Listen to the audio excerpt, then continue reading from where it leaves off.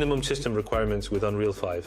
As of now, we don't have any plans to develop a new map. Last year and this year, we've been more focused on improving existing maps rather than creating new ones. So for now, we are not planning to develop a new map. As for system requirements, of course, we would love to keep things optimized for the setups players are currently using. But with Unreal 5, along with all the new features and visual improvements, there's a possibility that the minimum system requirements could increase slightly to support those changes. That said, we're not aiming to drastically raise the specs, we're working to keep them accessible. Having teammate kill or knock notifications appear in the center of the screen feels really uncomfortable.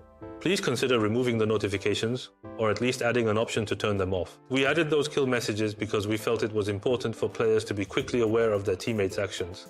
We are doing our best to keep them as subtle as possible, but we know it is a fine line. We will continue to closely monitor player feedback and make adjustments wherever needed, so please bear with us. We will do our best to find the right balance, so we would really appreciate your continued feedback. Based on the Unreal 5 preview that was recently shown, Erangel seems to have a much warmer tone overall.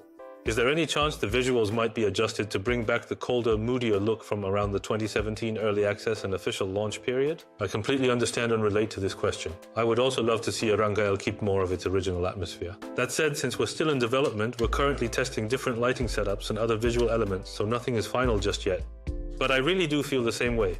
And I personally care a lot about preserving that early Erangel vibe. I miss the Erangel from the early access and original launch days too. We will do our best to capture that feeling again. I would love to see a custom match exclusive team deathmatch mode with more flexible setting options. It would be really fun to have a TDM mode where we could choose from various fun weapons like handguns, crossbow, or even overpowered modes from the old war mode, along with level 3 gear and care package weapons. It would be nice to add it to custom match, but we think UGC might be a better fit. UGC is currently being built on a TDM foundation, so we'd love for you to try creating fun modes with it. If you feel anything's missing, feel free to share your feedback. We're open to adding more features, so go ahead and give it a shot. Let the clans enjoy competitions and have a scope, a goal. Give clans a system to compete against each other divided by nation, continent, and world. It would be really amazing to see different clans competing across tournaments and ladders. I totally agree, there is definitely a need for clan battles to give players more opportunities to compete. There's value in building stronger bonds within clans, and having friendly competition between clans sounds great too. We've been thinking about hosting clan battles as events, but as for global competition between countries or continents, that's a bit tricky. We all have different ping. For example, players in the US and South Korea can't really compete fairly. So instead of building it as an in-game system, we're planning to approach it as event-based content. We actually started testing this out a little bit last year, and we're planning to continue and expand on it. This year as well. You're in, right? We can count on you, right? Thank you all for showing so much interest in the 2025 roadmap, for all your great questions, and for your continued support. This is actually my third dev drop, and I've been getting some questions that really hit the mark, and others I honestly didn't see coming. We're still shaping things as we go, so please bear with us. Episodes 4, 5, 6, we've got more coming, so please keep the feedback coming too. Thanks again.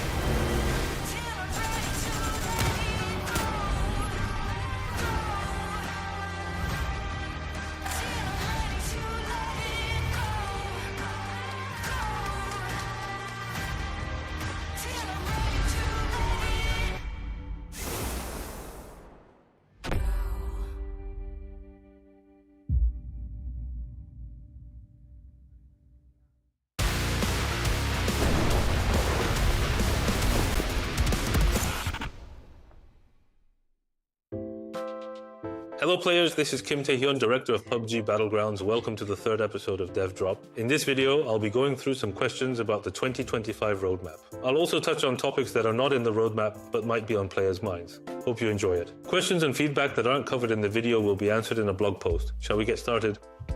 Let's go. With or without Unreal 5, I feel the developers need to take a step back from content for a month and focus purely on game optimization and fixing stutters. We actually have many different teams. There's a team working on Unreal Engine 5, another team focused on optimization, and teams that handle live service content and various updates for PUBG. So even if we pause work in one area, it doesn't necessarily mean we can immediately shift focus to another. We would love to say everything is working perfectly, but we know there is still work to be done, especially on optimization. We understand player concerns about optimization, given the recent Sanhok issues. We made some optimization improvements back in April, so we hope you give it another shot. Of course, we'll keep working hard to improve performance moving forward. Really looking forward to 120 FPS on console.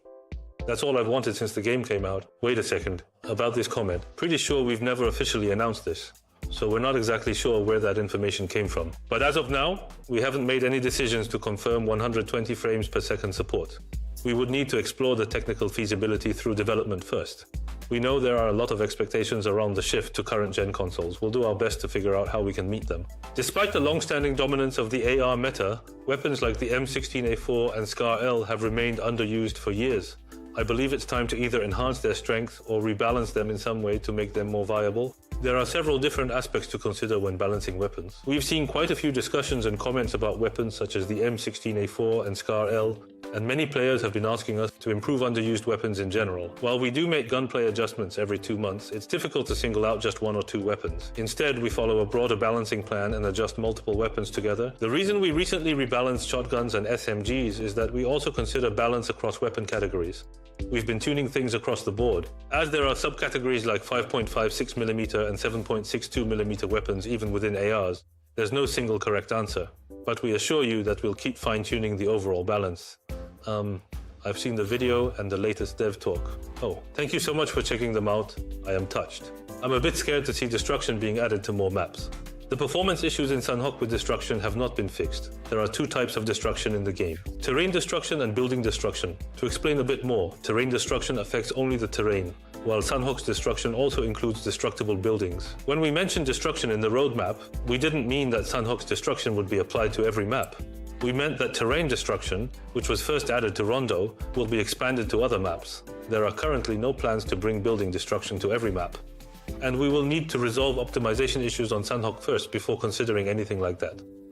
That's something we may look at much further down the line. Don't worry, we won't do it. Keep the bots how they were. It's casuals. It's where those who aren't as skilled can come and play daily. Let's see. I think we got 2 questions here. One about bots and another about the casual mode.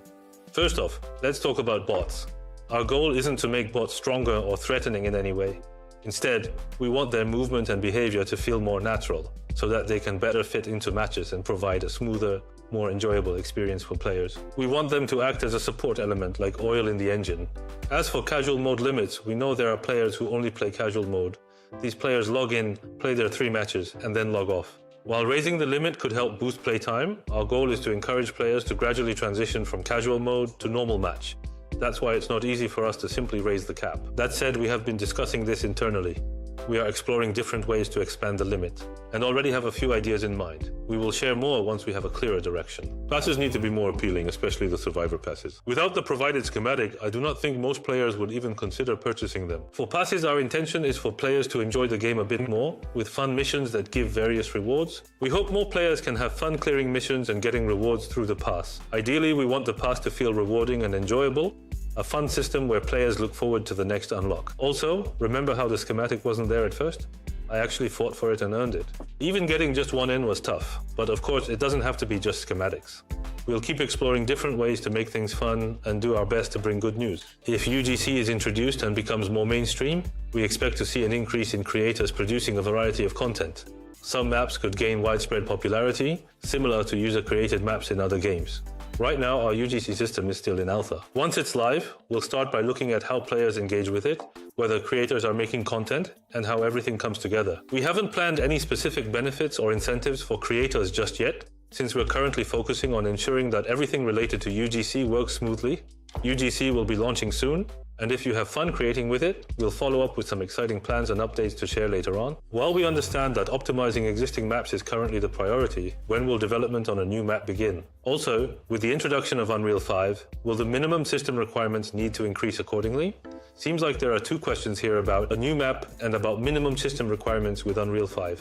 As of now, we don't have any plans to develop a new map. Last year and this year, we've been more focused on improving existing maps rather than creating new ones. So for now, we are not planning to develop a new map. As for system requirements, of course, we would love to keep things optimized for the setups players are currently using. But with Unreal 5, along with all the new features and visual improvements, there's a possibility that the minimum system requirements could increase slightly to support those changes. That said, we're not aiming to drastically raise the specs, we're working to keep them accessible. Having teammate kill or knock notifications appear in the center of the screen feels really uncomfortable. Please consider removing the notifications, or at least adding an option to turn them off. We added those kill messages because we felt it was important for players to be quickly aware of their teammates' actions. We are doing our best to keep them as subtle as possible, but we know it is a fine line. We will continue to closely monitor player feedback and make adjustments wherever needed, so please bear with us. We will do our best to find the right balance, so we would really appreciate your continued feedback. Based on the Unreal 5 preview that was recently shown, Erangel seems to have a much warmer tone overall. Is there any chance the visuals might be adjusted to bring back the colder, moodier look from around the 2017 early access and official launch period? I completely understand and relate to this question. I would also love to see Erangel keep more of its original atmosphere. That said, since we're still in development, we're currently testing different lighting setups and other visual elements, so nothing is final just yet. But I really do feel the same way. And I personally care a lot about preserving that early Erangel vibe. I miss the Erangel from the early access and original launch days too. We will do our best to capture that feeling again. I would love to see a custom match exclusive team deathmatch mode with more flexible setting options.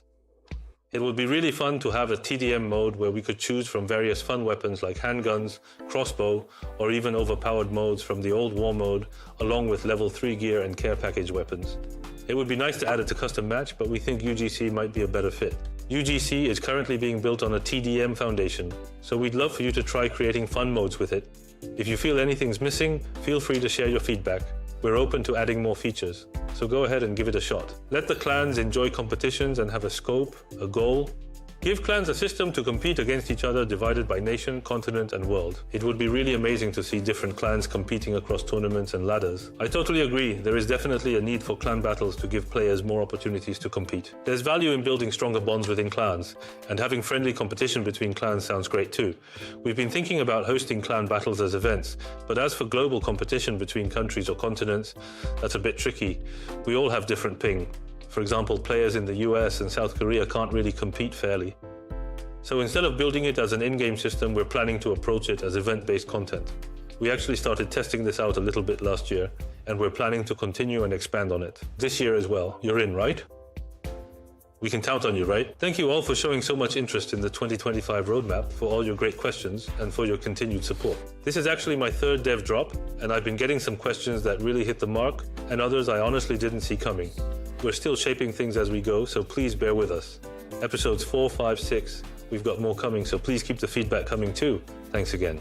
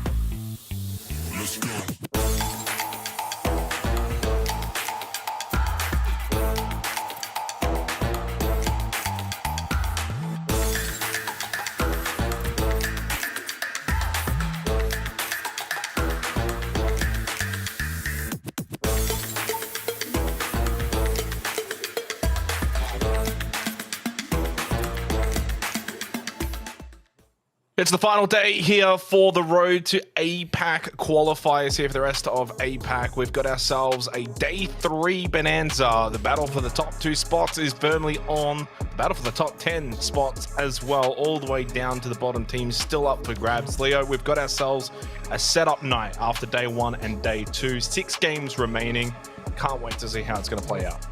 Yeah, I'm really excited as well. As like you said, so it's the final day or Championship Sunday for some people as well. As we really find out, as we finally get all the way to that top 10 too. A little bit, I guess you could say it was kind of a little bit of quite an upset, or at least quite the surprise for some of the teams, especially since it was day 2 with yesterday's performances.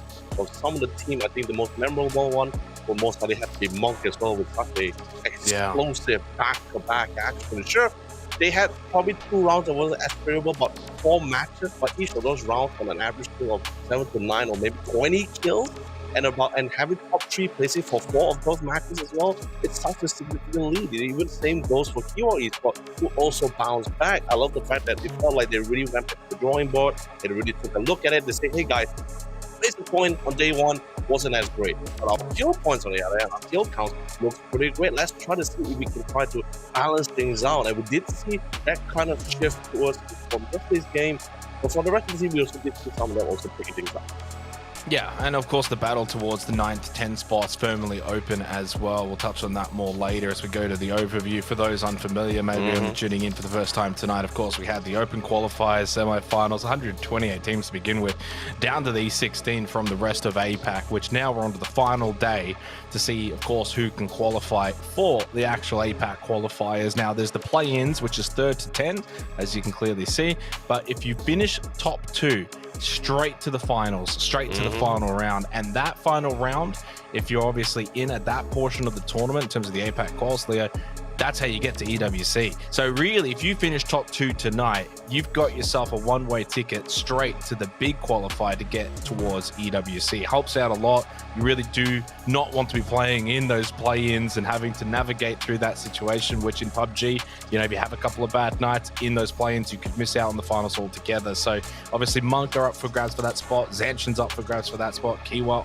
Old Bloods as well. There's a good couple of teams. That whole top 5 essentially still fighting for a top 2 spot, leaves us in a good position with 6 games to go. It also means there's no room for error, right? Like, you haven't really now got a lot of room for error. You've only got the 6 games. You have a bad night tonight in that top 5, you're probably going to miss out on top 2. And the same goes for those 9th to 10 spots as well. Plenty of teams very much on the precipice. You kind of look at who's there. Justice for Tomorrow, Team Newbies. Well, they're holding on to those 2 spots, but they need to play well tonight. You've got ISG, Romakill, U Gaming, Unlucky, Palladium. They can play much better. So if they perform tonight, they could still make a run. And NRG, I mean, really for them, it's really the first 2 games, you've got to go big. If you don't, you're done. You can't make up the ground with, 3-4 games to go. So I'm very much excited to see how it pans out tonight. Of course, going through some of the teams that we've got, and we've seen a good look at these teams. I do want to actually highlight, since they're on our screen right now, X-Men, Happy Squad. I think 2 teams that will feel pretty comfortable tonight. Leo, they don't have the gap to close for top 2. So they're not going for top 2. It's really hold on to top 10. And I think they're in a pretty comfortable spot. As long as they play pretty normal PUBG, they should be fine. So I don't think there's too much stress on those 2 teams. I mean, the same could be said also for Dream Bounty Hunters Gaming as well, right? See, it seems like we haven't really been seeing much about it, but looking back at the total, at least the total leaderboard once more, it's just exactly what you mentioned. A lot of competition for the top, and this is mainly because of the fact that Zanshin wasn't really popping off as much from yesterday's game as well. Sure, they had a great start from match number 1 and probably match number 2, but then after that, they've just been pretty lax. It's been really trailing off, and that gave a lot of opportunity for a lot of these teams to really start climbing up the ladder. Monk, of course, was the more significant one, as they were really, I won't even dare, I don't even dare want to call it like climbing up the ladder anymore. It felt like they just got into a rocket and just flew all the way top to the rankings here with a total points of 98 points from their previous points. Total points was 18. 14 ranked to the 2nd place is a very big lead, but the same goes for Kiwa Esports and the rest of the squad. So Raw Esports felt like they've been pretty fluctuating in between the 2, but they do have their moments in the sun. And it's also, like you mentioned, probably we can also slide Raw Esports into the same category with Savage Man Happy Squad, where pretty content with where they are now. Not many teams that should be able to contest for their current spot at the moment, unless you want to try to flex out with the ranking as well. But at the same time, we do see, like, especially particularly like Kiwa Esports and Dream Bounty Hunters, right? Felt like they really changed up the way how they dropped during yesterday. So they've been playing outside of their own boxes as well. Probably had a few things to really try to cover around at least as many bases as much as possible. Not an easy jump to really.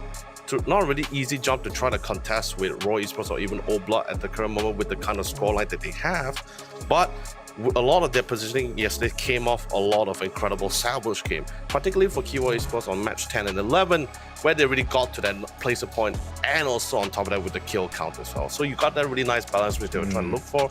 Let's see whether they can try to replicate that as much as possible. As today's matches, this time we're going to be flipping back the order as once more back to similar to day one, where we'll be starting off with 2 Erangels, Tego Rondo, and ending our last day with 2 Miramas. Yeah, obviously Erangel to begin with. We had the end of that yesterday and certainly can see the differences that Erangel does bring to the lobby.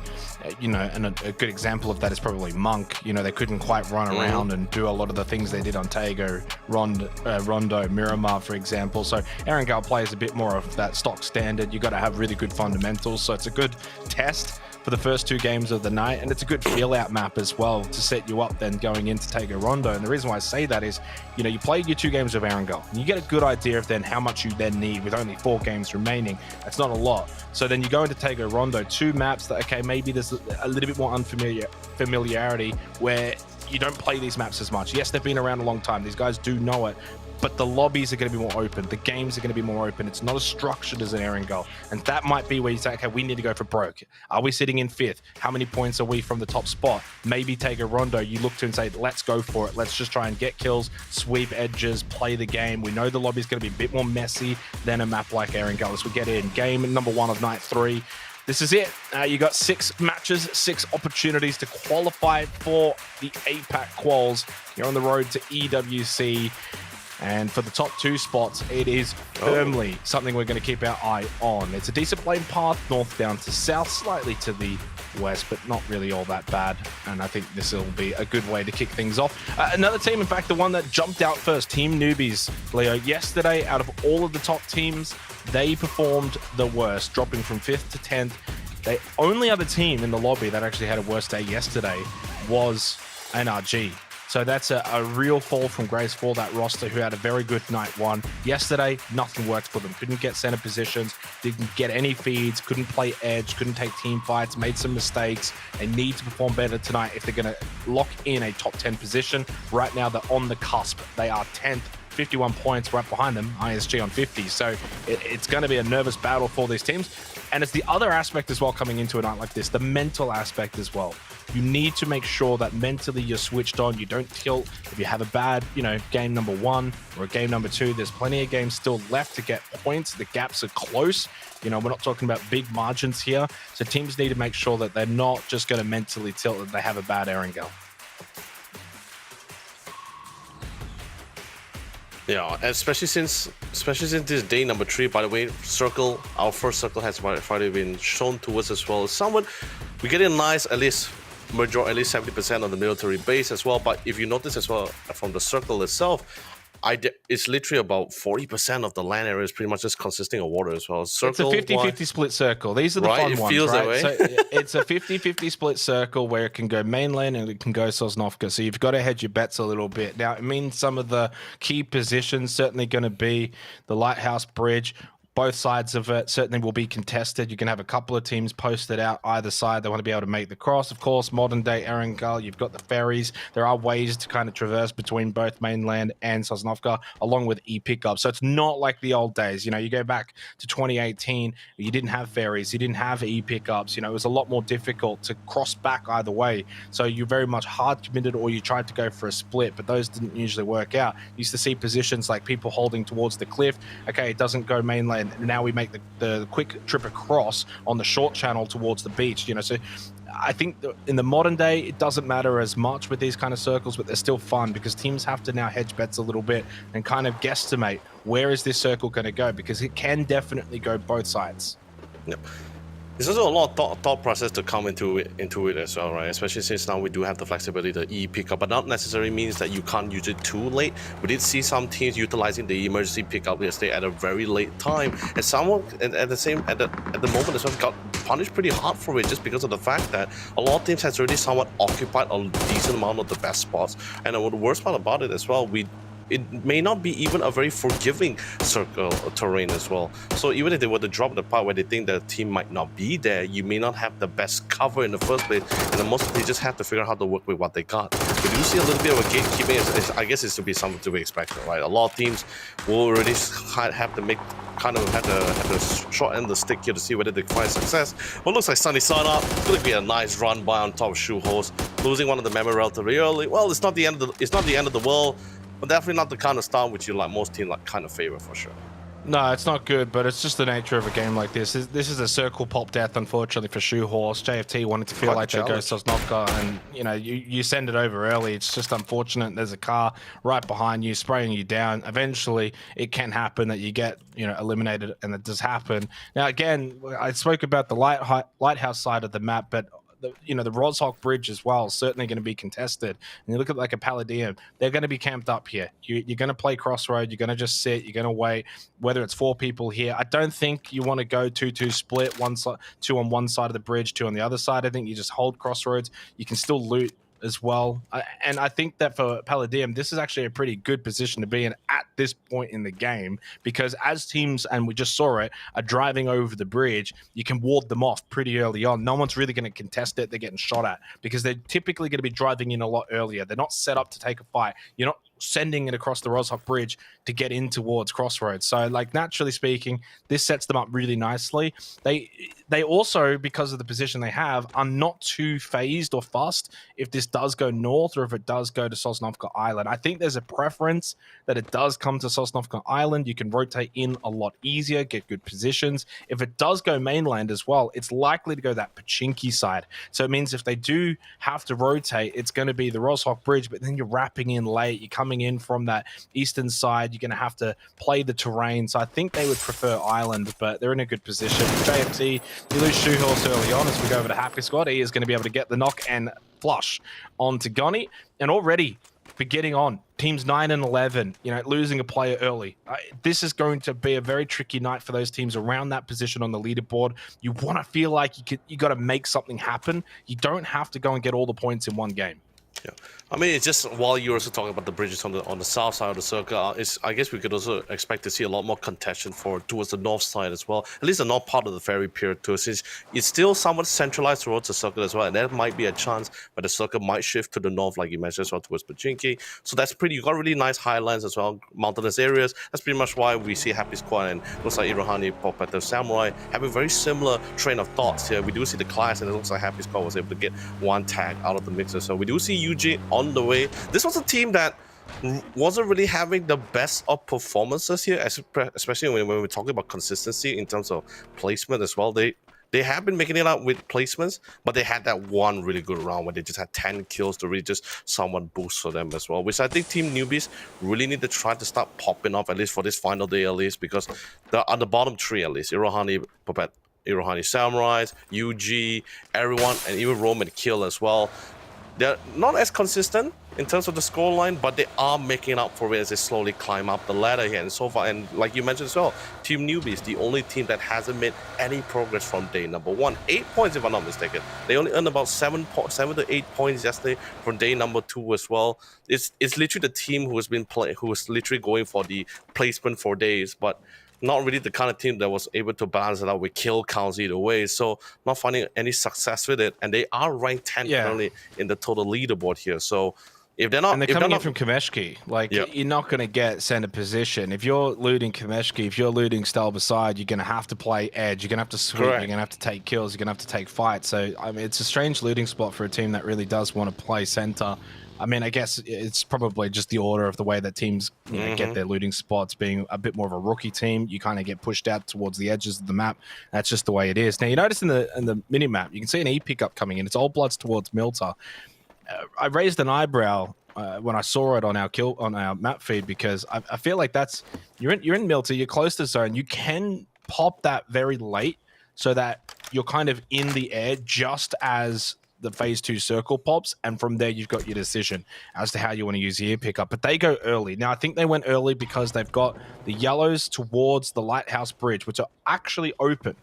and they've also can play the cliff. So it's a really good power position that they've been able to get. They may have sensed that teams weren't going to take those positions. I don't know how or why, because like I would have thought that those positions would have been taken by now. We've got, what, 8 minutes into the game on a 50-50 split between Sosnovka Island and the mainland, and yet the yellows are still clear. The cliffs are still clear. So, like, those are really, really good positions, and Old Blood's probably sensing if they go too late and the circle pops and it does go Sosnovka, they're not going to be able to get that. But by going early, there's a chance that maybe teams aren't there yet. Well, chance pays off. You go early with the E pickup, you get good prio positions, but they've gone obviously for the cliffs, which means if it does go mainland, yeah, they're going to have to rotate in. Don't have the vehicles. So definitely a gamble with 60 seconds till phase 2. They'll be absolutely praying that it is a Sosnovka Island finish. And which is also comes to my concern, right? Sometimes, especially when you leave for the mid spots or taking E pickup relative or entering the circle relatively more early than usual, right? Especially in the phase 1 zone. The kind of question that someone begs is usually like, would you have enough kind of resources, right? Especially since you do come in early, you're already getting that you're already suspicious of the fact that a lot of teams are already somewhat centered around majority's area and would have probably looted around the vicinity as well. This looks like we must. That's if it goes to the peak, right? Well, I mean, if you're Elgin bots, you don't really move up. It's more so CJ's position. You can see just to the right, and I don't know, maybe Pangska's kind of like getting CJ the information of the vehicle, so they're kind of just creeping up. But as Shy Wei makes his way back, that's what I anticipated, that CJ would catch him, but doesn't land the shots. And such is the case of the terrain. You miss a couple of those shots, you can fall back. There's a defilade that ends up happening for DBH. They get themselves out of, it was J-Scar, by the way. They get themselves out of a pretty tricky situation there, DBH. Where does the circle go? Centers up, but that's a Sosnovka Island finish. You're going to see a lot of teams now want to try and make their way towards Sosnovka Island. This is not going to go back mainland. So X-Men on the bridge towards Lighthouse. They'll make their way over as quick as they possibly can, try and get good position. They're fortunate. The yellows are open, still a pretty decent spot. To be fair, pushing out of the yellows can be quite difficult. And there's also a lot of area towards the western side of quads. And you can play out of that. There's a good couple of compounds. The circle's big enough that it's going to include it for the next couple of phases. But really what you want to be in terms of position is Old Blood. So that it's paid off for them. That E pickup from Milta, they get the mountains just north of the mill base. Great spot. Good power position. They'll be very happy. And Zanshin as well, over towards quad, are going to be incredibly happy with this circle pop too. So they get a good start. Old Bloods get a good start. Everyone else, it's about to get very messy. Expecting a lot of fights over towards the edge. As Purdy Squirty goes for a spray down into the smoke, they know the E pickup's coming. And Sparkling close enough to get the nades to land. He gets 3 with just 1. Talk about value. And now Shy Wei, the only one left for DBH. And I think this is going to be their demise. Fortunately for a team that was playing quite well yesterday, they got the 67 points. They can bank a couple of bad games. And this is going to have to be one of them. As Monk coming to clean on up. That'll be 3, and it's about to be 4 kills. Really, the goal now for Monk is making sure no one dies to the rat. Shy Wei sits up close with the M249. Still trying to really breach things out here. Last man standing at the same time. I'll be honest with you, even coming from Monk as well, I'm not surprised to see it, but to see a guy just wreck an entire team like that, is, especially from an off position from yesterday's game as well, it's just absolutely insane. And such a good read too, since Monk was pretty much just playing around the edges, taking their time into the circle, already getting a rough idea that that spot, that central area is going to be heavily contested as well. So they don't mind taking on the fight, but they don't want to just really rush into a territory. They just do the possibility of just being punished pretty hard as they traverse into the circle itself. They didn't want to take that chance. They don't mind. It's a phase 1, phase 2 circle. It's not going to hurt them too much, so they can really bide their time. They did spot out the vehicle coming in, and the minute they saw the emergency pickup being set up, they saw like, you know what, guys, it's an opportunity. We move in. Beautiful nade by Spurdy Cordy to really set us up for the 3-man. Jiao is the last man standing here, but I believe he plans to make this last time. I mean, if he wants to, he try to steal a couple of elimination points here, or something like what we saw some of the teams did yesterday as well. They self-death. They might not know that he's actually sitting here. And the reason why I say that is sometimes with E pickups, it's a 3-1 split. So 1 brings a vehicle, 3 then take the E pickup. So there's a world in which Monk, because they never really got proper vision. The smokes were up. It was the nade that got the 3 kills.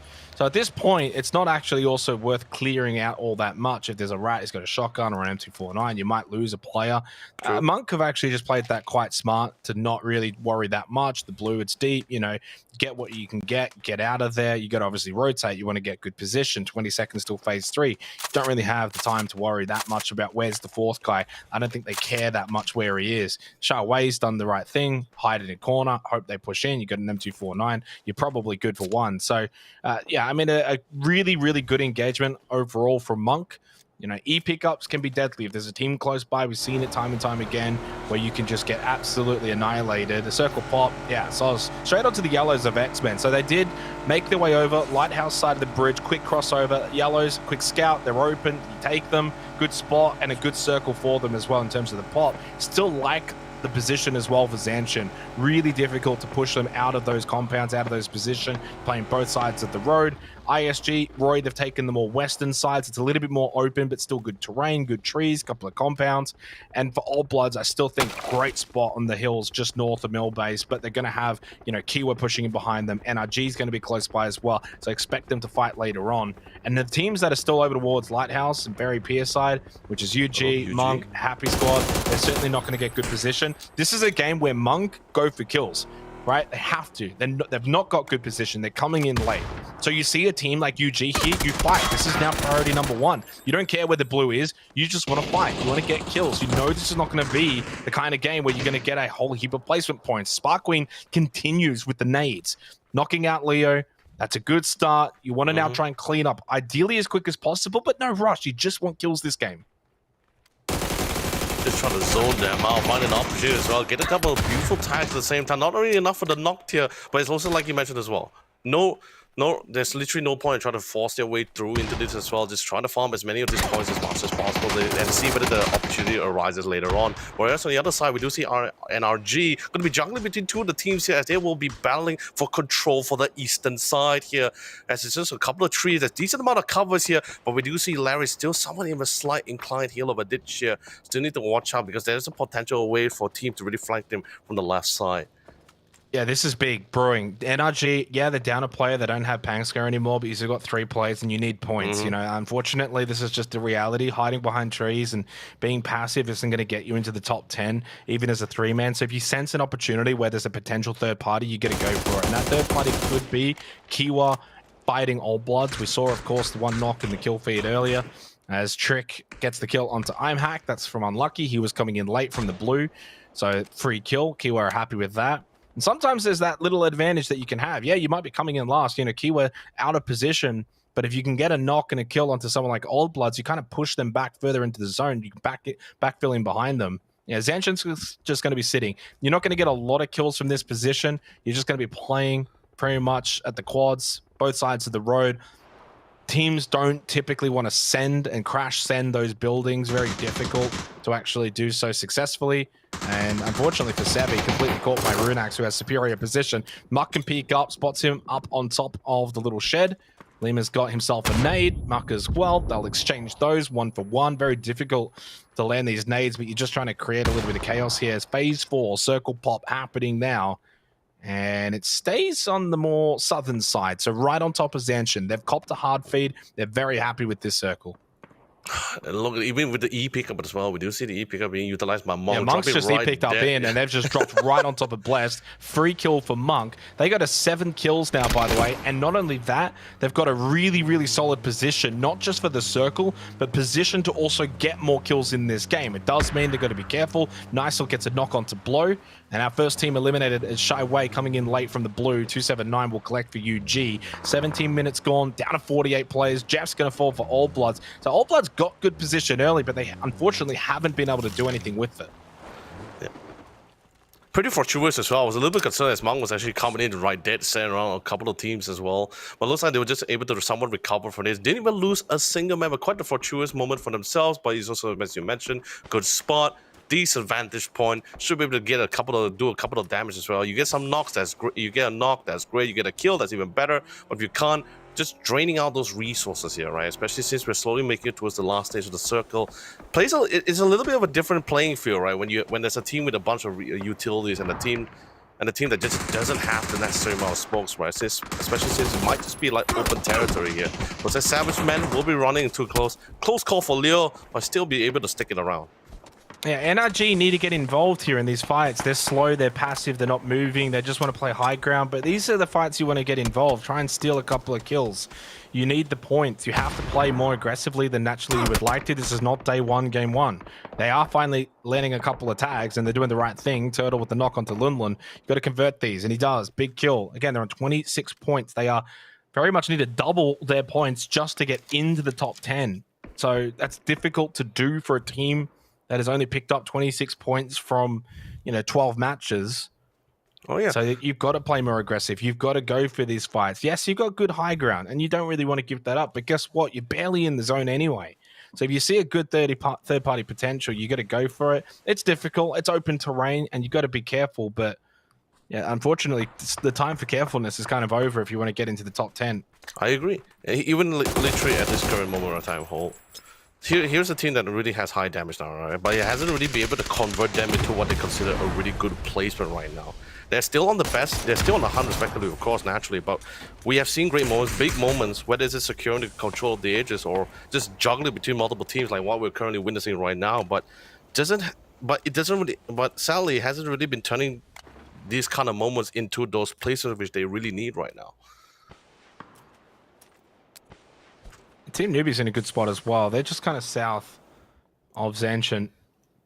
Only got the 3 players, but you've got good zone control. This is the perfect game for them. Turtle gets caught. And this right here can also be the issue if you do play up on the high hill, right? As powerful as it can be, you're also prone to teams being able to sneak up on you. That's a great flashback on the man. Otherwise, it's going to definitely get that trade. Or he does end up falling anyway, and NRG get completely just swept on. So again, that's a really good example right there. NRG are holding. They sense we've got high ground. We can peek down. Guess what? Teams can wrap you. You're not going to be ready for it because you're too laser focused on what's in front of you, trying to use that high ground. They could have gone for a third party onto Monk and X-Men, push down, be aggressive. They just end up dying anyway, and the passiveness only nets them the 3 kills. That's not going to be enough to get into the top 10. Setsuna eliminated by Muck. ISG getting involved here on the south side with a little bit of third-party action. The fight between Happy and Roy, and they need to. They want to get in to that top 10. Elgin Bots with a good kill onto Ed King. 3 now for Happy Squad. Again, they don't need many points tonight, so they're kind of just chilling, happy to take this fight, get a couple of points every single game. Just get that ticking over. You're not going to get top 2, but you also don't want to end out outside the top 10. As Egbert very much stuck at the rock. Suspect's going to throw the nade in. And Paladm need to capitalize on a game like this. It's a very frag-heavy lobby right now. 31 alive. So it's a wounded lobby.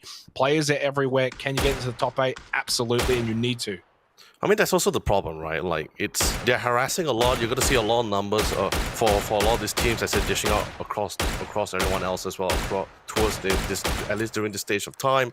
But you're going to cause a lot of teams to limp along into the next stage, but they're not really closing it out, right? It does have impact on the lobby, but not necessarily able to convert them to kill, which is kind of like what they currently need right now, right? Final day, you want to get as much points as much as possible. It's like you mentioned, it's frag heavy. You got to really get your head in. You really got to get your hands dirty as you try to get all these kills. Sure, there's going to be some form of risk, especially since some of this spot, there's a lot of grounds to cover. Not a lot of teams has the necessary amount of members as well to enable you to secure as many of these areas as much as possible. But you just got to try, really. If not, another team's just going to take advantage of your situation and will steal those points away from you.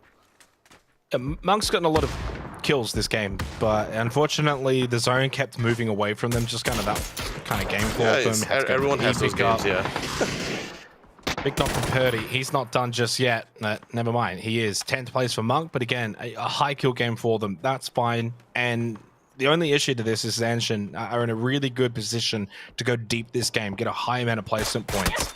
But I think they ended up picking 7 or 8 kills in this match, and that's probably more than enough going into the last 5 games to keep the pace for a top 2 spot. They'll be happy with that match, all things considered. Happy Squad, though, as well, very much looking to put any kind of threat of missing out on top 10 aside already here in game 1 tonight. Up to 68 points. It's hard to imagine what the cutoff will be. This should go center-south. It goes a little bit more to the south, and that's a hard pull, actually, towards unlucky. They actually get a little bit lucky with that pull. I was expecting a little bit more of the quad star to stay in there for Zanshin, but they will lose quite a couple of their compounds. This is not too bad for Palladium, but they're going to have to play a lot of the tree lines. Need smokes. Killaroo's got none. Not ideal. Hopefully the others have got some more. Only one for Asper. So if you're low on smokes here, you could struggle towards phases 8 and 9.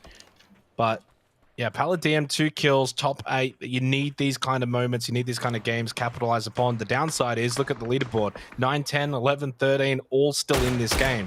So that battle for top 10, very much heating up.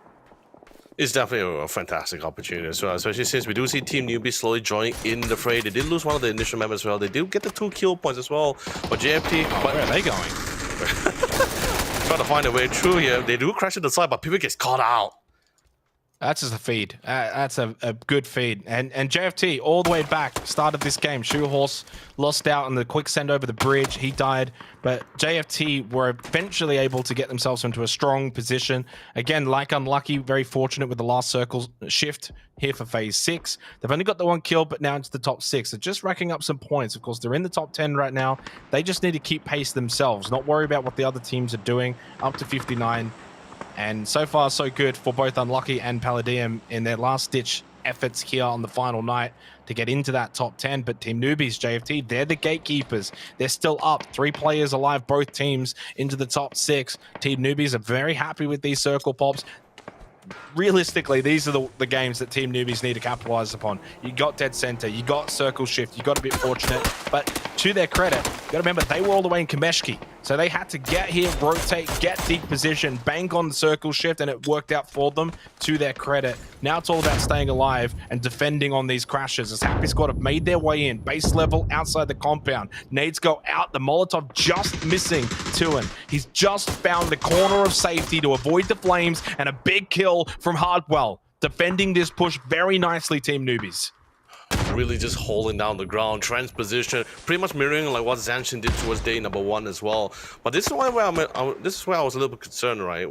Which I mentioned earlier, where you come in pretty as early as much as possible. You get these central areas as well. But you notice as well, not a lot of utilities available for these guys as well. And it looks like Happy Squad, they know for the fact that there's no other answer out of this. You can't leave this place. You got no cars. You can't go back out in the open with the circle being so tight at the moment. They just pretty much just hugging the walls of the houses, hoping to see whether Team Newbie is going to be greedy enough to try to flush them out. But that's not going to be the case here, since the neighboring, I guess you could say in a way, they have a little bit of a nice neighbors nearby, which is Team Zanshin. So also keeping an eye on the situation as well. The circle needs to go east. Otherwise, Team Newbies or Zanshin probably win this game. Oh, it does go south and a little to the east as well. So Zanshin cop a bad circle. Now, what Zanshin need to do is essentially kind of what Happy Squad just did and probably crash into Team Newbies. Can't really go around them. There's nowhere to go after them. So you want to push straight in, try and crash Team Newbies. And if you look at the minimap, look at the direction that Team Newbies are looking at. They are now ready for Zanshin to crash them, because they know that's the best play for Zanshin. Zanshin could cross road and try and take on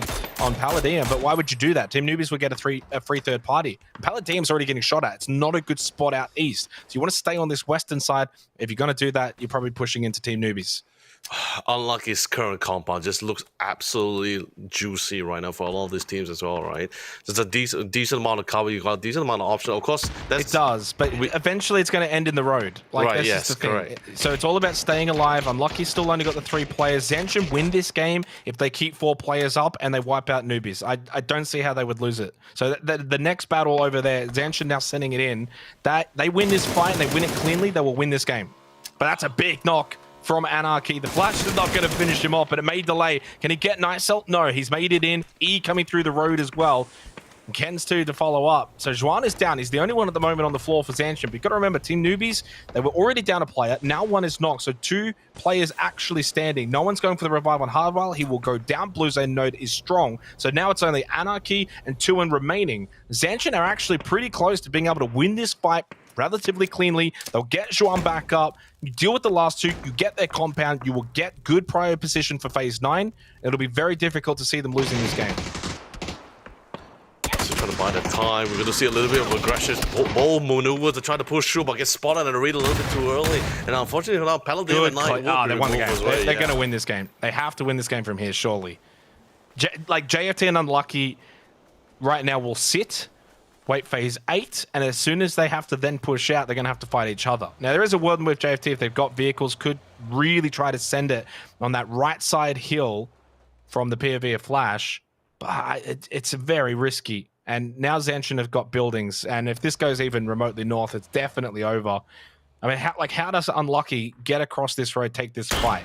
Phase 9, you're talking about center on the road. Smokes will be absolutely vital. You need a lot of them as well.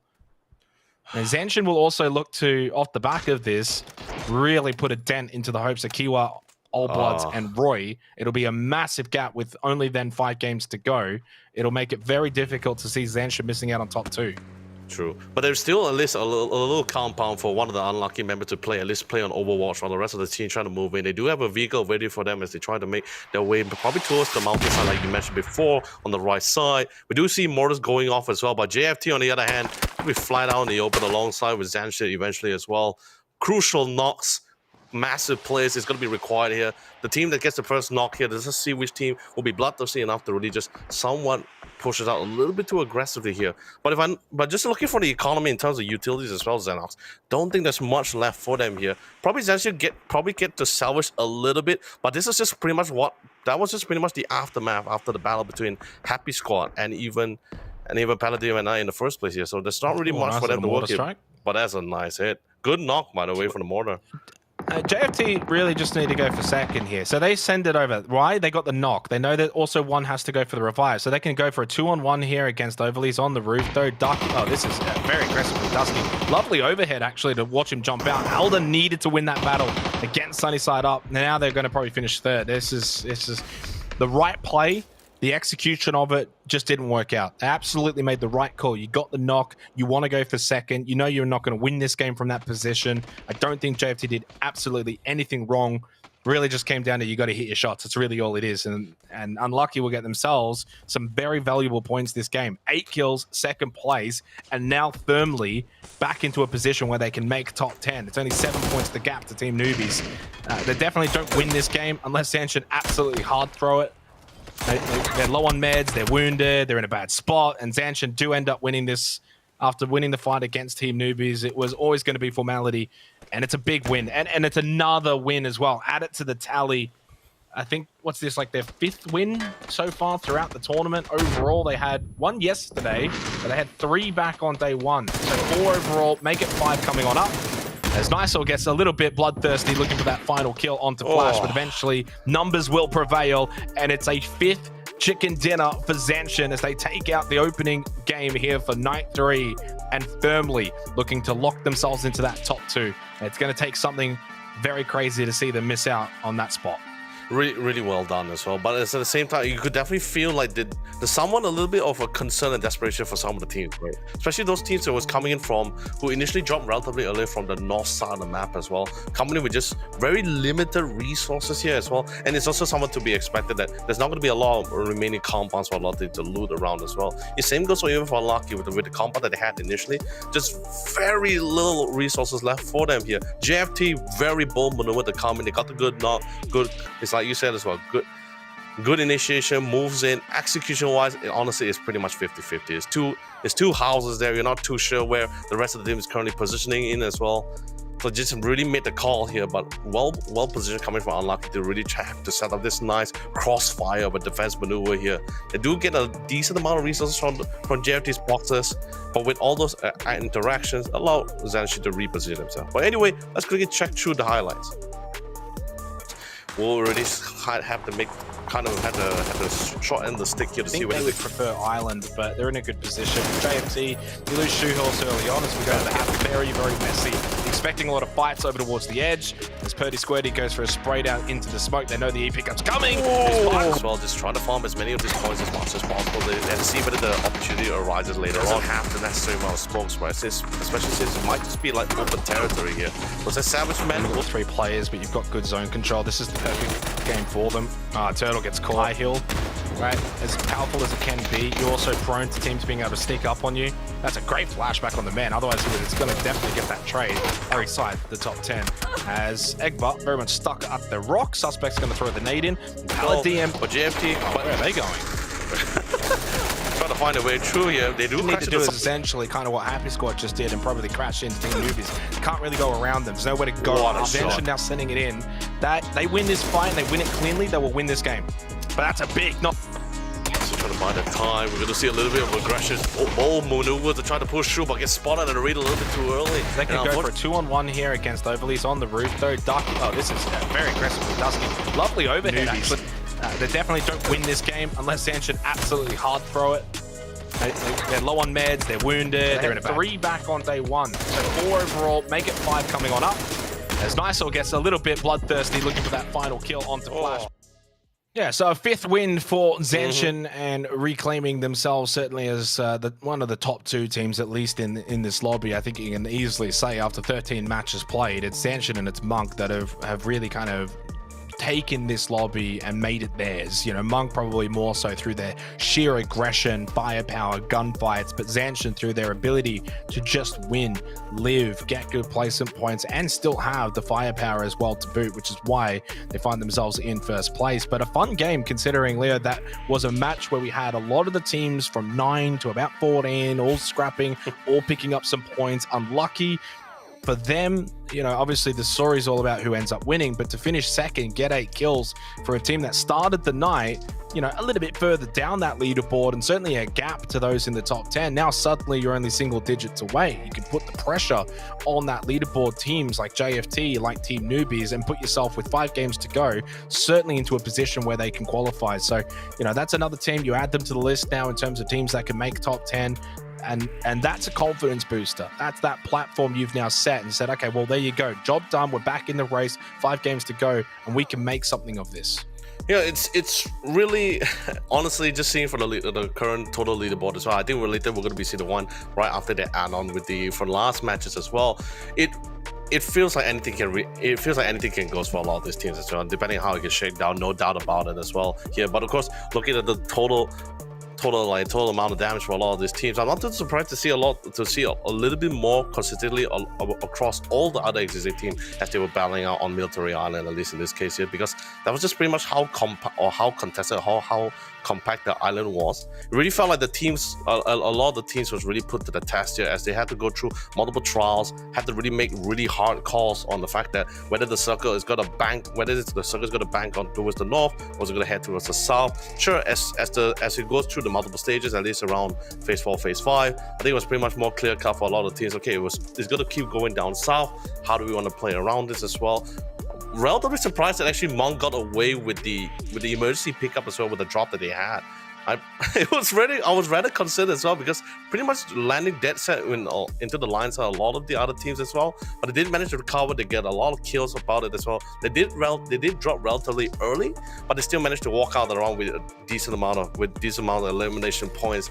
And honestly, when you're battling for that top spot, at the end of the day, you really want to try. Sure, ideally you would have loved to end the round with decent placement points and pairing alongside with the elimination points, but they were able to just walk out with at least 4 to 5 or more elimination points for yourself. That just pretty much just helps in the long run, especially as we're making our way all the way to our final 5th, or at least the remaining 5 matches that we have for ourselves. Zenshin, on the other hand, getting that first spot, fantastic start for themselves naturally as well. But then I guess you can definitely tell that Alonso's pretty much going on top of their head with the performances coming, at least the step-up performances for some of the team, some more significant than the other as well. So seeing them really coming back into gear here, total 18 points, not the most that they had initially earned, but they just pretty much made use of their surrounding and really just kept to the fundamentals. It has been a play style which they have been heavily favoring. It has brought them great success. And so far, the circle has been favoring quite a bit, and their ability to adapt as they slowly make their way down the circle as the circle was shifting. Not a lot of movements being made by Zenshin, let's be honest. Not a lot of movements for them, for their rotation wise, but they still make this really well done. Yeah, and looking at this leaderboard now as well, NRG's done. You can put the texter through them. You don't have to worry about getting out the eraser. Unfortunately, only 4 placement points. It's more than enough of a showcase as to why they can't get the job done, get into the top 10. So I'd say they're the first team really eliminated, right? I mean, it's always difficult to say that because mathematically they're not. PUBG's a weird game like that where we don't really eliminate teams technically until maybe the last 2 games or something. But the reality is we've got 5 matches left. You've only picked up 27 through 13. And even if you were to double their points right now, you're still not in the top 10. So it's just not going to happen. But UG, 41 points, the gap's what, 19. We know that they are a team that can certainly go and pick up 10 plus points in a given game. They're not consistent with that, but they certainly can do it. They're going to have to just do that, but do it a couple more times. Roman Kill, even though they're 2 points above UG, I don't know if they've really got the capabilities to get this comeback done. Palladium showed it in the last game, big points picked up. Okay, 17 points the gap, certainly doable. And the same goes really for all of the teams that are slightly above them. So the race is on. What made it even more difficult for those teams, though, Team Newbies, JFT, picked up good points that game. So if they're the gatekeepers, again, we kind of always have this conversation, you need X amount of points. Well, those other teams that are in the top 10 are still going to pick up points as well. So you need more. You need X plus more.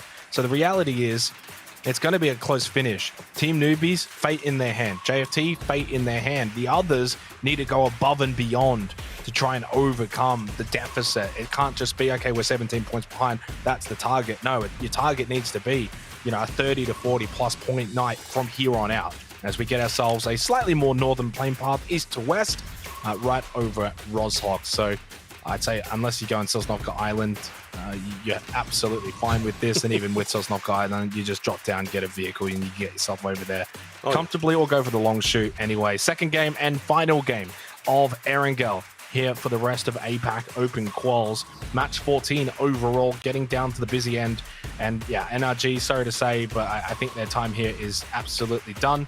They just have not been able to click, get points. That last game really had to be their big one to get themselves back into the conversation. With 5 games to go, it's just not going to happen. Team Newbies again. Now, they're looting Stalber and they're looting Kameshki. They get a Northern Circle here, happy days. They play their best when they get dead center. And to their credit, considering where they're looting, and I don't think they had an E pickup. I recall seeing them drive down the coast. The fact that they were able to get into such a deep position and good position needs to be rewarded. That's still good. Teams, people always say, they got a hard feed. The X team got a hard feed. It's like we have to get into that position to get the hard feed. And so they did that from a very outside position. So credit to them. They get themselves a decent circle here as well on the eastern side.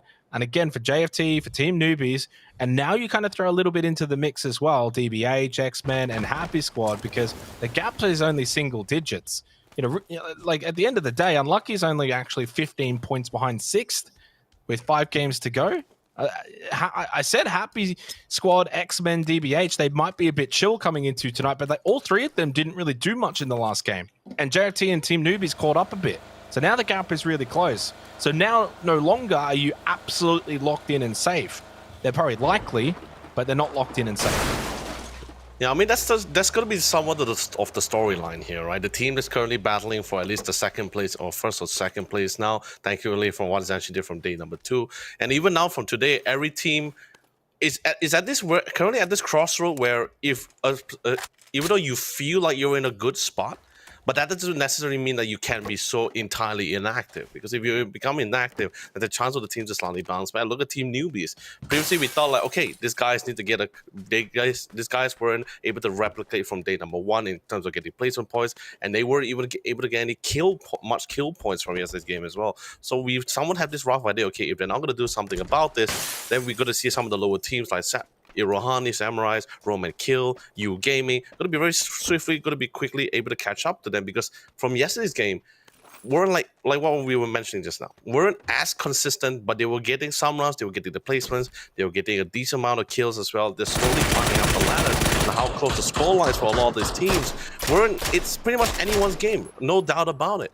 But while we're looking at towards this fly path as well, or at least from the previous match actually in particular, I was trying to see if there was any teams that was trying to somewhat target a specific team so far, but seems like that was not really the case in this kind of flight path. But we did see NRG, or at least both DBH and NRG, both siblings here, as you know, DBH was pretty much the X roster for NRG, dropping relatively nearby to each other as well. I think Kiwa Esports in particular pretty satisfied with where they are. They are the team that's been playing around the central point, but in previous tournament, but for this tournament, they did switch things up, their play style, as they were somewhat playing around the edges here, getting the necessary amount of control. Not too much not too much in getting towards those mid spot as early as possible, as early as phase 1.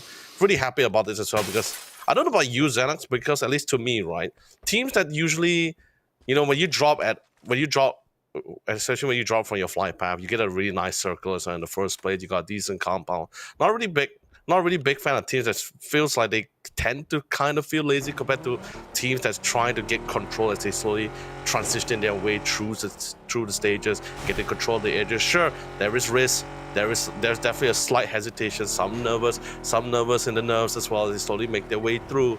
But it definitely feels like they're slowly making their way through, being a lot more alert than most teams here.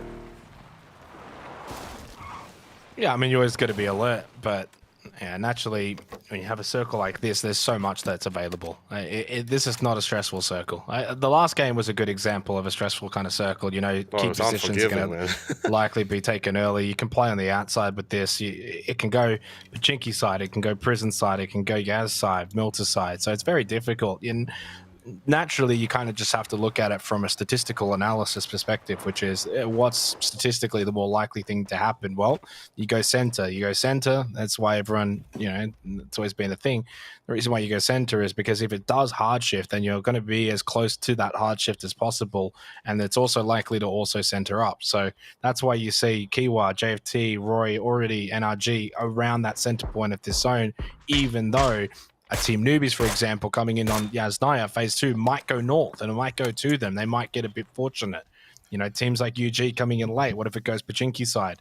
These things can happen. It's PUBG for a reason. So it's all about minimizing that RNG. And, you're not really committing for the long haul. That's why you want vehicles so you can get in on the rotate for phase 2, get going quickly, based on what's happening. And these positions like Roy Esports are a really good example. You're not overcommitting. You're kind of close center-ish around the Miltons, but you're also in a position where you've got vehicles, you're getting information, you're controlling a large space. Phase 2 pop happens and it hard shifts away. Doesn't really matter. We just rotate, we just move. So, Old Bloods as well, good example too on the more slightly southern side, which they had a great position back in game 1 and couldn't capitalize. They'll be very disappointed with that game. They really would. They had the mountains north of Millbase, a lot of people around them, just couldn't win the fights. Certainly an opportunity to pick up points. Now you're 40 points behind Zanshin. That's a big gap with 5 games to go, to the point where I just can't see them really closing that gap. And in fact, I genuinely don't know if Kiwa, Obs, or Roy could overtake Zanshin. And because if they can't do that, well, then Zanshin's basically locked top 2. And I don't see Monk cooling off the way that they played last night, 9 kills in game 1. And I think Monk will be even more aggressive on the other maps too, like Rondo and Tago, Miramar. So that top 2 suddenly, off the back of what we saw in game 1, now looks far more difficult to break into.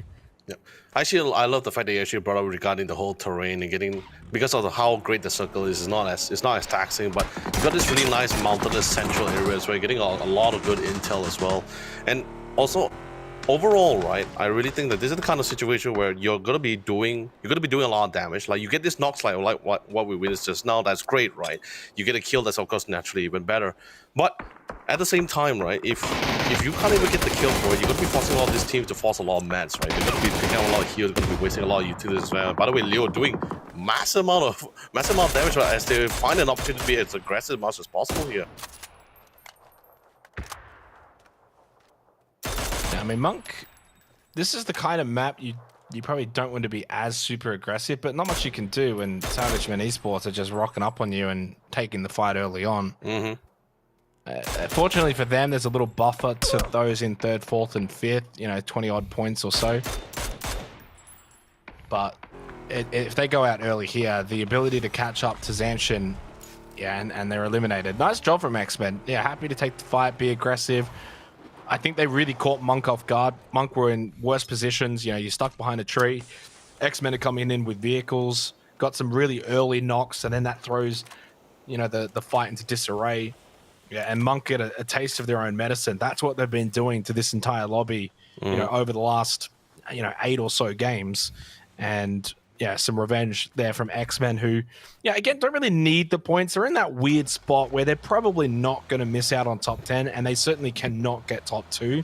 So it's really just about, letting the shackles off, be free, be loose, go for kills, be aggressive, look to prepare going for the play-ins.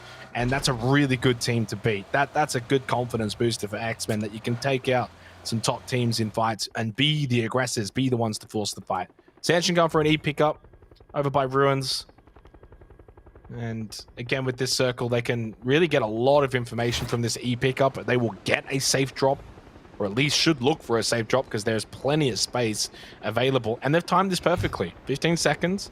As they get over kind of center point of the phase 1 circle, they'll know where phase 2 is popped, and then they can, of course, adjust off of that. So, yeah, just really good PUBG. They're the kind of team to me that just look like they've got solid fundamentals. Like, they know how this game works, how to play it. It does center up. Probably not ideal for them, but they actually would have wanted a bit more of a shift just to create more space, get a good soft drop. So now you kind of just look, okay, what's free? Well, the fields are going to be free. South of Yaz fields will definitely be free. No one would want to play there phase 1. But do you really want to drop there? Well, you might have to drop there to then make your way into the circle. Or you keep going out very much east. Go prison side and, come in on the eastern side. I was just about to say as well, right? Dropping around prison, just slowly make your way into the cell. You still mount the mountain areas, a decent amount of road pathways as well. They go dead center. It's an aggressive drop, but there is space. And again, it's hard for us to kind of look at it from what they can see, but they can very much see a lot from up there. And all they have to see is a certain amount of space and say, yep, we're going to take that. That's ours. But there's always the risk. That's the beauty of the E pickup. Yeah, that's the name of the game. The reward is very much going to be a solid position for Zanshin. NRG also just looking for the base setup as well. NRG has a really nice 2-for-2 setup. They're in their own respective compound as well here. So if anything happens, they at least have at least one of the 2 members to at least cover them from the outside, at least from the one side of the compound that are coming in. And just from the nature of the positioning of a lot of these hills as well, a lot of teams should be able to spot the other way. And hopefully, this is the kind of chaos, is hopefully to try to draw as many attention amounts as possible. This is the part where teams will just try to see find an opportune moment, try to steal a couple of these kills for themselves. May not have to work for those kills here if they choose not to go for it as well, because it feels relatively early as well for them to be over aggressive about it. They do a couple of tasks, they get a knock, they can get a kill, because naturally that's great. But like I mentioned before, right, this is just one of those few situations where you're just gonna try to waste as much utilities from those opposing team, right? Doesn't necessarily have any impact to the leaderboard in general, but it does have some impact to the lobby, right? As we slowly make towards that final circle. Can you imagine like the play style for a lot of these teams, right? When you come into that final circle where you only have like what? No utilities compared to the team that have 5 to 7 utilities. Like, you have a lot more options to play with compared to a team that doesn't really have one. Especially since we did notice some teams did do an emergency pickup as well. So no vehicle as well. Team Zanshin, for example, being one of those teams. So naturally, I think that's pretty much why they don't need to rotate that much. They're in a position where you got tree lines, you don't have to rotate. Everyone's going to come more so towards you. You're kind of center. Which is why I think that's why they went center, If it hard shifts right? away, it's not ideal, but it's Erangel. It's not as difficult as like a Miramar, for example. We saw it before as well. Palladium, good spot, but that bowl can very much be aggressed upon by multiple teams. Throw nades in, it'll be fine for now, but they know that they're going to have to fight for their lives later if it does kind of stay in. Yep. And already, of course, trying to close that gap. They did so in game 1. So, and to keep an eye on as well for those watching, everyone from 15 to 11 is firmly in still with a chance of getting top 10. Top 10 is the cutoff. Top 10 will get you into the qualifiers. So if you kind of look at all of those teams, and we were kind of touching on them before, all of them have shown enough in, say, 2 to 3 games throughout this tournament. Naturally, if you're in that position, yeah, you're not all that consistent, but now is the time to kind of peak, have your big game again. And I would be surprised if this centers up. Okay, a little bit more to the west. I think this ends up being somewhat okay for Palladium. I don't think they wanted a hard center. I think they can now play the edge a bit more, move out. Leo gets caught again for UG, and that's a common sign. Sorry to say, but this guy does get kind of picked up really early in games, often by himself, often unable to get traded. And it just means UG, again, down to 3 players. Makes it that more difficult to go and have a big game. You're still 19 points behind the cutoff as Elgin Bots happily cleans up. And I think that's probably going to be the case. DBH, happy, X-Men. Yeah, the gap has closed a little bit because JFT and TN had good game 1. But these guys pick up enough points consistently that I'm not really worried that they're going to drop out. Yeah, not ideal. Yeah. Suspect dead. And yeah, I think Palladium's in some trouble here in this game. No, I mean, yeah, definitely. I mean, definitely they are. They're not really. There's not like, it's not like they're in a. They have a rock nearby. Sure, there's a. Well, they moved in. They sent it into the trees, right? So, but you've got 3-4 teams around you. Again, you're going to have to be fighting, and fighting's good if you can win. If you can win those fights, absolutely. And those players certainly are capable of winning those fights. But so many teams in that vicinity. If you look at the minimap right now, so there's Palladium. They've just moved in.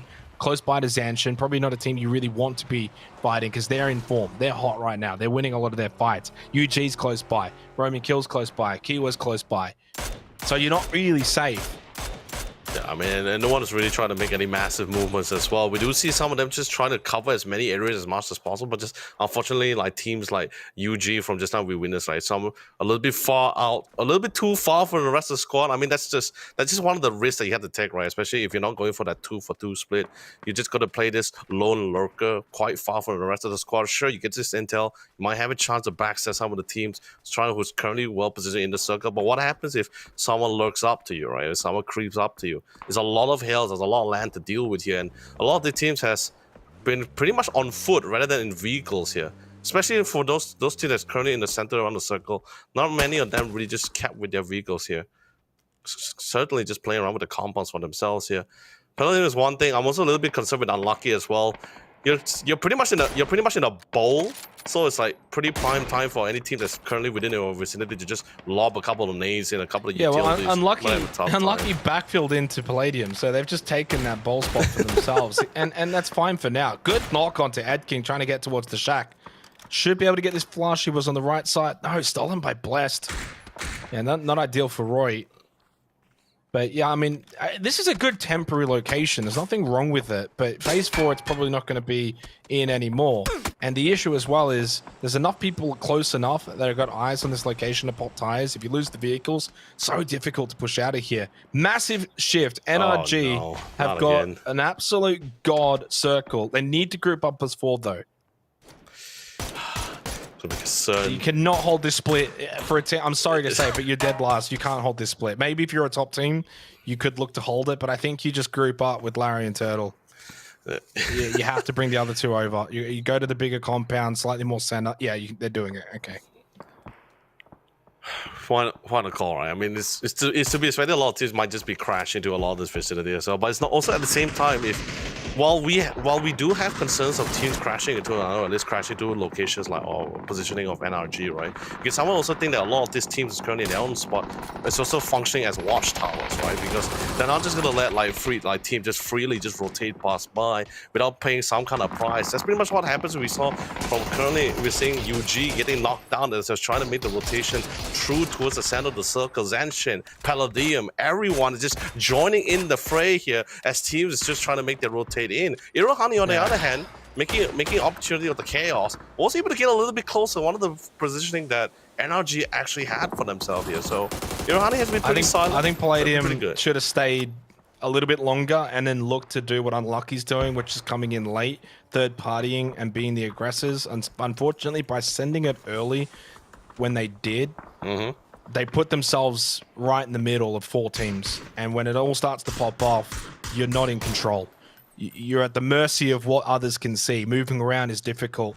One position on one side of the tree is seen by one team. The other side of the tree is seen by another. Like, you haven't really got good, safe position. You know, Zanshin are controlling the edge really nicely here. But if Unlucky pushing behind them as Zanshin start fighting obs, like, they could be in trouble. And that could have been Palladium. That could have been them coming in from that position. Because Unlucky backfilled into that bowl. Zanshin need to be quick with these fights. They know there's a lot of teams around. They know you're out in the open. You got to play off the smokes while they're still up. You got to be quick. You got to be aggressive. Good knock on the moshing, but 10 trip actually from the distance. There's the third party. This is the issue with this area of the map. It's very open, and I'm surprised Unlucky is not pushing on this. They would have just got 3-4 kills. I think it's also because of the players that they initially have, right? Just that kind of ceilings or the aggression they made that is currently lacking for them to be proactive. Royal Esports, on the other hand, we do see them taking the bait for this because they're also pretty much interested in trying to farm out these points. We do see them coming from the edge, but they do get knocked out as they spotted out by Roman Kill from the far side here. JFT slowly hammering Zension at have that to die as well. here. They cannot get out of here. You got Roy coming in from one side, Unlucky from the other side. I don't see a way in which Zension get out of this position alive. They're down to just one player standing. Spray from Setsuna, knocks down Sunny side up. Roy's going to get eliminated. They were already down a player coming into these fights, and it's a bloodbath. This is what it was always going to be, this side of the map. The Howl, though, is Unlucky down to just one player. They just came in. Too many angles to cover, right? JFT was also pretty much spotted. It's like what we talked about, right? Zension is because they over rotated on the left side hill where overly on the minimap is, and JFT then got an angle on them. If they had just gone straight into Zension, yeah, maybe Happy Squad is still gonna fire some shots off from the distance, but Happy Squad have still got Kiwa right in front of them anyway. So they're not in a position where they can just freely sit back and keep poking at Unlucky coming in. Unlucky over-rotated, got punished, Flash is now by himself, and Zension somehow is actually still alive with 2 players because no one actually just crashed on them. That is insane. Thriving. This is a kill game as well, right? You're going for kills this game because unless you're dead center, like an NRG and an ISG have got the compounds, so they can play a little bit more placement style. But if you're edge and sweeping and it's open terrain, you need kills. You need to be aggressive. You've got to change your mindset. ISG just have to defend now against Team Newbies. Do want to make the attempt for it as well, but eventually a beautiful nade comes in, just managed to go for the knock. But at the same time, that might be good. They have a beautiful setup as well. They're not really in the best of the location to siege this compound either as well. Look at that. It's just an incline hill. Nate's not going to be nicely lined in. It's most likely going to be rolling down the hill here. But Feven does see an opportunity to try to find it from the sidelines here. Someone needs to keep a track about this. It seems no one is keeping watch. We do see a little bit of awareness from one of the members of Team Newbies here, but he's still not aware about this. Oh, this is a great flank from Feven. Can he get more than just the 1 or 2? Indeed, there's only 1 up at the moment for Team Newbies. They get absolutely slaughtered. Really good push from ISG. Aggressive on their defense. Got on the front foot. Didn't just allow Team Newbies to push in through the front door. But Roman Kill sense an opportunity. They know it's a wounded team on the defense. Down to 2 players. Push in. Not just get compound, but get the kills as well to boot. Get yourself into the top 8. Roman Kill need the points as well. Outside that top 10. Crazy Dog and NRG need to defend their compound as well against X-Men, the team on the bottom end of the standings. You can't even make your way out. Pivy's got the angle. Crazy Dog, a little crazy on the outside push when you don't know what's safe with 2 players still inside, deep in the compound as well. Pangska and Turtle really just could not get involved. They're not playing for trades. They're not playing off each other. And Turtle, they're walking through your front door. You've got yourself some company. Dusky with another jump kill like the previous map. This one, though, he doesn't lose his life. And Pangska, the only one left for NRG. And there's a world in which they only walk away from a god feed on the main compound with just 1 kill. It seems as though on the other side, Roman Kill is going to be eliminated away. Well played defense coming from ISG, but also at the same time, very bold, very good, at least decent attempt of an execution coming in from Roman Kill. But ISG, they were so prepared for any further crashes, right? They already got someone. ISG in the top 10 as well with that, and Team Newbies are out. And I don't know if Team Newbies have the aggressiveness within themselves to regain that top 10 unless they get lucky. You know, I love Sorry that. to say, but they're going to need a bit of luck tonight in the final 4 games. Circle feeds, center position. They're good at defending those positions, but taking them and being the aggressor isn't quite what they're ready to do just yet. Yeah. Well, also is just stuck between a rock and a hard place as well. Vehicles flaming.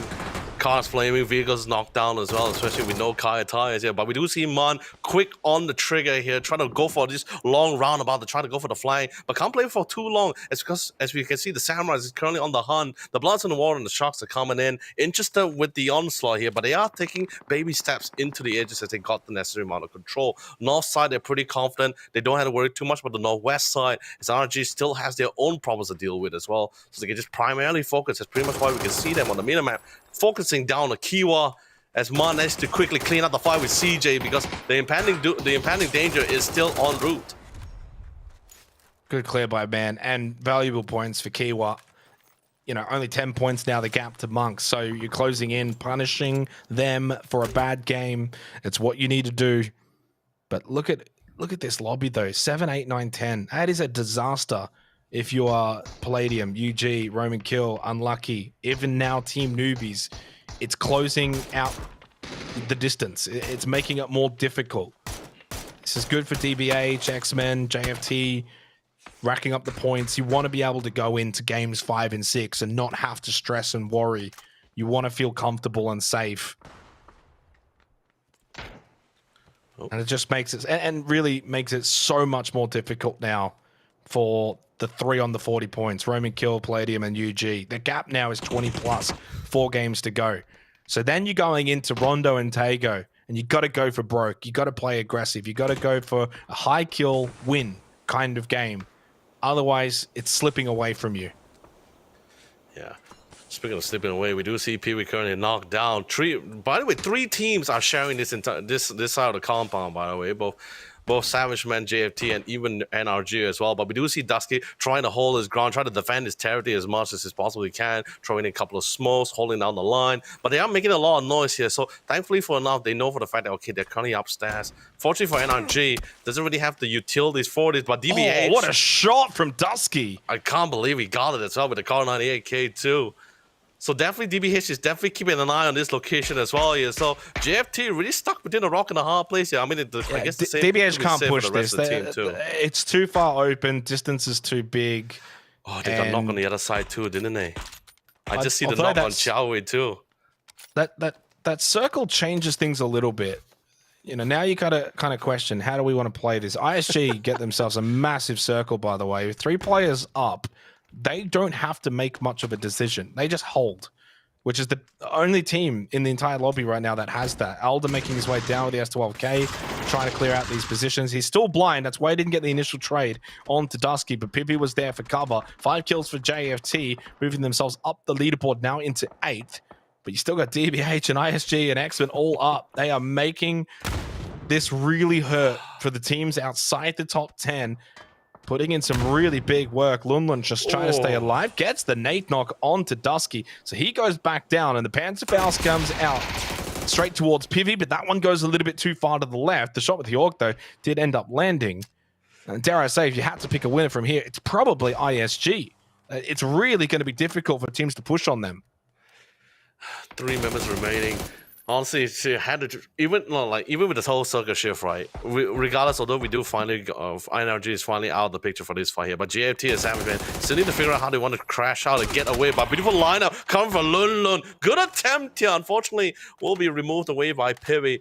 But the question still stands, right? Like, how does JFT get into this right out in the open? No decent amount of cover. We do see some of the cargoes drop calmed in here, but Feven with the vantage point here, and DBH on their south side as well. JFT possibly could be pincered out unless Kiwi Esports tend to draw the attention away, draw DBH's attention away from JFT. That gives a little bit of a breathing room here for the side here for JFT to come into the center of the circle here. But do they have enough utility to really make their way in? I know for a fact Samurai has been pretty loaded in terms of resources here. 2 teams crashed onto them in the first place as well here. So, and they won out all of their fights here. So decent amount of utility to play with here as well, and the vehicles if they choose to try to go for the long about rotation.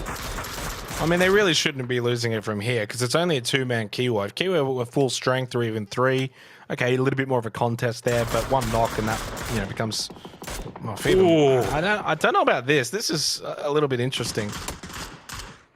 Yeah, okay, they're peeking too much. You can hold position. You're still in the circle. Too much over peeking, and yeah, you go from suddenly having an advantage to kind of just giving it away because DBH can now cross this road. That's all DBH needed, was to get a couple of knocks, remove some pressure, allow the push over the road, and guess what? It's a 4-man squad. If ISG don't really peak that much there, DBH maybe get caught running the road.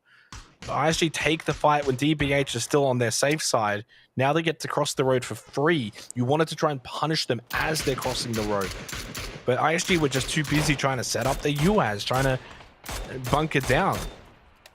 Malrush does get knocked by Feven, but should be able to get picked up. They've got the numbers to do so, and Kiwa not really getting on the front foot. At least not yet, until Egbert now with the nade in hand throws this over. If he can land it, certainly can do some impactful damage. Indeed it did. Shy Wei down to 3 HP. Another nade, I think will go into the direction of Mount Rush. Indeed it will, and it does get the kill and the knock.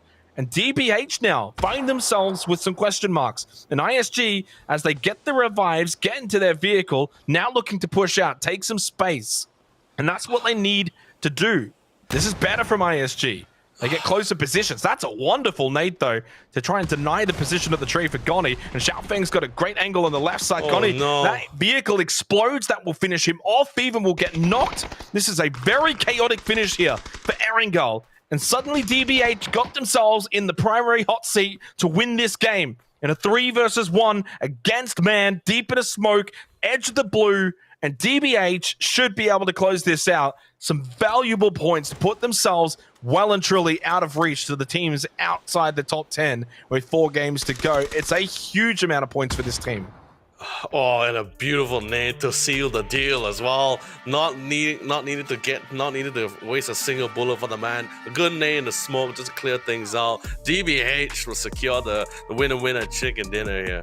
Closing out in a really fashionable manner as well. It was a little bit concerning, but as they slowly build up towards it as well, getting some really good picks. Although I felt like when they had that member knocked down and removed as well, when there was somewhat 2 members still remaining, I was slightly concerned. But I think with ISG being probably too aggressively pushing forward there, I'll just allow them a little bit of a breathing room as Kiwa Esports, it diverted their attention away from them here. Of course, anyway, let's quickly check out as we go through the highlights.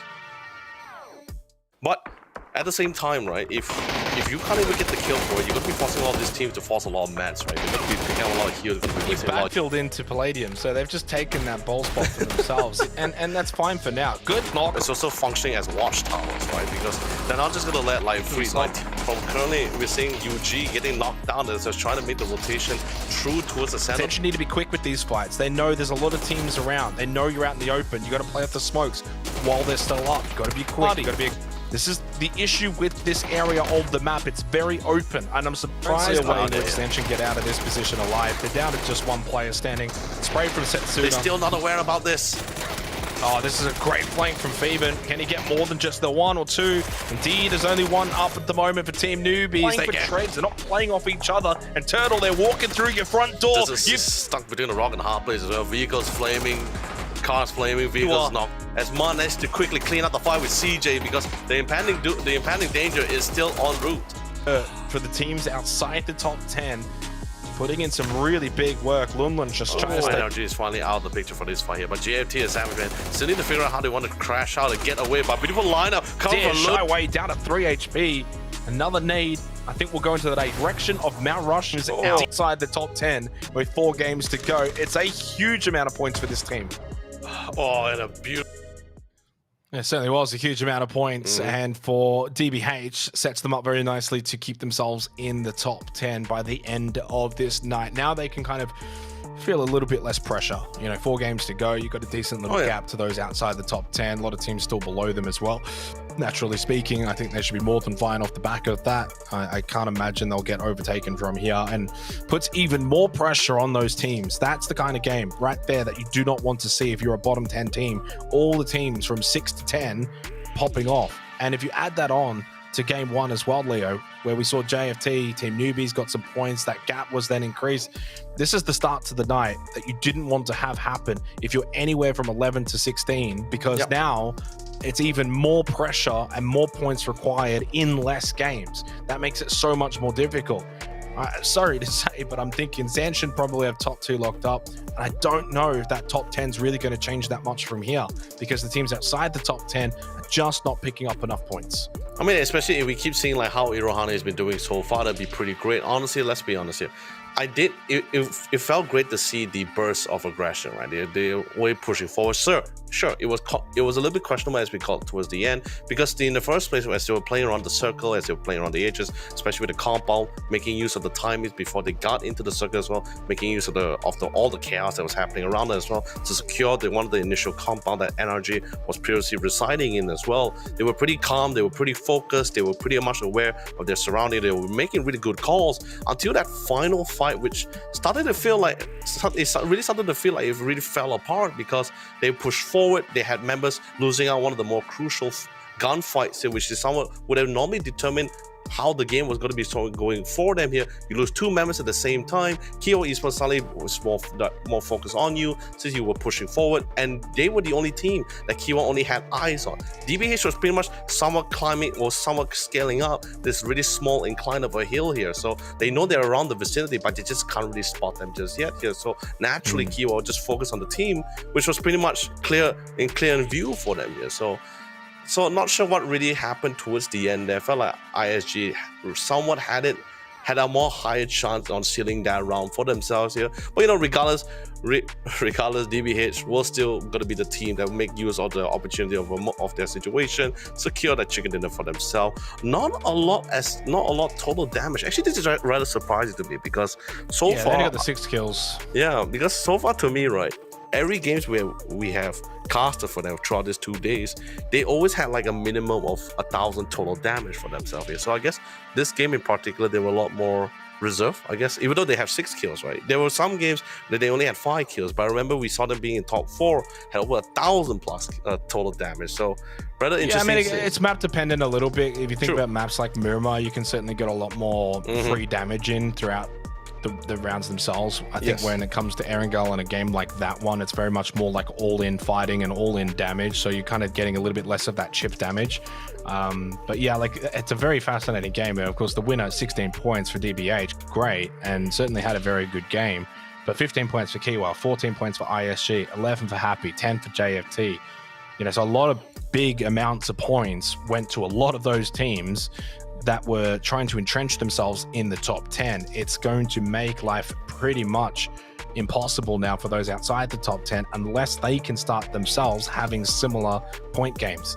The reality is, for those teams outside the top 10 now, you can no longer just try and get, you know, a 6 to 8 point game. You need to start doing essentially what DBH just did there, what Kyowa did, you know, try and get a high amount of kills. Monk, of course, having an early exit at the hands of Savage Men Esports, so they only picked up the 1 point.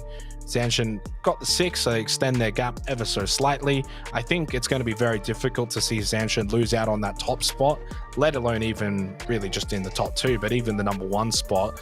Monk should be more than fine to probably then confirm 2nd. I'd be quite surprised to see them get overtaken. So I think 1 and 2 right now, with the way that things are tracking, should be Zanshin and Monk.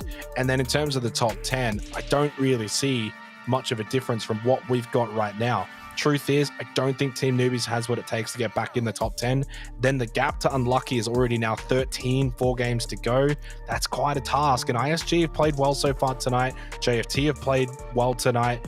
And then from there upwards, you know, X-Men, Happy, DBH, I can't see them missing out. So Roman Kill, Palladium, UG, pretty much think that they're all done. I'm going to be honest. 23 points the gap for Roman Kill to ISG. That's a lot in 4 games for, you know, teams that have only picked up 40-something points through, you know, 13, 14 matches to now be expected to, you know, almost close to double their points in 4. It just doesn't happen. That's just a reality.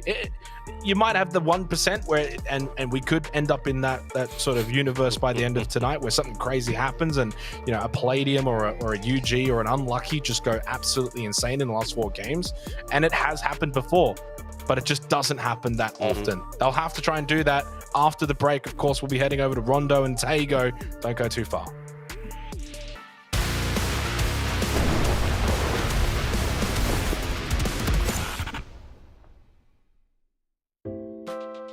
Hello players, this is Kim Tae-hyun, Director of PUBG Battlegrounds. Welcome to the 3rd episode of Dev Drop. In this video, I'll be going through some questions about the 2025 roadmap. I'll also touch on topics that are not in the roadmap but might be on players' minds. Hope you enjoy it. Questions and feedback that aren't covered in the video will be answered in a blog post. Shall we get started? Let's go. With or without Unreal 5, I feel the developers need to take a step back from content for a month and focus purely on game optimization and fixing stutters. we actually have many different teams. There's a team working on Unreal Engine 5, another team focused on optimization, and teams that handle live service content and various updates for PUBG. So even if we pause work in one area, it doesn't necessarily mean we can immediately shift focus to another. We would love to say everything is working perfectly, but we know there is still work to be done, especially on optimization. We understand player concerns about optimization, given the recent Sanhok issues. We made some optimization improvements back in April, so we hope you give it another shot. Of course, we'll keep working hard to improve performance moving forward. Really looking forward to 120 FPS on console. That's all I've wanted since the game came out. Wait a second, about this comment. Pretty sure we've never officially announced this, so we're not exactly sure where that information came from. But as of now, we haven't made any decisions to confirm 120 frames per second support. We would need to explore the technical feasibility through development first. We know there are a lot of expectations around the shift to current-gen consoles. We'll do our best to figure out how we can meet them. Despite the long-standing dominance of the AR meta, weapons like the M16A4 and SCAR-L have remained underused for years. I believe it's time to either enhance their strength or rebalance them in some way to make them more viable. There are several different aspects to consider when balancing weapons. We've seen quite a few discussions and comments about weapons such as the M16A4 and SCAR-L, and many players have been asking us to improve underused weapons in general. While we do make gunplay adjustments every 2 months, it's difficult to single out just 1 or 2 weapons. Instead, we follow a broader balancing plan and adjust multiple weapons together. The reason we recently rebalanced shotguns and SMGs is that we also consider balance across weapon categories. We've been tuning things across the board. As there are subcategories like 5.56mm and 7.62mm weapons even within ARs, there's no single correct answer. But we assure you that we'll keep fine-tuning the overall balance. I've seen the video and the latest dev talk. Oh, thank you so much for checking them out. I am touched. I'm a bit scared to see destruction being added to more maps. The performance issues in Sanhok with destruction have not been fixed. There are 2 types of destruction in the game: terrain destruction and building destruction. To explain a bit more, terrain destruction affects only the terrain, while Sanhok's destruction also includes destructible buildings. When we mentioned destruction in the roadmap, we didn't mean that Sanhok's destruction would be applied to every map. We meant that terrain destruction, which was first added to Rondo, will be expanded to other maps. There are currently no plans to bring building destruction to every map. And we will need to resolve optimization issues on Sanhok first before considering anything like that. That's something we may look at much further down the line. Don't worry, we won't do it. Keep the bots how they were. It's casuals. It's where those who aren't as skilled can come and play daily. Let's see. I think we got 2 questions here. One about bots and another about the casual mode. First off, let's talk about bots. Our goal isn't to make bots stronger or threatening in any way. Instead, we want their movement and behavior to feel more natural, so that they can better fit into matches and provide a smoother, more enjoyable experience for players. We want them to act as a support element, like oil in the engine. As for casual mode limits, we know there are players who only play casual mode. These players log in, play their 3 matches, and then log off. While raising the limit could help boost playtime, our goal is to encourage players to gradually transition from casual mode to normal match. That's why it's not easy for us to simply raise the cap. That said, we have been discussing this internally. We are exploring different ways to expand the limit. And already...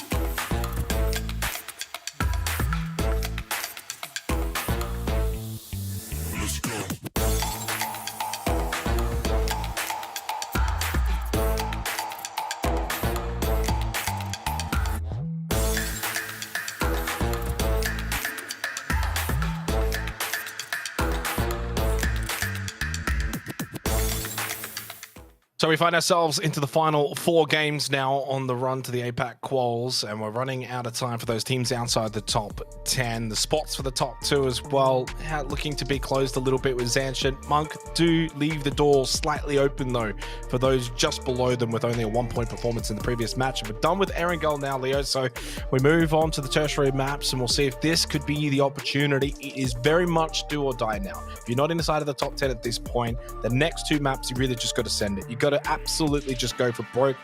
It'd be better to miss out and not die wondering, right? Like you got to at least go all in here and say these 2 maps, this is what we've got to circle in and say, we don't have to get into the top 10 by the end of the 2 maps, but let's at least make it single digits going into Miramar, right? So you can't go and get all the points in one game, but you've really got to be looking at, for those teams in the bottom, bottom spots, the bottom 6 spots, can you go and get, say, 20 to 25 points from the next 2 maps, regardless of what the others do above you? Can you go and get 25 sort of points in the next 2 maps of Rondo and Tago? That's got to be the goal, and you've got to then have the ability to be aggressive, make aggressive plays. You can't just be sitting back. Unless you got a God spot, God compound, you're getting circle fed, you got to go for kills now. Yeah, no, actually, I love the fact that you actually brought up your last point regarding to be aggressive as well, because both of us see the potential for some of this team, and I felt like there was a lot of moments where certain some of our bottom teams was trying to climb their way up the ladder as well, had a few opportunities to be as aggressive as they're supposed to be, or supposed to be aggressive they are supposed to be, because that was the kind of situation they were in the first place here. But I guess it's just because it's just nail biting from their own personal playstyle, right? Their own comfortability here. They're not used to really just diving head first into those kind of fights unless they're 100% sure, or at least guaranteed that no one's ever going to be sniping out. But this is battle royale, this is PUBG. Especially with how tight the circle is, everyone there's always going to be danger around you unless you initially had control of the edge in the first place. That's why we see some teams heavily prefer slowly making their way per stages as they control their edges themselves, because at least in this way they know for a fact that, all right, I got control of the north side. There's no other teams that's going to be coming from my backside. I only have to worry about the one that's in front of me or towards my side, and that's pretty much it. Teams that's just currently dead set in the centers, or this, like you said, God compounds as well. These are the teams that really need to be a little bit more concerned here. But some of those teams that we've been seeing so far, like Team Zanshin, for example, and even Irohani Samurais as well, been pretty good at holding out defending their territory with their trench position set up as well. I guess the same could be said for some of the teams as well, but the teams that have been bringing great success so far with this kind of playstyle so far has been Zanshin, as they already proved their point with 5 chicken dinners on their belt as it is. But of course, with the fly path also being pre-set up for the rest of the squad as well, just looking from the circle, which is going to be dictated soon, and there's the circle as well. Pretty nice central area, although it is somewhat shifted towards the south side. Not a lot of river area for them as well. Even although we do see this river path towards the north side of that circle, but there's such a very slim chance for it to just do a hard shift towards the north side as well. So there's a lot of mountainous areas, decent road path as well. So I think a lot of teams are going to be having a really nice time gradually getting into the zone. I don't think we're going to be seeing any major rush for those central areas. We might see an E-picker coming from Team Newbies, as there has been some of a norm for Team Newbies if they ever got a chance to pick it up, and if they're parked towards the outskirt or at least pretty far from the circle itself, they normally jumped in here. Irohani, on the other hand, I believe we saw them using the E-picker at least once or twice before, but they have total control towards that northwestern side here. Massive towns, massive compounds for them to loot around, so not going to be too concerned in terms of their resources. The same goes for Monk, but as they slowly make their way through here, they might need to be a little bit cautious as well, since there's not many areas you can really get back to the mainland. There's three bridges closest towards them of their choice here. There's probably a fourth one towards Shipyard, but that's like a massive long rotation. They really want to try to go for that. But other than that, they can really just bide their time with it. It's just Monk, let's be honest here. They don't shy away from a fight.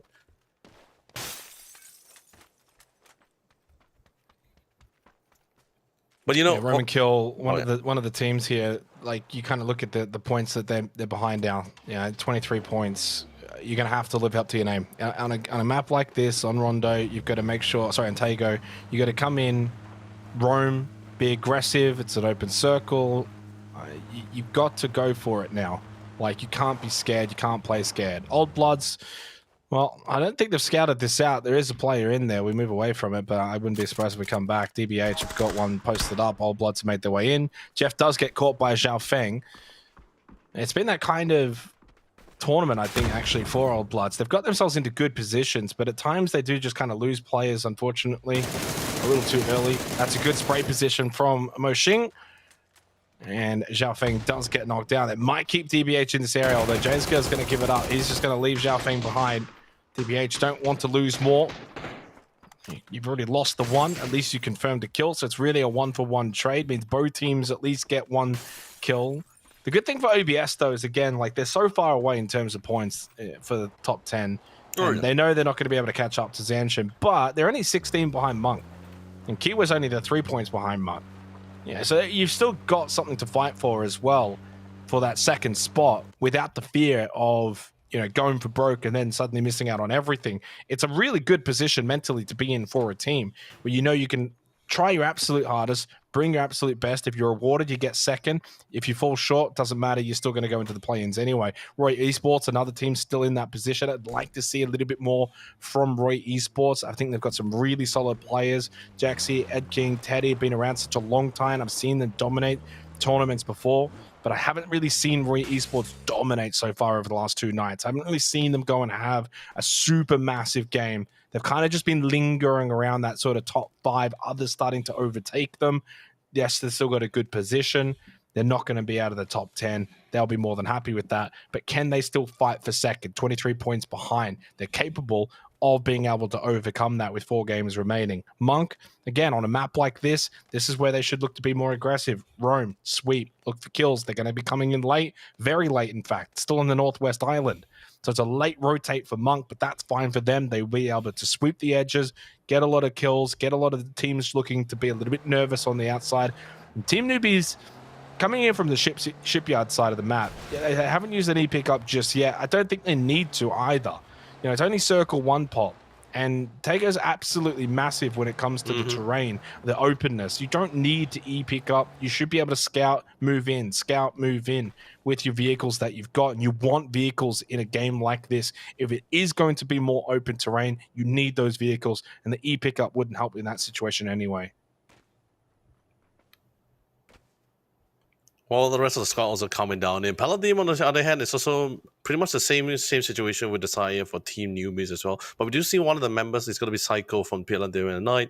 Currently within the circle itself, probably the early scout here is someone alone, but that's totally fine. There's not many teams within the vicinity as well. Although if he does go a little bit down towards the next compound, he might run into the line side of NRG. We do see Roy is already somewhat tagging around with some of the teams, but it's not too surprising as well, since teams are starting to try to secure those mid points for themselves in those mountainous areas. So pretty much within the long line size with a lot of these kind of teams. ISG also just managed to get to the circle. They had a very smooth transitioning as well, since they got the vehicle, they got a massive amount of loot as they passed by the respective compound as well. Not much resistance either as well. So got to the really nice spot to the west side of the circle, still making their way down south here, as they're trying to see as they want to try to secure those mountainous areas for themselves. And they might be right with it as well, because there's not really a team that's currently at that mountain region as well. But sure, if the circle does shift down north, then they probably have to make plans and probably prepare like contingency plans as they make down towards that north side. The rest of the team, Monk, still pretty casual now on the edges here. Oblast, on the other hand, like as you mentioned too, sure, there were some rounds that wasn't really in their favor. They had a little bit of a rough transitioning in some of those rounds as well. But I really think that Oblast has been doing a really good job here. The player seems pretty relaxed and pretty focused as well. Jeff, on the other hand, looks pretty stressed out of his mind, but that's his job, right? To be the pillar of support for the rest of the team. So even if, sure, could be difficult for them to secure that first spot against Team Zanshin with the current scoreline that they have. Even going out against Monks is not, as you mentioned, not planning to retire anytime soon in this tournament as well, or the next few rounds. Even if they don't win it here, it still looks like a pretty positive or upward trajectory for the rest of the year for these guys here. So I'm not too surprised for Oblats. Yeah, and it's a good way to kind of look at it as well. I mean, we're like middle portion of the way through the year. A lot more tournaments to kind of qual for or play for. It's a good platform to kind of keep building on and looking to continue to improve, take lessons, take learnings. And it's not like for a team like Old Bloods and even teams like Roy, and you kind of look at those and you think, are we a little bit off the best of the best in terms of the rest of APAC? Maybe, but we're close enough that you can certainly have a tournament where you can maybe play a little, 10-15% better, and that might be the difference. So it's a good spot to be in. You're not, right at the bottom, and certainly a long way off. Team Newbies, it's been a disaster 2 nights for them, from firmly in the top 5 to now outside of the top 10. And while the gap's only 7 points, they just haven't shown enough to me to suggest that they've got the capabilities as a team to go and pick up the necessary points. You kind of look at a lot of their last games. I just don't see where the points are going to come from. It might sound harsh, but if you kind of really look back, this is their run. 10th, a 4th, to be fair, with 5 kills. That was the big one. That if they didn't have that, they'd be really far behind right now. But then 9th, 10th, 7th, 13th, 9th, 8th, and 9th.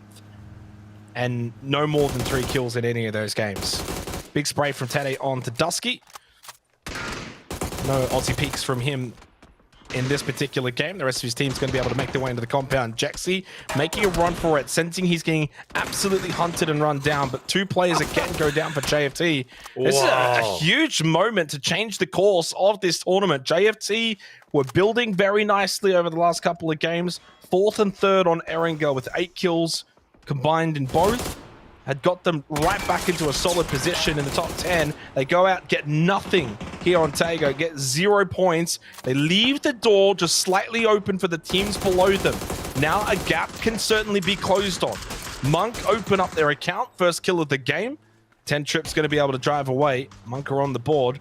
But with JFT going out, it leaves that 73. It's the magic 73 as being what you want to look at. If you're Team Newbies, Unlucky, Roman Kill, Palladium, you can close the gap a little bit. So if you're Palladium, you're 30 points behind JFT.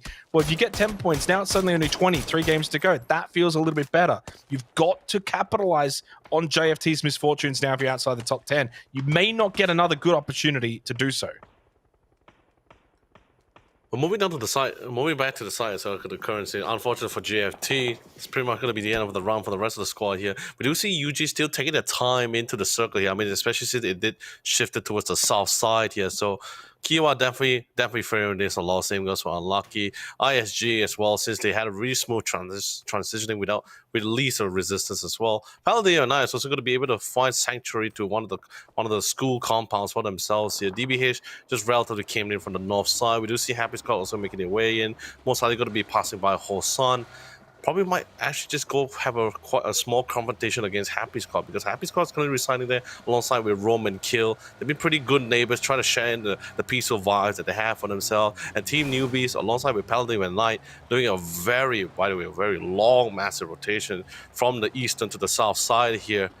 Would it be surprised if they actually ran into each other shortly? Because eventually Team Newbies is going to be will be stopping eventually. I believe they will be trying to play around, try to enter the edge through the south side here. Pretty much the same goals with ISG as well. They slowly make their way in here. But they might actually get flanked from the backside. And NRG, we do see a little bit of a repositioning coming from one of the members as well. Just hearing a decent amount of sound cues here. Roman Kill, on the other hand, it's been pretty back and forth, right, in terms of their gameplay so far these past few days. So some successes in terms of, when I say successes, I mean in terms of placement. Then there'll be some rounds where they got a decent amount of kills. They also have quite a high total amount of damage as well, but sadly it's not enough to really convert to placement for themselves. But we do see a little bit of a drive-by, a quick crash as well, and Leo is going to be able to get a drop on Prankster. Yeah, super unfortunate for Pangster. It's just been that sort of tournament for NRG. There's always going to be at least one team, it's the reality of it, that has to finish last. I think it's very much going to be them. Nothing's the nature worked. of the competition, yes. Yeah, it's just, it is the nature of PUBG. Someone has to be 16th. You got a really good veteran on the roster in Pangster, but the rest of the team clearly just not at the same level.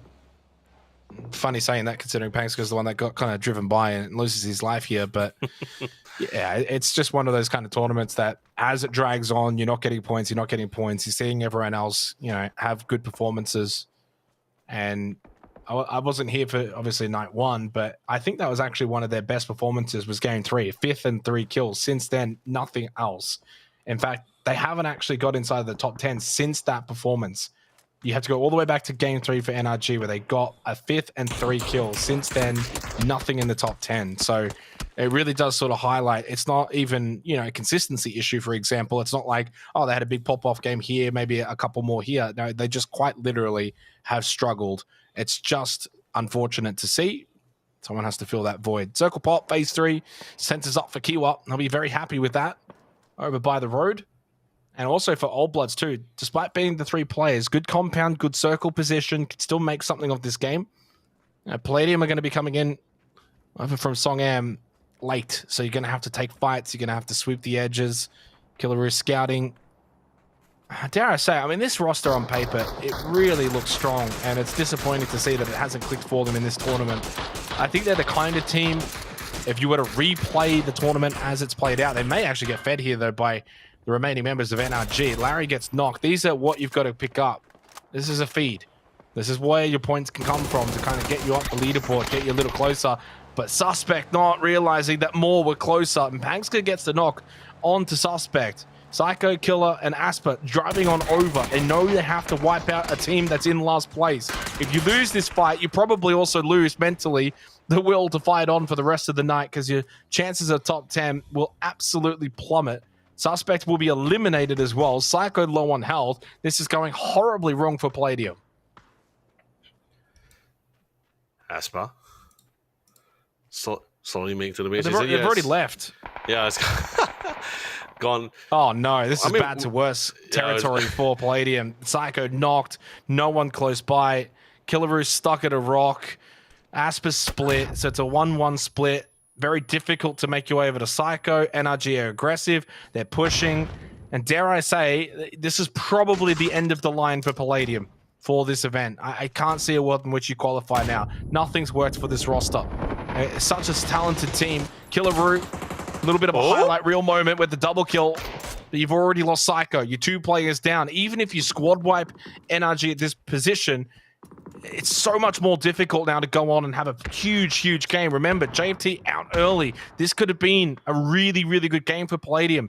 Feed on NRG, get a couple of kills, rotate into the zone, have a big pop-off game that you know this team is certainly capable of. Turtle goes prone, throws out a smoke. Killer's very low, he'll heal up. Pangska, I think bleeding out indeed will be confirmed by Killer on the bleed out. There's the pop-up by Turtle, and eventually job done by Palladium. They get the 3 kills, but it's only Killer and Asper that remain. What can these two do in a huge match now? JFT eliminated.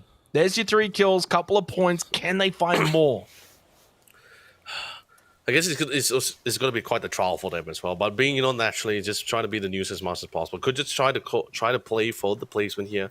But that just means that you're not going to be able to see any massive plays coming in from this massive game here for them side here, especially with the 2 members knocked down. I think the same case for some of the teams that's currently limping into the next stage here. Look at DBH, for example. They lost 1 player, 1 currently knocked down on the other side, and Roy Esports is currently knocking on the doors on the side against Roman Kill. Savageman, on the other hand, at the same time, they're hearing all of this as well. Barely trying to limp through. They do see a drive-by coming from Roy Esports here, but they just don't really want to care about this as well. We're about to go into phase 5 shortly as well, so everyone wants to try to get at least towards the compound that's somewhat limited for all these teams here. And already 2 being knocked up from Roy. Not able to greet them in kind here against Kiwa Esports.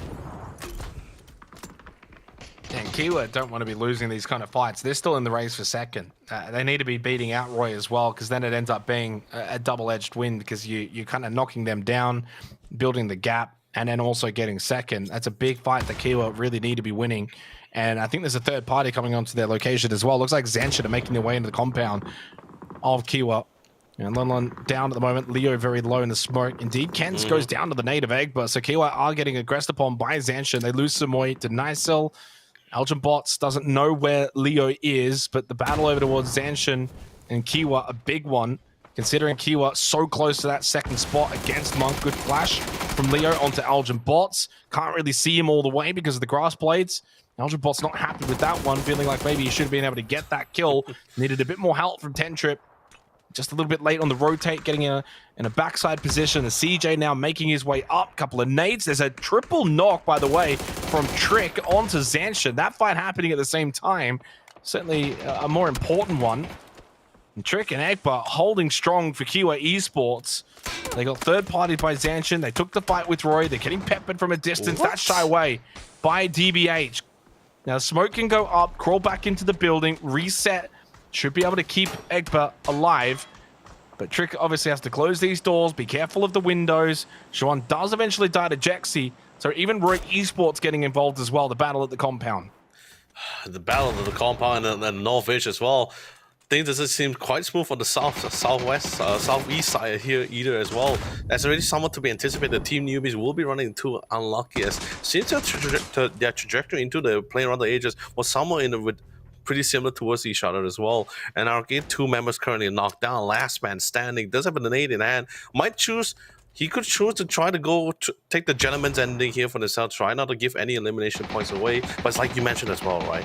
This is one of those few rounds where you just can't really give too many points away. You need to try to secure it for themselves. Fortunately, not. Doesn't really have the gunplay to really bail his team in out of such a precarious situation on a 1v4. No highlight reel is coming from that side. Unlucky is going to be the sole ruler towards that southeast side for themselves here. You know, as we were talking through all these teams as well, right? I think this is the kind of thing where like teams like Monk, for example, those players like Luke, Spurdy Curdy as well, and like teams like Happy Squad as well, who's been here in the PUBG scene for a relatively long time, right? They know the ramification of performing well to go or potentially go to the EWC here. So everyone is definitely going to be trying to give their all, especially for the next few final maps here among themselves. Sparkle, on the other hand, was able to be able to have a small competition with one of the lone members of Old Blood here. 2-for-2 setup. I'm actually quite shocked that the rest of the team wasn't really grouping up at this later phase of the circle here, especially with how the map is currently positioning in it. Yeah, and that's the end of Palladium. I wasn't expecting those two to really be able to get much more in this game. It's just going to be so difficult from that position. You're out of position. You're close by to the blue. And Gunny, sensing that he's got Blessed here. Blessed does stay still. Gunny could go for it with the Mark 12, but he's going to have to be pretty sharp with the shots. They've only got the 2 players as well, so ISG need to also make their way into the next circle. Speedy gets knocked by Purdy. He's only going to go back here. Could get the knock on to Blast. In fact, that would be a squad wipe, as it's the only 2 players remaining for All Bloods. And if they go out at this point as well, it makes it more difficult to get top 2. The gap will continue to increase. It's an incredibly unhealthy lobby, though. There's only one team that has 4 players alive right now, which is unlucky. 4 kills as well. 59 points, so they're 11 behind ISG, who you can see them now, not really in the best position. Only the 2 players out of position of the zone as well. Unlucky could be the team of the bunch outside the top 10 to be putting themselves back into a position where they can get themselves into a qualifying spot. 11 points behind, certainly capable of getting more from this game as well. They've got the south side open. Now, it's a very open terrain map, though, except for the compound here on the north side, hence why there's so many players here.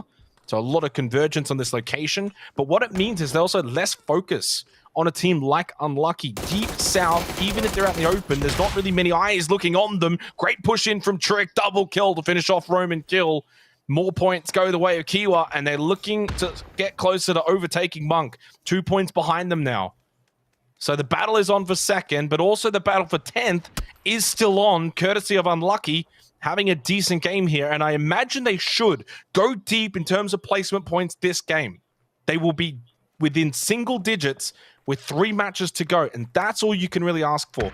Can't be overcoming that entire point deficit in 1 or 2 games. You still got 3 matches. There goes ISG. Massive for Unlucky. Yeah, the chances are a lot more higher now, especially as well here. Even like, yeah, it's like you said, it's like, even if they're not able to get too far, right, just really try to get those places in. 8th place and above is just pretty much good enough to just get those single digits. That's a really bad circle. Unlucky actually get unlucky here. It's a full northern shift. Oh, it's an open area. It's a massive open area. You do see a little bit of a corner, at least a slim corner of the compound at top northwest side here, but that just means a lot of teams are going to be forced out right out in the open as well. Looks like Monk pretty much juggling between the 2 teams here as they will try to battle for the control for the Western Hemisphere here. But Unlucky as well should be able to get rid of the last remaining member of Old Blood. Unfortunately, that's going to be the one. That's going to be the way to go. 1 member remaining is pretty tough call, especially since we are looking at Unlucky, who still had two members standing here. Should be able to go for the revive. I think they should be able to get those revives from the rest of the members.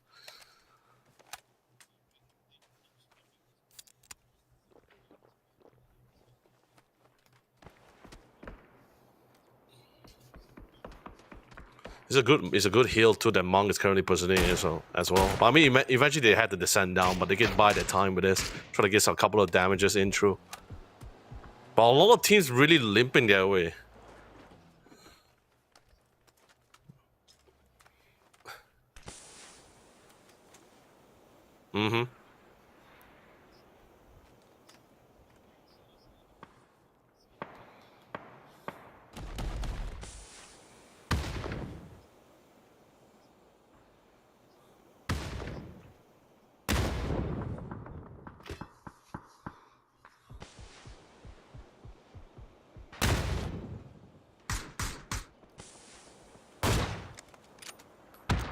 Oh!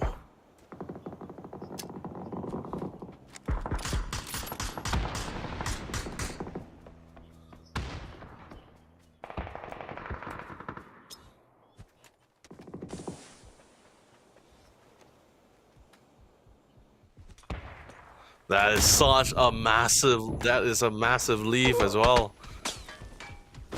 Such a significant lead as well as they slowly make their way through here. Top 10 doesn't seem too far now. Just need to try to get a couple of more points, a couple of more kills here for in terms of both placement and kills, that they just might potentially overwhelm ISG. Actually, no, I dare say they might even overwhelm them in the first place as well, since they're currently the remaining, the remaining 6 teams here. So they have enough, I believe they should have enough points to at least try to overwhelm ISG, as long as they get at least 1 or 2 more kill points or at least secure top 4 placing. But on the other side, Esports having a tough time here, being juggled between 2 windows here, too many grounds to cover for 1 man alone, as Kiwa Esports just dancing around them, playing by their tune.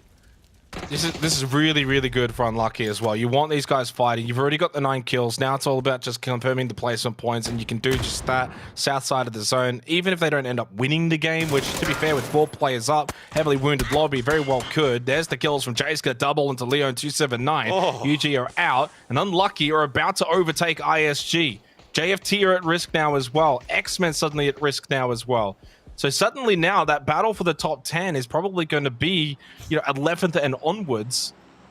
I think for 13 to 16, with 3 games to go, it's probably unlikely from here, but this is a huge game from Unlucky. Needed this, puts the pressure on those teams in the top 10 well and truly going into the last 3 games. They've played this well. They didn't over-rotate, didn't over-commit either west or east. They felt like they could just keep kind of moving in. The terrain is nice, and all of those teams in the compound, they're fighting each other. So no one was ever really looking at Unlucky. They were able to just keep creeping up, keep pushing up. They got the big squad wipe on the Monk.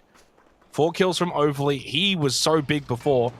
And DBH, well, I feel like they're at the mercy now as to Unlucky and what they do. Happy Squad now on the move as well on the eastern side, rotating in, looking to come in behind. Overly stayed behind, by the way. And Overly got a big knock on a Jayska, but he needs to worry about what's on the front doorstep. Sunny side up, knocked down by Shy Ways. CJ's going to go down as well. They're winning the battles on both fronts right now for Unlucky. Everything going their way in these fights. Overly's done a great job to get that kill onto CJ that forces 10 Trip back, and the AWM with the last bullet finds the kill onto 10 Trip, and it's just that sort of game right now for Unlucky. Into the top 10, 11 kills, and could even find the chicken dinner as well at the end of all of this. It's only 1 player for DBH and the 2 for Kiwa, and it means that Kiwa firmly into second as well. And that spot, the direct spot to the finals, is currently theirs with 3 games to go. With the chicken dinner as well, we're going to see a very massive shift in the ranking as well. Just looking at it right now, with just 11 elimination points as well. They already banked on 10 place, 71. They get another 10 points. They should be able to overwhelm and get all the way to that 8 placing if they choose to go for it. By the way, Kiwa, everyone's trying to get a rough fire. They just need to try to win out the fire. Last man standing as well. Xenox is a 1v1 among the 3 squad, but unfortunately, Unlucky will be eliminated on the way.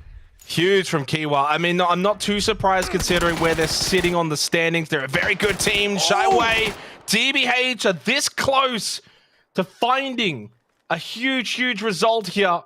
Looking for back-to-back wins. Closed it out in match 14 in certainly different circumstances, but it is going to be a massive nade though for Kiwa, and they are edging closer to that top spot now against Zanshin and building a slight gap to Monk with 3 games to go.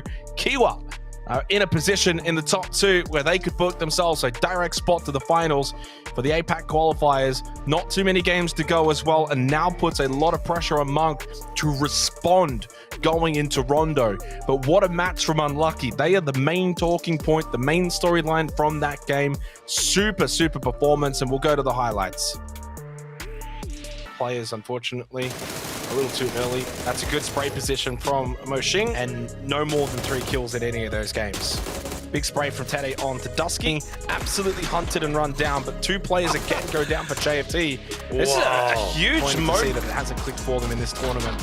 I think they're the kind of team, if you were to replay the tournament as it's played out in which you qualify now, nothing's worked for this roster.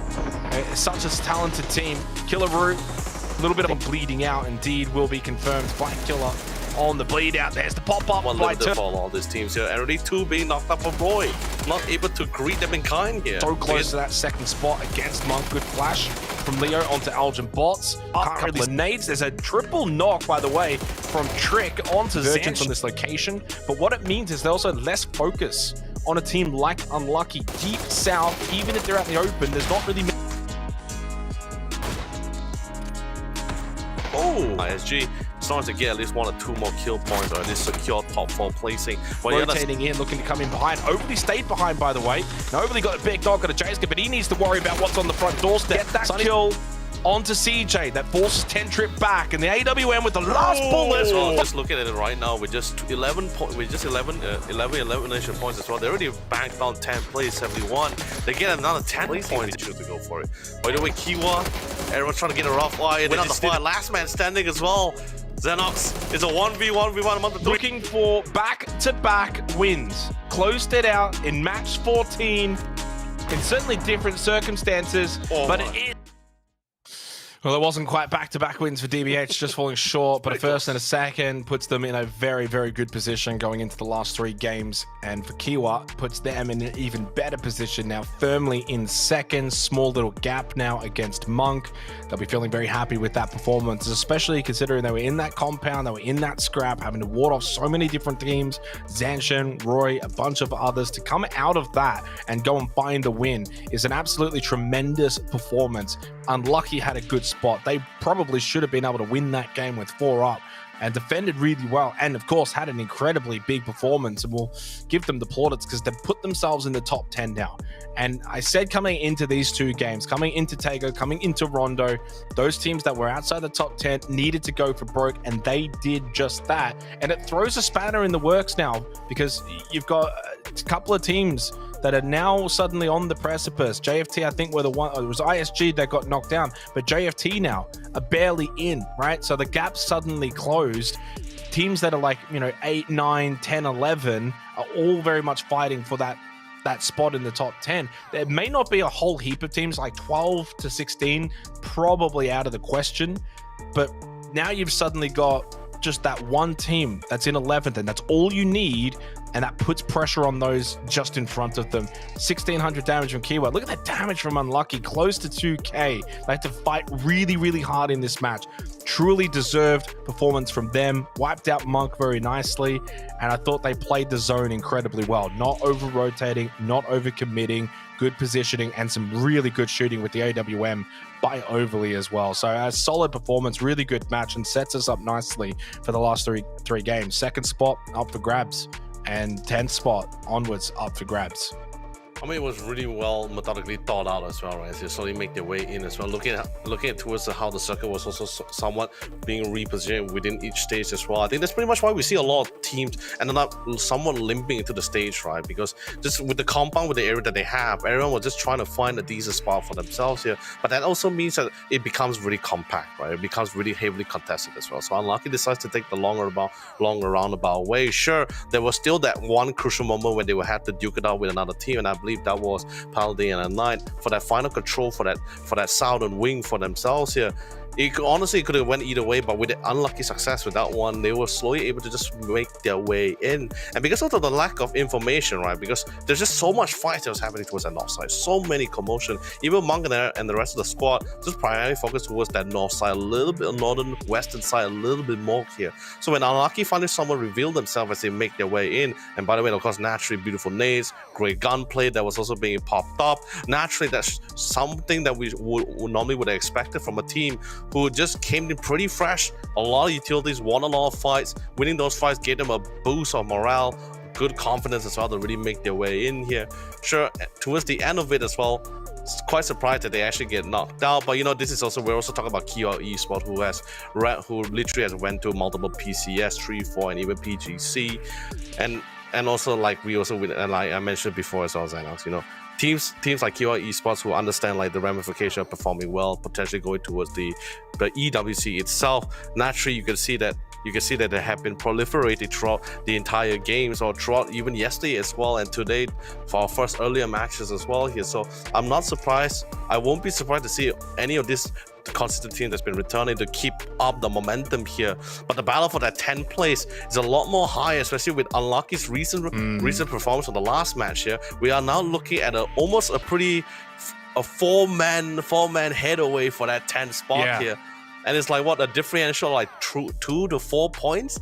And just one good game for any of these four teams pretty much can somewhat determine who's going to be knocked down here. And for Team Newbies, unfortunately, here is 62 points. Didn't really able to get much from the last round here. And with how they've been progressing so far, it's going to be a tough climb as the rest of the team is also going to continue to progress. I don't think Team Newbies are going to be in the conversation. I think this firmly now comes down to X-Men, JFT, Unlucky, and ISG. So of those four, one has to miss out. And it's kind of difficult to sort of gauge who that's going to be. As good as we know X-Men are, and you look at their kills, it's great. Look at the placement points. Placement points are actually really, really bad, really average. It's bottom 5 placement points in this entire lobby. So they're not surviving. And with 3 games to go, if you're not surviving, you're giving yourself less room to get those kills necessary. And ISG, okay, they're on the cut off. You know, they're 1 point behind Unlucky, 3 behind JFT, 6 behind X-Men. But is ISG good enough that they can, from the outside, get back in? I think they are. I really do. And Unlucky, what a night that they're having so far. They had a really unlucky night, pun intended, but yesterday, you recall, they had player issues. They were playing as a 3-man for a large portion of the night, and they closed the night out with a 16th and a 16th. But then they come into tonight, and suddenly, 2nd and 9 kills. Okay, 11th and 1 kill on the second game of Erangel, and then that performance just there. So 2 massive games from Unlucky puts them in the top 10 when they looked so far out of it, it wasn't even funny. And I think that for them, it's now a case of you can't just play scared and try and hold on. You got to keep going with the same mentality. Yeah, there's the risk now. You could drop back out of the top 10. But if you just kind of go into your shells and try and play in a way that it's like, okay, let's now slow things down. Let's go for center positions. Let's be careful and cautious and all of those things. There's only 3 games. You cannot hold on. The gap is too small. If it was 15 points, okay, maybe you could try and be very conservative, but it's not. That's just not where it's at. And same as well for JFT, for ISG, and for X-Men. All 4 of those now need to play with a level of confidence where they know they need to go into these last 3 games and get points, that you're not just going to limp over the finish line and get in. I'm sure one of them will. That's just the way it's going to be. There's one spot, 4 teams, but naturally you need to be the one to say, no, we're going to go and take it, and we want to even be out of the conversation with 2 games to go. And that's going to be the other part of it. Going into Miramar, right now we've got 4 for 1. What happens if we go into Rondo and we'll say X-Men pop off and get a 20-point game? Well, then they're out of the conversation with 2 games to go. They're not even in the realm of a possibility. So we'll see of those 4 if one of those can go into this next game of Rondo and just put a bit of distance, a bit of a gap. And then that's a nice little safety blanket going into Miramar. And then you can change the way you want to play. Miramar's the kind of map where I think naturally you want to probably play a little safer. It's very risky to be roaming around and sweeping on Miramar, such open terrain, so much elevation. You don't want to be playing the risky PUBG there. So do it here, do it on Rondo. I mean, it's also a larger map as well. It's somewhat of a wall transition, especially since once we get to Marama, you know, despite playing slow, especially since the play style, with the compared between Erangel and Marama, it's been more of a longer play style compared to Erangel. But at the same time, Marama has been that kind of map where people have pretty much been quite comfortable with it, and it's pretty used with it. I wouldn't say really figured it out. Okay, most starting to figure it out for most of the teams here, at least here, the international teams. But other than that, everyone just pretty much know how to really play around with Rondo and Tego. These are the kind of maps where at least a little bit of slightly of a wild card for some of the teams here. You might want to try to take advantage of the to try to farm up for some points, at least from the teams that's going to be more specialized in the map than around. But the flight path comes in. This time we're going to be having a nice flight path from the south side to the northern hemisphere here. Decent teams come in as usual. Zanshin has always been, especially when we get this kind of flight path, right? Or even at least towards the lower side of the map. We often see Zanshin often dropping towards the south side of the entire map. But it's going to be on the Erangel. Marama, however, did see them drop towards the central side a little bit more, at least the central side of the map a little bit more, I guess, because they expected it. It has been one of their few play styles, at least their playbook as well. Other than that, we do see teams slowly drifting out of way. They should be able to go exactly where they need to be. And this time, newbie, as usual, popping pretty last drop here. Most likely going to be the last team to go into the circle once more. As from seeing from the past few matches that we've been playing from them so far. Yeah, I mean, the focus right now is on a couple of teams. So we touched on those 4 that I mentioned, the X-Men down to ISG. It's also still then Monk and Kiwa and Zanshin. I included Zanshin in that just because the gap now to Kiwa is actually quite minimal. If Monk actually go in on a roll in the last 3 games and Kiwa keep performing to their level, and there is still actually now microscopic world in which Zanshin do miss out on top 2, so they've got to make sure they keep playing quite well. Now we go to Jadena City side. This is a very awkward part of this map. There's a little bit of water involved, not a whole lot compared to say like an Erangel, but there's still enough there that suggests, okay, there's a bit of split action. There's enough to say there's a small portion of this circle that's not really playable. Areas you don't really want to go, like Tu Ling. So you want to play a little bit more on that north side of Jadena City. Kind of cuts a large portion of the Phase 1 circle in half. And then, because of the way the terrain works out towards the right-hand side, on the eastern mountain terrain, there's less room to actually kind of wrap in behind. So it becomes a bit of a safety blanket. You can almost have your back to the proverbial wall. So it's going to be a very fun circle here on our one and only Rondo. Monk on the roam in the electric vehicle. So 14 points the gap. That's nothing with 3 games. 3 games for Monk, 14 points. That's fine. They can do that. They can overcome that. Obviously, though, now you're in a position where you are also dependent on teams like Kiwa, having a bit of a down performance. They go for the spray. The UMP from Luke 13 is strong. Know that Luke 12's watching on. He can get some lessons here from Luke 13. And they are hunting, but this vehicle is it's silent, but not very deadly. As if Katsuna and UG pull up here, I think they could end up losing their lives. Need some good driving. Driving good is not found. And I think UG should be able to get away. But Monk need a loot, so they get out anyway. They need a loot stadium. They'll be ready. They'll know that UG is close by. This is where you check your corners. This is almost like a ranked game where you hot drop and you run around looking for kills.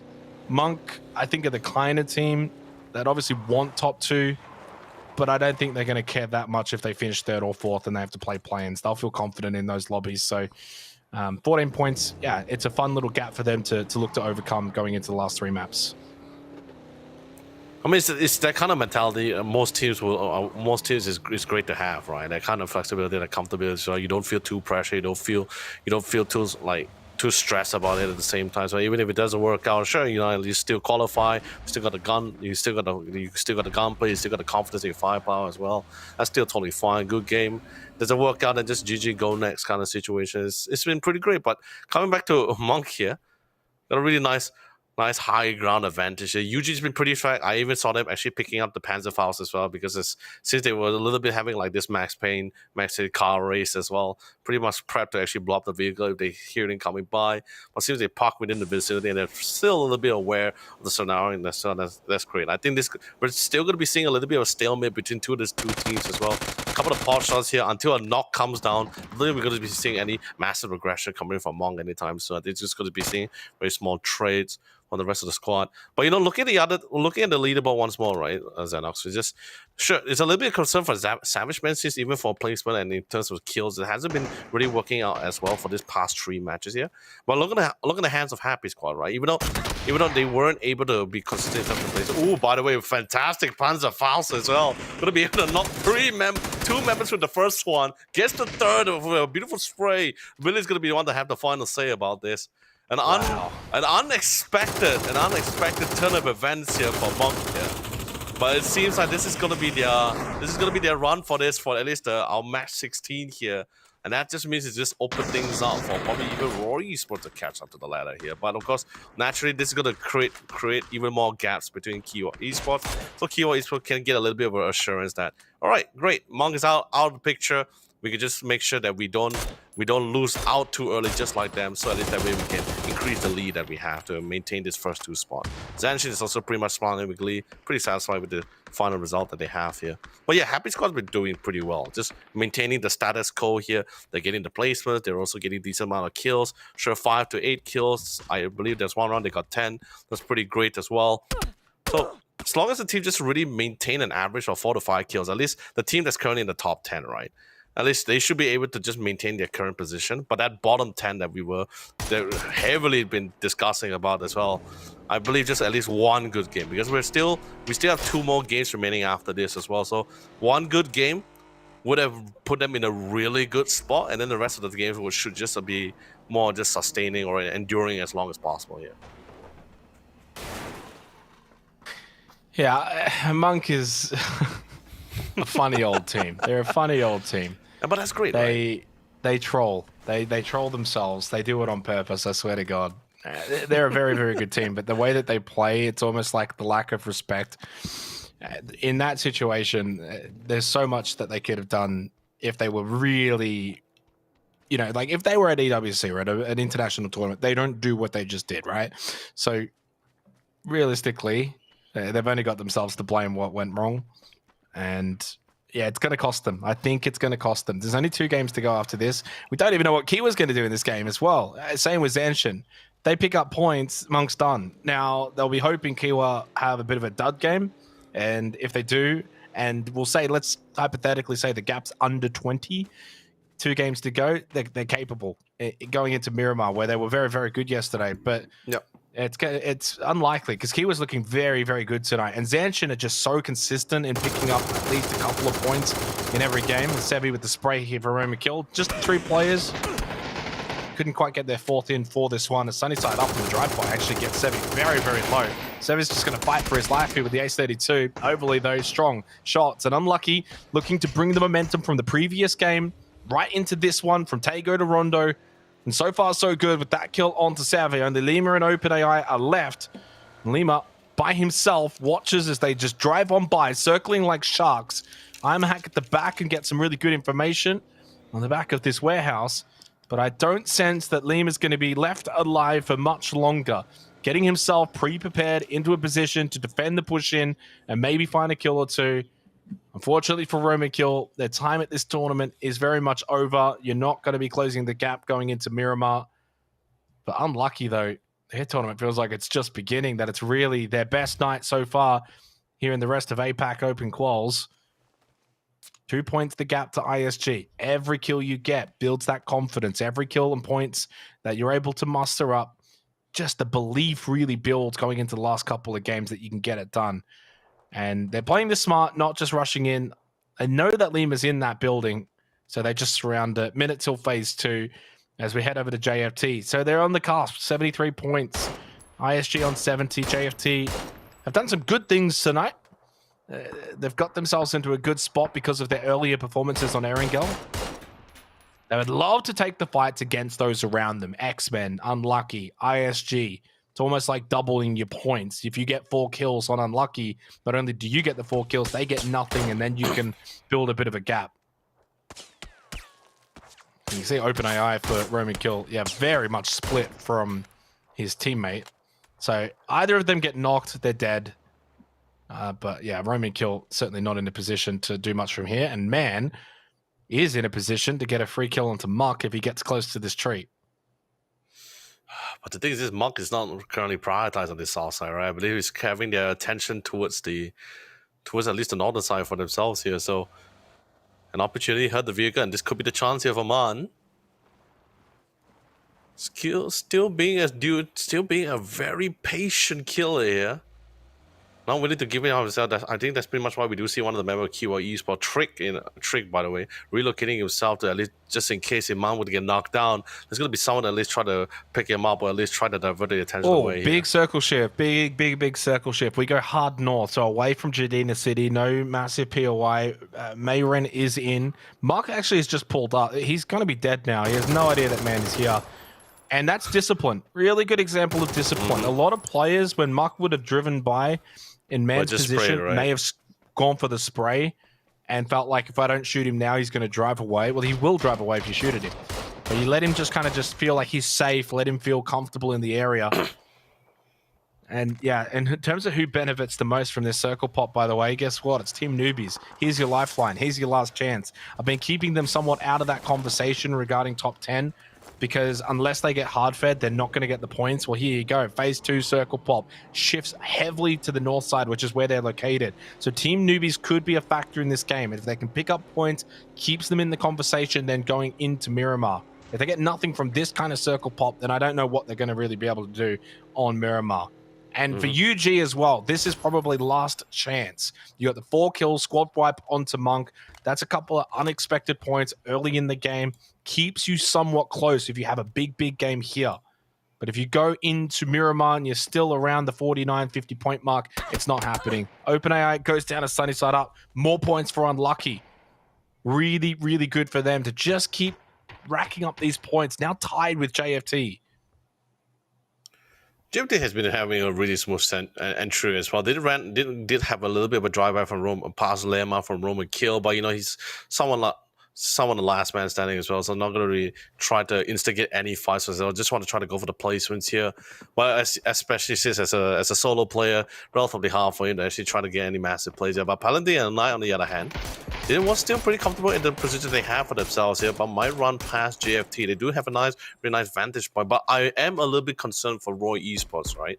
Because they have this 2-2 split, right? But it's not your typical 2-2 split. It's pretty much quite far from each other as well. And with how the circle is going to be currently positioned as well, we're seeing teams having a lot more of a tighter formation within their compound, getting someone cutting off all of those rotation paths for vehicles as well. Even if they were to go off-road, there's still going to be a team that might catch them on the offside, within the outskirts as well here. So hopefully Roy Esports really just try to hunker down and not draw too many attention here. We do see them trying to poke it out, trying to harass some of the other teams here, but hasn't really seen any team willing to crash within their compound just yet. As CJ finished off, Alda will be able to get the revive onto Pivy. Turtle is going to go for the spray, but unable to connect anything onto Aya. As NRG playing out their final couple of games, knowing that they certainly could not get into the top 10 from here. Which is always the difficult ones for these teams when they know that, yeah, they're just mathematically not going to be capable of getting into the top 10, but you got to fight it out. There's more tournaments later in the year. So you do want to treat this as a learning experience. 10 seconds till the phase 3 circle. Shyway driving on by past X-Men for DBH. It's been a really, really good night tonight. They've easily solidified their position in the top 10, no questions. And we go to Mayron. I mean, that's going to make this a really intriguing game now. Like suddenly you're going to see so many teams look to send it in towards what is essentially a mini city. It's very congested. A lot of small buildings that are really close by to each other. By no means is it something akin to like a Yasnaya in terms of size, but it is akin to a lot of other POIs where you can get a lot of teams inside of Mayron. And if you think about what's close by to it, there's not a lot of open terrain. Unless you're an NRG, you got a solid compound on the western side, not much out east. Down south, there's a lot of water, and it's a very terrain-heavy part of the map. So I wouldn't be surprised to see a lot of teams just look to try and send it in through these roads, hope that they can get through safely. And that's what DBH is trying to do now. And Nicel gets knocked down. Why? Zenshin's already here. Of course, the top team has already gotten clued on as to where this game's going, and they've got themselves into Mayron. And now the teams start to arrive. Happy is there. DBH has made their way in. And E-Pickup has made their way. So, like, you've got a lot of teams that look at this pop and go, we need to get into Mayron. It's going to be the safest bet to play for placement points. Yeah. You know, it feels like we're also getting a little bit of a repeat from day number 1 as well. We had one circle literally just dead center at a city called Hongshan as well, where just flat land, outskirts full flat land. Circle was just within the city itself. teams were just constantly just jam-packed with no other choices as well. Because the flatlands, there's barely any trees or rocks for them to cover as well. Everyone just practically just crashing into the compound. Something similar to what JFT and DBH has been doing for a long time, in hopes to not get any knocks within the process here. We did see a knock from DBH, but of course, thankfully enough, it was just a long-range knock here. So no one coming in to go for the quick finisher here. They got the clearance to go for the revives here. So 3 of them were able to be safely within the compound itself here. Whereas the rest of the squad still trying to play around the edges here. They did notice the circle for sure, but they understand the fact with the amount of gunfire that's currently happening within the distance here, they know it's not going to be a very smooth entry. It's going to be a very rough one as well. So all this team just going to be playing around the edges here, just going to bide their time, find an opportunity of a moment depending on how the circle shift as well. Because we're still pretty early. We're not really like phase 4 or phase 5, that kind of situation. Practically just phase 3 here. So team can still somewhat bide their time. But naturally, the top teams and some of the teams was a lot more comfortable with playing with the transpositioning, defending territory here. Naturally, we will make the early movements to May run, and that's exactly what they did. NRG, not playing the move anytime soon. They're pretty comfortable with their own respective compound here. Same goes for All Bloods, especially since with Monk out of the picture as well. And the point differential between All Bloods and Raw Esports is relatively close. They want to see if they can try to climb up the ladder. Even if it doesn't feel like pretty significant or not, it feels like a hard climb since we still got like, what, 2 more matches after this. They really had to try to pop off here. So no harm in trying here. It is a tall order for sure, but no harm in trying. And of course, what a circle shift against Xanox. We're moving all the way straight to May run. Might repeat like exactly what happened in day number 1 with how chaotic for the battle for the final city here among the teams. Yeah, it's going to get very chaotic very quickly. I think if you're a team very much out in the edge of this zone, it's can we fight our way through, pick up kills. If we end up dying at the end of it, that's fine.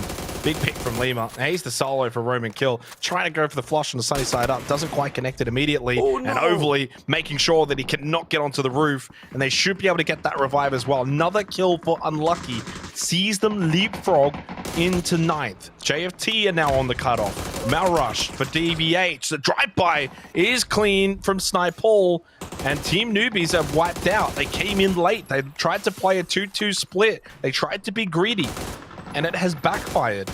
I don't know if that's really the best play. If I was Team Newbies at their level of play, group up as 4 and send it into Mayron. They got greedy. They went for a 2-2 split, and it's backfired. It's not the first time we've seen in this tournament for TN where decision-making has cost them games. When the game was there to be taken, it was a pretty classic case. You're a team that plays well defensively in center positions, send it in. Get a building and bunker down. That was their best win con, and they elected to not play that way. We do see an E-pickup coming in as well. Planet is going to be dropping dead set center of main run as well. Hopefully someone doesn't already spot them out, but I won't be surprised. Usually is currently on point with it, trying to pick them out. Looks like Unlucky on his side. Out. He's going to be removed, he's going to be eliminated from the game itself. And a happy squad currently just defending the territory for the best they can. It's pretty chaotic. It's how close the buildings are within each other as well. The potential of a good nade can pretty much just flush out all these guys as well. So everyone's pretty much on high alert as to defend their own respective territory, their own land. And All Bloods, they will crash into the side as a 4-man squad here. But they're all out in the clear. Essentially will hold the ground. But Blessed will be blessed to get the knock, but couldn't find into the household for Sanctuary. Oh, Zanchin are out. They're out. Jeff. They only got the 2 kills. Yeah, that's unfortunate. And it opens up the door now for Kiwa. 4 players up. They've defended nice on the south. They got the kills onto Unlucky. They had a really good camp. They had a really good pressure on them. Psycho makes it around the corner. E-up popped his shots early, gave his position away. Does get the spray down and the knock, and Ultrabots is there to get the elimination. It was a trade. That was Jayska through the window. But A is going to be able to get brought back up for Happy Squad. But Kiwa are certainly now in pole position to take top spot going into Miramar, which is just crazy to think about. This Sanchin team has just been so dominant throughout this entire tournament, so consistent. But in a scrappy kind of game where it comes down to Mayran, this is the kind of match you don't want if you're Zanchin. You want a more clinical game of PUBG because you've got good fundamentals. You've got a really good understanding of this lobby. But this is really just a toss-it-up kind of circle where the top teams aren't as strong because it's so chaotic. One wrong move and you lose a player. Team fights hard. You got third parties that can happen. But Kiwa coming in late, south side of this circle, of this city, and the circle does also go south at the same time. It goes to NRG, and Roy has actually re-rotated to come back in on the south side of the circle, sensing that maybe Mayrin will not be the long play, the long hold, as OBS and Kiwa close by, neighbors. OBS need the points to try and catch up to this very team if they want top 2. It's a long ask, it's a long order. But if you wipe out Kiwa, there's 4 points. They can't get anything more. Maybe you have a strong game, 2 games to go. Could be back on the cards, even if it's a long shot. No harm in trying as well, either way, So just might as well take the chance. Nice smokes coming in. They have a very firm. They have a very firm understanding of roughly where most of the team is currently situated as well. It's just a matter of seeing where the next turn is going to be. And an opening, beautiful through the windows, finds his shot to get the lock there. The same goes for the other side. DBH also is going to be able to find their own respective target here. It's absolute madness that's happening currently at the city of Mayron, or we might actually rename the city of Mayron the city of blood here, as more carnage is happening all across the board. ISG out. ISG on the cut. 71 points, unlucky is 74, so it's going to stay close between those teams. That's good news for Team Newbies going into Miramar. There's still a small hope, and it's amazing news for one team in particular in UG. UG have got 6 kills this game. The 3 teams directly above them, and most importantly, unlucky in 10th, are all out, so you can start to close that gap. Can you go and get another 10 points? That's going to be the goal now in this match. 10 teams alive. You've got enough of a chance to go and get maybe another 8 to 10 points. You're going to have to play well. Motion, get through the trick. Kiwa, now down to just a 1 player, and that's going to be the end of Old Bloods, though, as Kiwa able to wipe them out. And now Roy Esports slowly smiling with glee. All Bloods not going to be able to make any more headway into the leaderboard currently at the current moment here. But NRG, not really out of the clear either way. Oh, They're out in the open too. Good yeah, that's unfortunate. Katsune is playing as the early scout, and he's watching his teams make their way out. The other's playing close contact, but as soon as he gets knocked, he's going to die, and yeah, it gets flushed. And there's another knock onto 279 as well. Leo went down, and suddenly only 1 up for UG, and Billy, the sub coming in, didn't play yesterday, and caught at the window as Algid bots the solo for Happy Squad, puts an end to the run in this match for U Gaming. Yes, they got some kills, but this is the issue with leaving it too little, too late. And that comes back to Mayron. And suddenly now, with JFT, X-Men, and Happy all still up, yes, they're low on players, but they're picking up points. That's going to make it more annoying, more difficult for UL, for ISG, and for Team Newbies, as Asper will lose his life. It's the end for Palladium, and they're not going to be able to close that gap on Miramar, so you can put a line through them. UG, the gap, probably too much as well, despite the 7 kills. Team Newbies, again, have done really nothing tonight. Yeah, but even for Happy Squad, right? Still really great progress with what they've been doing so far. Even though, sure, one last player can be quite hard. You can still try to farm a couple of points, but probably even a placement if you play your cards right, try to be quiet as much as possible. But looks like Kiwa is going to be able to sniff it out. They were really playing due diligence to really clear out those corners, right? So Happy Squad with 7 kills on the boot here. To get any more, that's pretty great. NRG on the other hand, definitely intended to ensure the security of their edges here for themselves. It looks like Roy Esports having a little bit of tough time, but NRG just not finding any security or success with that CQC scenario. Yeah, and quietly, you know, for Roy, I think they've fallen away from that battle for top 2. They just haven't been convincing in his fights, even here against NRG. It's scrappy, and Jaxie can't win the battle in the 1v1 against Crazy Dog. Leaves just Ed King up by himself. And that's probably been their night tonight. It's a good summary. It's just not working for them. Roy came into tonight, 100 points. They're only on 116. Yeah, 16 is not nothing. But when you kind of think about the points that the others around them have been able to acquire tonight, I mean, Kiwa alone have gotten 55 points so far. So yeah, you've gotten 16, but you're playing at the top end of the leaderboard. Others are getting 50, 40, 30 points. So your 16 is not going to cut it if you're trying to fight for second. And down to just the 1 player, Ed King probably not going to be able to muster up too much here. NRG still close. And obviously dead last on the leaderboard, but fighting until the very last couple of games, which is really good to see that they're certainly not just waving in the white towel. And I think that we've got JFT, X-Men, and Happy just trying to hold on, get some placement points. DBH, another really big game from them. Talk about a massive performance from DBH tonight. They were 6th on 67 points. They're now up to 100+ points, closing in on OBS. It's been a tremendous way to kind of close off. They're not going to get top 2, but what they're going to do is look like a really solid team now going into the play-ins. I mean, this is exactly what I was hoping for, right? Like, because they were one of the few teams, especially within our one of the few teams that we have in this tournament, so it was actually dishing out a decent amount of damage here. Total amount of damage, if I'm not surprised. I believe we have seen their stats a couple of times as well here, but just haven't really converted to just a decent placement, or we never haven't seen a really good balance. Sure, one or two games within this past 2 days, but there just hasn't really been much consistency. But so far, it has been pretty good enough for, I guess, for those first 2 days. Seems pretty good enough for as DBH was able to maintain the status quo. But day number 3, the final day, that's when we start seeing them really putting the pedal to the metal here. I'm really happy about this. They got the chicken dinner, they got the second placing, they're also stacked, they're also pairing out with decent amount of kill catches along the way. That's exactly what I was hoping for, especially since this is the team that was previously known as Nirvana Rival Gaming as well. So another consistent rosters coming in, although with the exception of Prankster who stayed behind with the Nirvana, with NRG currently to try to grow up the next generation for their team here, at least for the next roster here. Happy Squad, Arjun Bots still sticking around, still alive.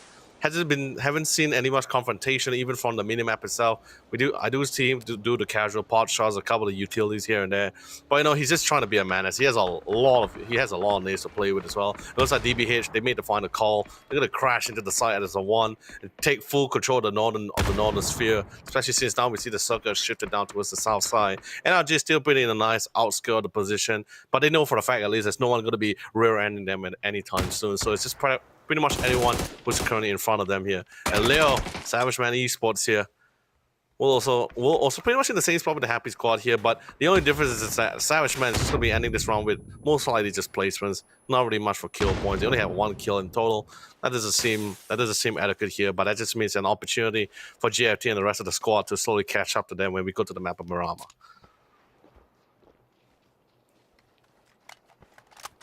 Yeah, and if you're unlucky, ISGT, and you're absolutely hoping that those directly above them go out pretty quickly, and JFT could. Leo getting aggressive here for X-Men. They know they need the points as well. Go for the flush, get the confirmation onto Shoehorse. Confirmed. It's an extra kill to the final 6 teams. Now, suddenly, Happy Squad, X-Men, JFT, all on just 1 player remaining. And it means a bit more for X-Men and JFT than it does Happy Squad. They're safe. Happy Squad on 99 points. Easily, no chance that on 100 points you're going to miss out on top 10.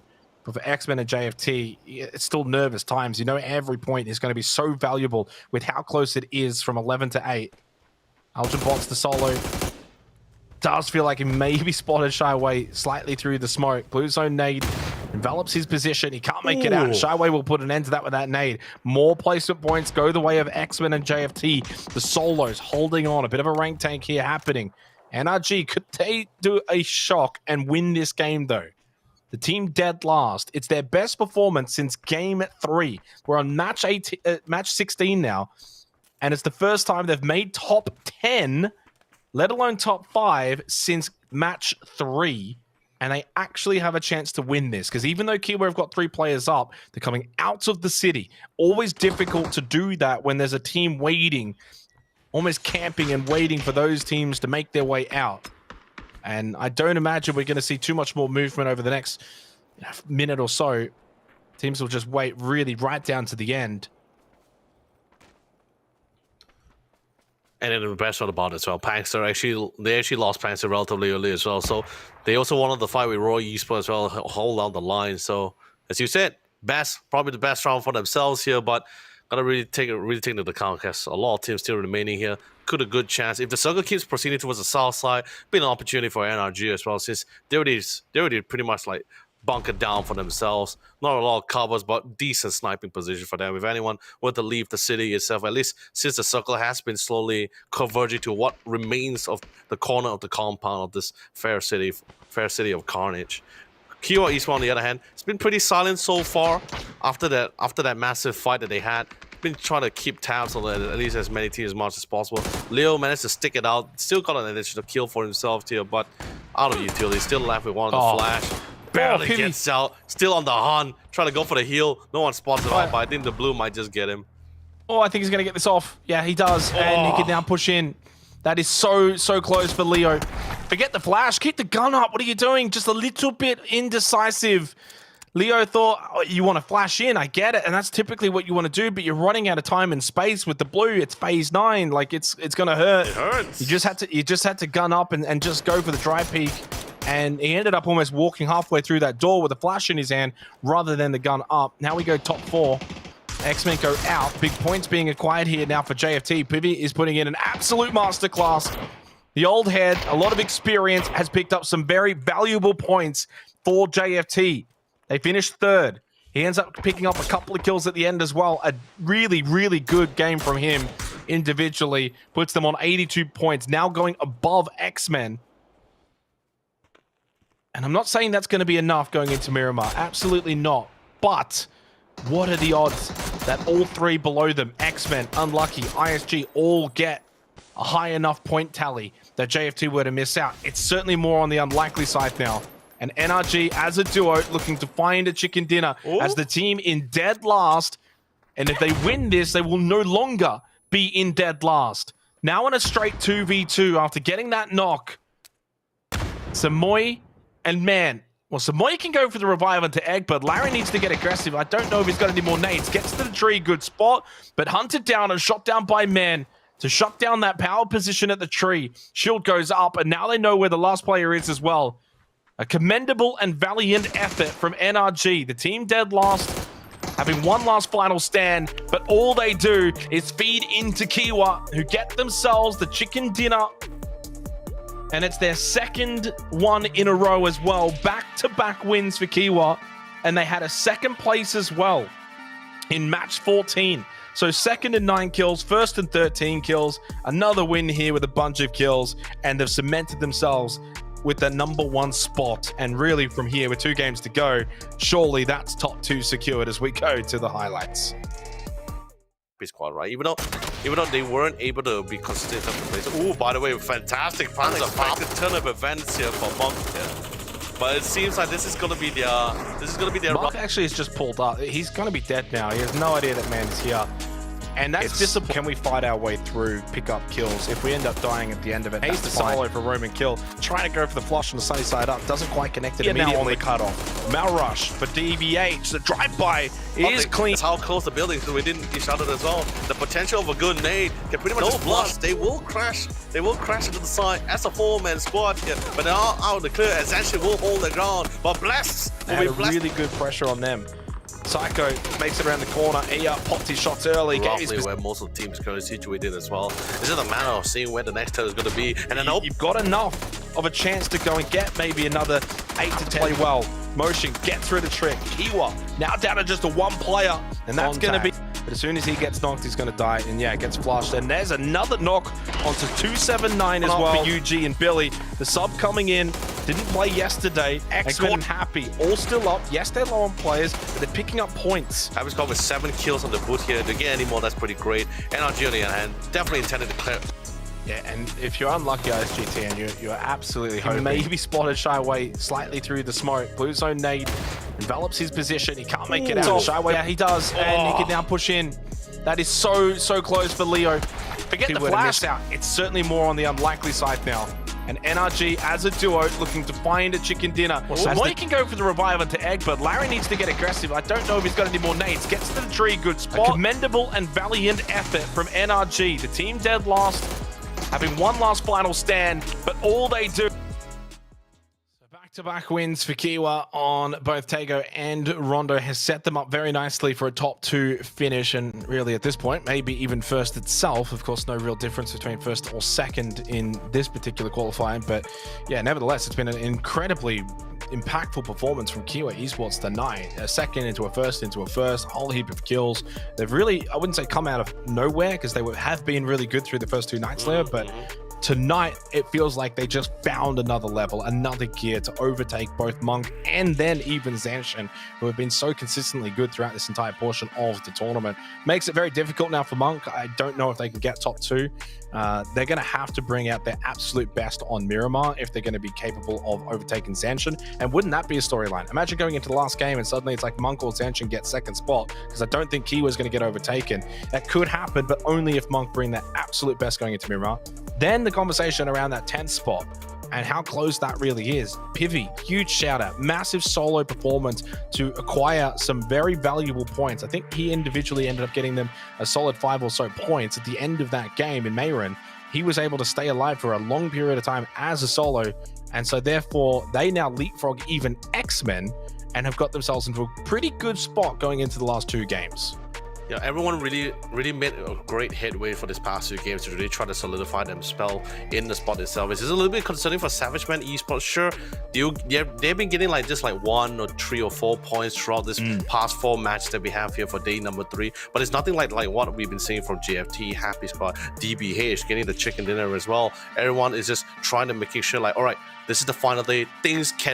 We know this is PUBG. We know how chaotic and how quickly things can heavily shift against their favor as well here at the same time here. So just trying to make sure they at least qualify to that top 10, because this is the part where a lot of things starts being realistic, right? There's only 2 matches left on the board here. You had your chance at the first 4 match initially as well here, but if you're not making any massive headway, this is the part where almost teams have to start really locking things down. All right, where do we stand at this? We can't get to that top 5 anymore. Can't secure that first 2 spot. Might as well try to get to that top 10 here. That's pretty much where we see all the teams start to popping up. However, we're not talking about like really small achievement. We're talking about very massive one. Getting to that top 3, getting multiple kills on top of that, and even if we were to leave relatively early, they still walk away. Like Happy Squad, for example, they still walked away with like what, 8 kills.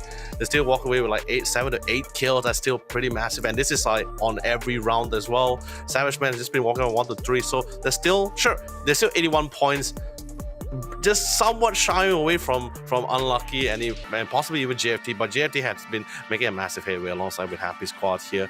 So and I believe it's still going to be quite a heavy contentions between for at least the bottom side here. But at least finally the Team Zanshin was previously sitting on this golden throne for this past 2 days now, has finally been dethroned by the efforts of course Kiwa. Naturally, of course, day number 2 there wasn't much action coming from Zanshin except for the first 2 matches, but Kiwa was pretty much very quick. Day 3 has been their best matches so far. I mean, it's to be expected. We know what they're capable of. Now here they are, it is in making a massive splash as well.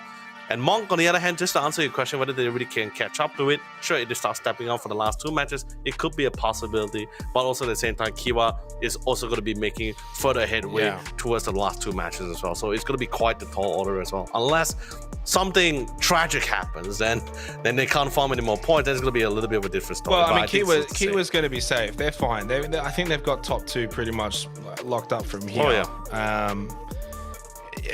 yeah. The question with Monk is more so if they play at their very best, which we know they're obviously capable of, but it's very tricky, and some of it then also comes down to, I think it's a 24-point gap to Zanshin. 24 points, 2 games to go. Mathematically, that doesn't sound impossible, but you have to play at your very best, and you then need Zanshin to lay some eggs in the last 2 games on Miramar. Both of those things to happen, statistically quite low, but certainly a possibility. I'm not ruling Monk out. Definitely ruling out Roy, OBS, DBA. Like, none of those guys are going to obviously be able to get top 2, but they're also secured top 10. So they're chilling. Like from Roy to Happy, 4, 5, 6, and 7, they're locked in top 10, 2 games to go. They're not really playing for much now. So they're fine. They're not going to miss out on top 10, and they certainly can't get top 2. JFT, 82 points. Certainly not locked in, still 11 point difference to ISG. So by no means are they locked in, but they're now in the best position of those teams fighting for that top 10. They've got a little bit of a buffer, 2 games to go. The fate is in their hands, and that's really where you want to be. You want to be in a position where you control your own destiny, and that's what they can now do off the back of the last couple of games. Going to go to a short break. We do come back. It's the final 2 games of the rest of APAC Open Quals. We head to Miramar.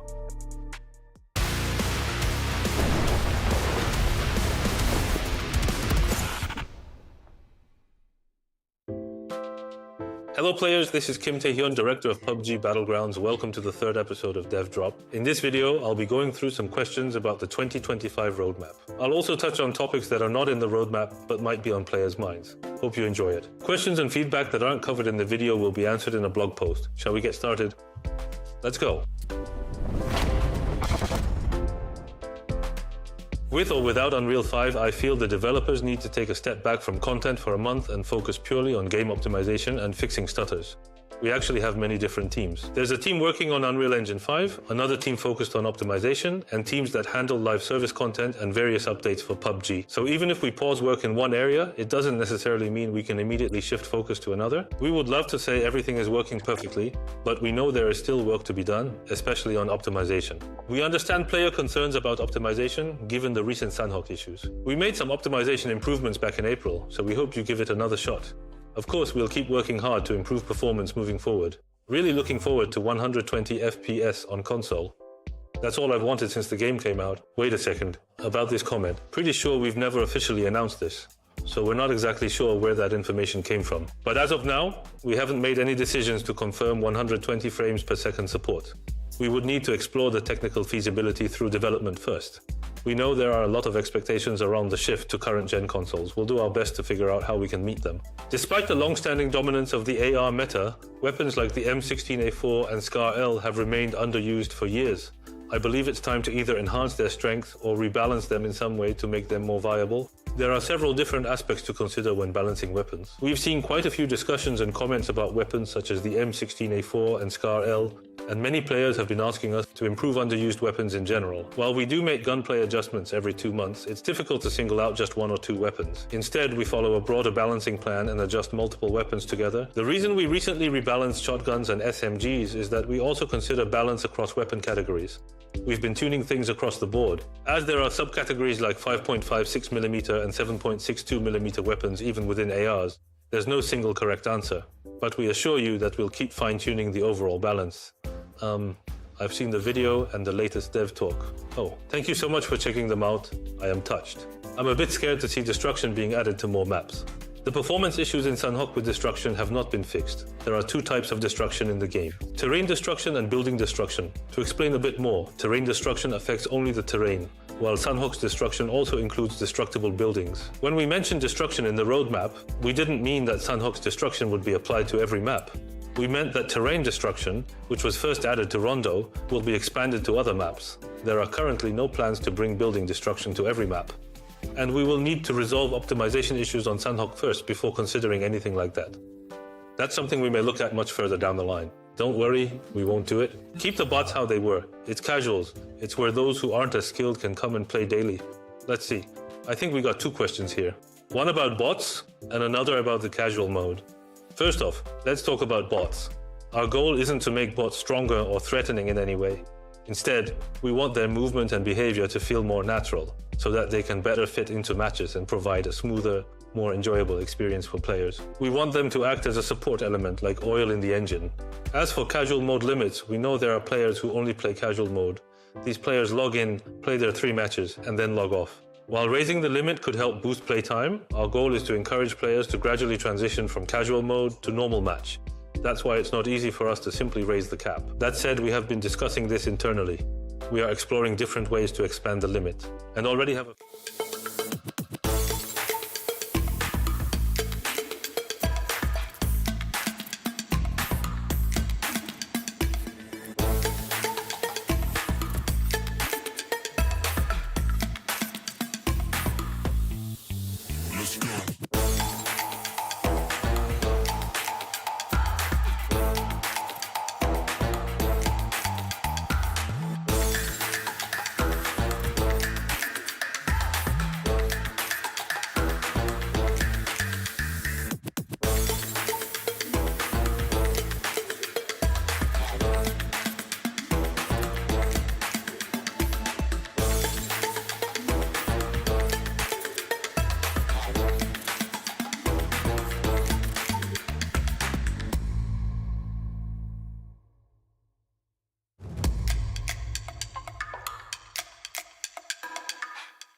So we head into the final 2 games here for the rest of APAC Open Quals. Miramar to come to decide which teams are going to be heading on through to the APAC qualifiers. Leo couldn't be any closer in terms of the 10th spot for top 2. Yeah, there's a little gap. Monk's going to have to play at their absolute best if they're going to have any chance, and it's all probably decided in this game to come. That's typically what we will see. If Monk get nothing from this game, they're certainly not going to be able to do it all in one.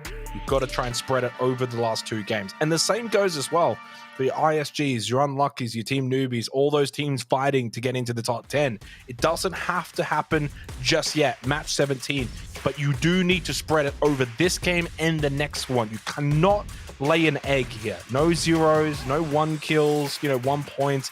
You need to make sure that you're putting some points on the table. I think when you kind of look at like what is required in terms of numbers, leaderboard position, what's the cutoff going to be? Probably 90 gets you into the top 10. I think 90 is a good measure to get you into the top 10. I cannot see a world in which you're 11th and you're on 90 points. So aim for that. It's a good thing to aim for. If you're ISG, you're on 71 points, 19 points, 2 games, doable. I mean, it also feels like you also might have to work slightly harder, right? Like, especially sure 90 points definitely gives you that kind of security, a little bit of a assurance as you really get into the mix as well, right? But this is, of course, on the off chance where the other teams is not really doing much as well, right? That kind of thing. But so far, throughout the entire night, everyone's been making massive headway. I think Unlucky was the one team which really caught me off surprise. I believe they started off with here in day 3 as the 14th place with a total points of 39. So the fact that they were able to bounce back all the way to 10th place at one point, but they're still maintaining that 10th place as well. Sure, it still can be quite tight alongside with Irohani Samurai, Perpetual Samurai as well, who has the current total points of 71. But the fact that they have made such a massive headway, I think this is one of the few teams we were practically ready to just like call quits, right? I mean, sure, NRG was a lot more obvious as well, since the point differential was just massively too wide. I mean, except from the last round. Last round helped them to bounce back up the ladder slightly a little bit as well, but it's also like you said, don't think there's ever going to be a player within the next 2 matches that's going to allow them to hit towards that top 10. So that's a little bit of an unfortunate factor. But for the rest of the squad here, and Team Newbies in particular here, really, I'm not sure about you, but it feels like the definition of madness, right? Where you keep doing the same thing, and if it's not working out and you still continue the same thing, that's the definition of madness, right? Where just you're not finding the answers, but you're still doing the same thing. So it's a little bit unfortunate on how it is. However, this side's a little bit different. Even with the fight path, Team Newbies didn't really drop out that early. No, they didn't usually play on the north side of the map anymore. They decided to play towards the south side near Death Valley. And they will actually get a pretty nice spot in the... Okay, not really a nice spot, but it's just more like a safe spot within the circle. So not really need to worry too much on whether they need to battle through multiple teams, multiple roadblocks as they make their way through the circle itself. Probably one of the few teams who had a better mid spots here. But what a spray coming in from Jaxi here. Turtle probably didn't really expect it to come by at this time. Yeah, I mean, you take that if you're Roy, you're certainly not going to be in a position to get top 2. You're just kind of playing for a bit of fun here, close the night out, and you're heading into the play-ins. You've got some tougher competition that you're going to have to play against. Try and have some fun tonight, take the edge off. More games to come next week. I mean, that's the current state for Roy and All Blood, right? And I believe also currently with Dream. Yeah, I mean, yeah, exactly. Yeah, and even Happy Squad, 99's safe. They don't have to worry about getting into a dogfight going into the last game. Oh yeah. and for JFT Expert, it's like I was saying before the break. Like for those 2 teams now, Destiny's in their hands. You have a good game here, you'll be very, very safe. That's a good long-range shot from Purdy. Yeah, Monk needs the kills. They really do. You were hoping for probably a knockout in the vehicle. Would have left the player out in the open. Purdy will go for the spray with the ace and knock down. Double tap headshot. Kitsune will get the knock onto Purdy. Monk are going to have to get moving here to make their way over. Too little, too late. Kitsune will get the kill, and Purdy is out. And I tell you, Monk's ability now to get a whole bereft of points. It's so difficult with 3 players compared to the 4. It doesn't seem like a lot. Not to win, they can certainly still win, but to go and have a 15 kill win now becomes virtually impossible. And 279 at the Rock will get revived, and Monk, it just hasn't quite worked for them tonight the way it did yesterday. It's crazy to think, you know, like we've pretty much played 3 days of action. They've got 132 points, and they got 98 of those points yesterday alone. But where was it night 1? Now where is it night 3? It's kind of been their issue by and large. And Luke and Sparkqueen pushing on here because they know at this point you've got a team close by. We're ready to take the fight. U Gaming's just going to get out of here. They got the kill, get into the vehicle, make their way out. Sparkqueen and Luke peek over the ridge, get a couple of knocks. Well, Billy actually got a team knock onto Kitsune, and there's every opportunity now for Monk to clean up all 4 players here of UG. They absolutely must. If they want top 2, you need to get the full squad wipe, lose no more players. Sparkqueen, aggressive peeking, aggressive killing, and a good double with Luke 13 by his side, and U Gaming get wiped out. Purdy will watch on from the sidelines, but 4 very valuable kills for Monk. Now the gap to Sanshin is 20. Oh, I love it as well, especially since initially as well, initially coming from Monk as well, they had this massive mountain vantage point view, so they got pretty much a relatively good idea or intel aware that if there's any team relatively within the vicinity as well. So they saw an opportunity to be aggressive, especially since 279 got knocked down. Intel came in. The rest of the team said, like, hey, you know what? We're pretty confident with our close quarter combat. We don't have to go for the long shots here. Let's just crash into them here, since someone will be trying to go for the revives here. So naturally, it did play out exactly as how they hoped for here. Even UG really got caught off guard as well here. They were just probably just got the revive. They were planning to just drive out to at least the mid part of the zone. They didn't expect such aggression coming in from Monk. That's gonna pay, and that's gonna pay the price for you. So not gonna be seeing much for them for this round here. However, roaming kill, not really roaming, but they're definitely killing here. So it's gonna be a nice consolation prize. Actually, it's more like a steal away since they didn't actually got the knock initially as well. It was actually Jaxi who gets the knock. Yeah. They're in some trouble here. They've just lost 2, and being the team on 11th, you're only 3 points behind. You're 3 points behind the top 10. And there's only 1 more game after this, and you lose 2 players towards Power Grid. That is not ideal. That's going to severely hurt their chances overall. Now suddenly you go from thinking, hey, we can still kind of control our own fate. We're only 3 points behind. Not in the week. We can overtake that. But now you're very dependent on Unlucky having a bad game. Now it goes down to, can Unlucky have a bad game as well? We've had a stinker. We've lost 2 players. Miramar's very difficult as a map. If you get caught in these early fights, which apparently is happening quite a lot, if you get knocked, you're probably going to get flushed if they're close by. And down to 2 players, severely limiting their potential of overtaking Unlucky. Now, if Unlucky to have a big game here, there may not even be that much of a gap going into the last game to overcome for ISG. So they need to be very, very lucky that Unlucky has a poor game here. And it also means for X-Men and JFT, that's the team that you want to see in the kill feed. You want to see ISG out early, less pressure on those teams. Which is why it's rather interesting that we see currently ISG with the current state of mind and current position that they're in as well. They decided to take a really massive, long route here as well. They fall all the way back to the very north part of the circuit as well. I believe they're planning to go through off-road here. There's a knock onto IMHack too. Oh no, and that's towards the center. Yeah, that's actually towards the central part of the circle, right? UG currently playing the set. Oh, crazy dog. Leaves just Pangska as the only one up for NRG. And Palladium too far away now. Absolutely too far away. Oh, dude, it's Death Valley here, my God. Look at where all the teams are being positioned in as well, man. I wouldn't want to be the team that's currently stuck here. Thank God for the compound nearby. Pangska should be able to at least keep his head down for at least for a couple of rounds if you just want to try to play for placements here.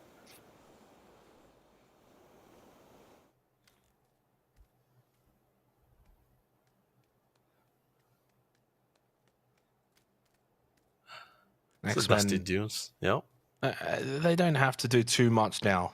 I mean, just play a conservative game. Make sure you don't over-aggress. Obviously, Lunlun's happy to just kind of scout, get some information. They're playing Death Valley. You know, you got to be careful of teams pushing up to you. You spot out Monk, relay that information over to your team. but you don't fight this. You don't get overly aggressive. If they push you, you fall back. You know, you go back to your team. X-Men are on 81 points. ISG 71. You can kind of control the pacing a little bit. You don't need to go and have a big pop-off game. Keep it simple, keep it clean. 2 games of Miramar, and you're through into the top 10. A good enough team, an experienced team. Don't take the risks. The risks aren't necessarily worth the reward anymore. You can play small risk, small reward. You don't need a big reward. Yep. So I'm expecting them to just kind of keep it clean, not do too much crazy business. They're going to be hoping Phase 2 pop goes over towards Death Valley. They're really set up for it. But even if it doesn't, even if it centers up here, which it kind of does, and a little bit to the east, they've got vehicles. Now you can rotate South El Dalman, break your way in on the back. On the south side of the circle, it's Chumacera. We saw it yesterday, and we know how chaotic this part of Miramar can be. Straight onto Old Bloods. Zanshin are around that vicinity as well. Not ideal for Monk. I don't want Zanshin playing late game placement point positions. Unlucky are pretty happy with that circle as well. And yeah, I mean, X-Men, this will be, I imagine, a rotate on the south side of the circle, which is rather vacant. I mean, ISG are done here in this game, those duo. Like, they're going right into the middle of all this.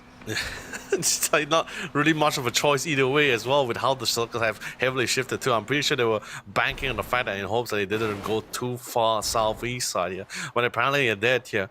But the problem is it's going to be even more chaotic from yesterday's Miramar games. It's just mainly because of the fact that a lot of these teams is currently already somewhat positioned within this territory. Sure, it gets even more crazier once we get to that phase 3 or even phase 4. Depending on how the circle goes, if it keeps going towards the east side, we're going to see be seeing a lot of teams getting gatekept by another, or possibly even pinned down by a team who's not necessarily even in the circle. Just mainly for the fact that they just want to try to farm out those necessary kills. Savage Man Esports, for example, as well, since they are coming into the circle late, but it looks like they're going to be running alongside line with Palladium at night here, and one gets knocked out, unfortunately, as well, with no teammate to come to revive him either.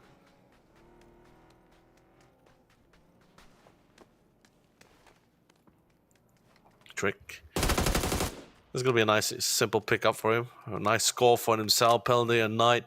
Going to be one of the members going to be having a nice, simple drive-by.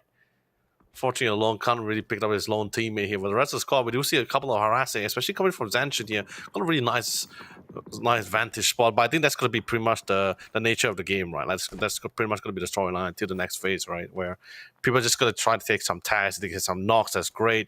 They don't. They're just pretty much just wasting as much mats and resources as much as possible. Since Miramar is really that kind of map where you really need to have as much utilities, at least a lot of smokes as much as possible. So just in case if they end up going to a site where it's just open areas here. It looks like JFT is going to be crashing to the site and still got out without being punished. What? Yeah, wow. I mean, that's quite incredible. And JFT will get the free kill. Savior's by himself. That's somewhat of an issue for X-Men. You're playing such a split, but you want to play the split for more space, more information. More information, yeah. But if a 4-man just sends it into your location, there's not much you can really do. And JFT loved that too, because it's against X-Men. You want to build that lead against them. You'd rather see X-Men stay below you and be the team at threat of being the one overtaken. And JFT have just kind of got the job done tonight.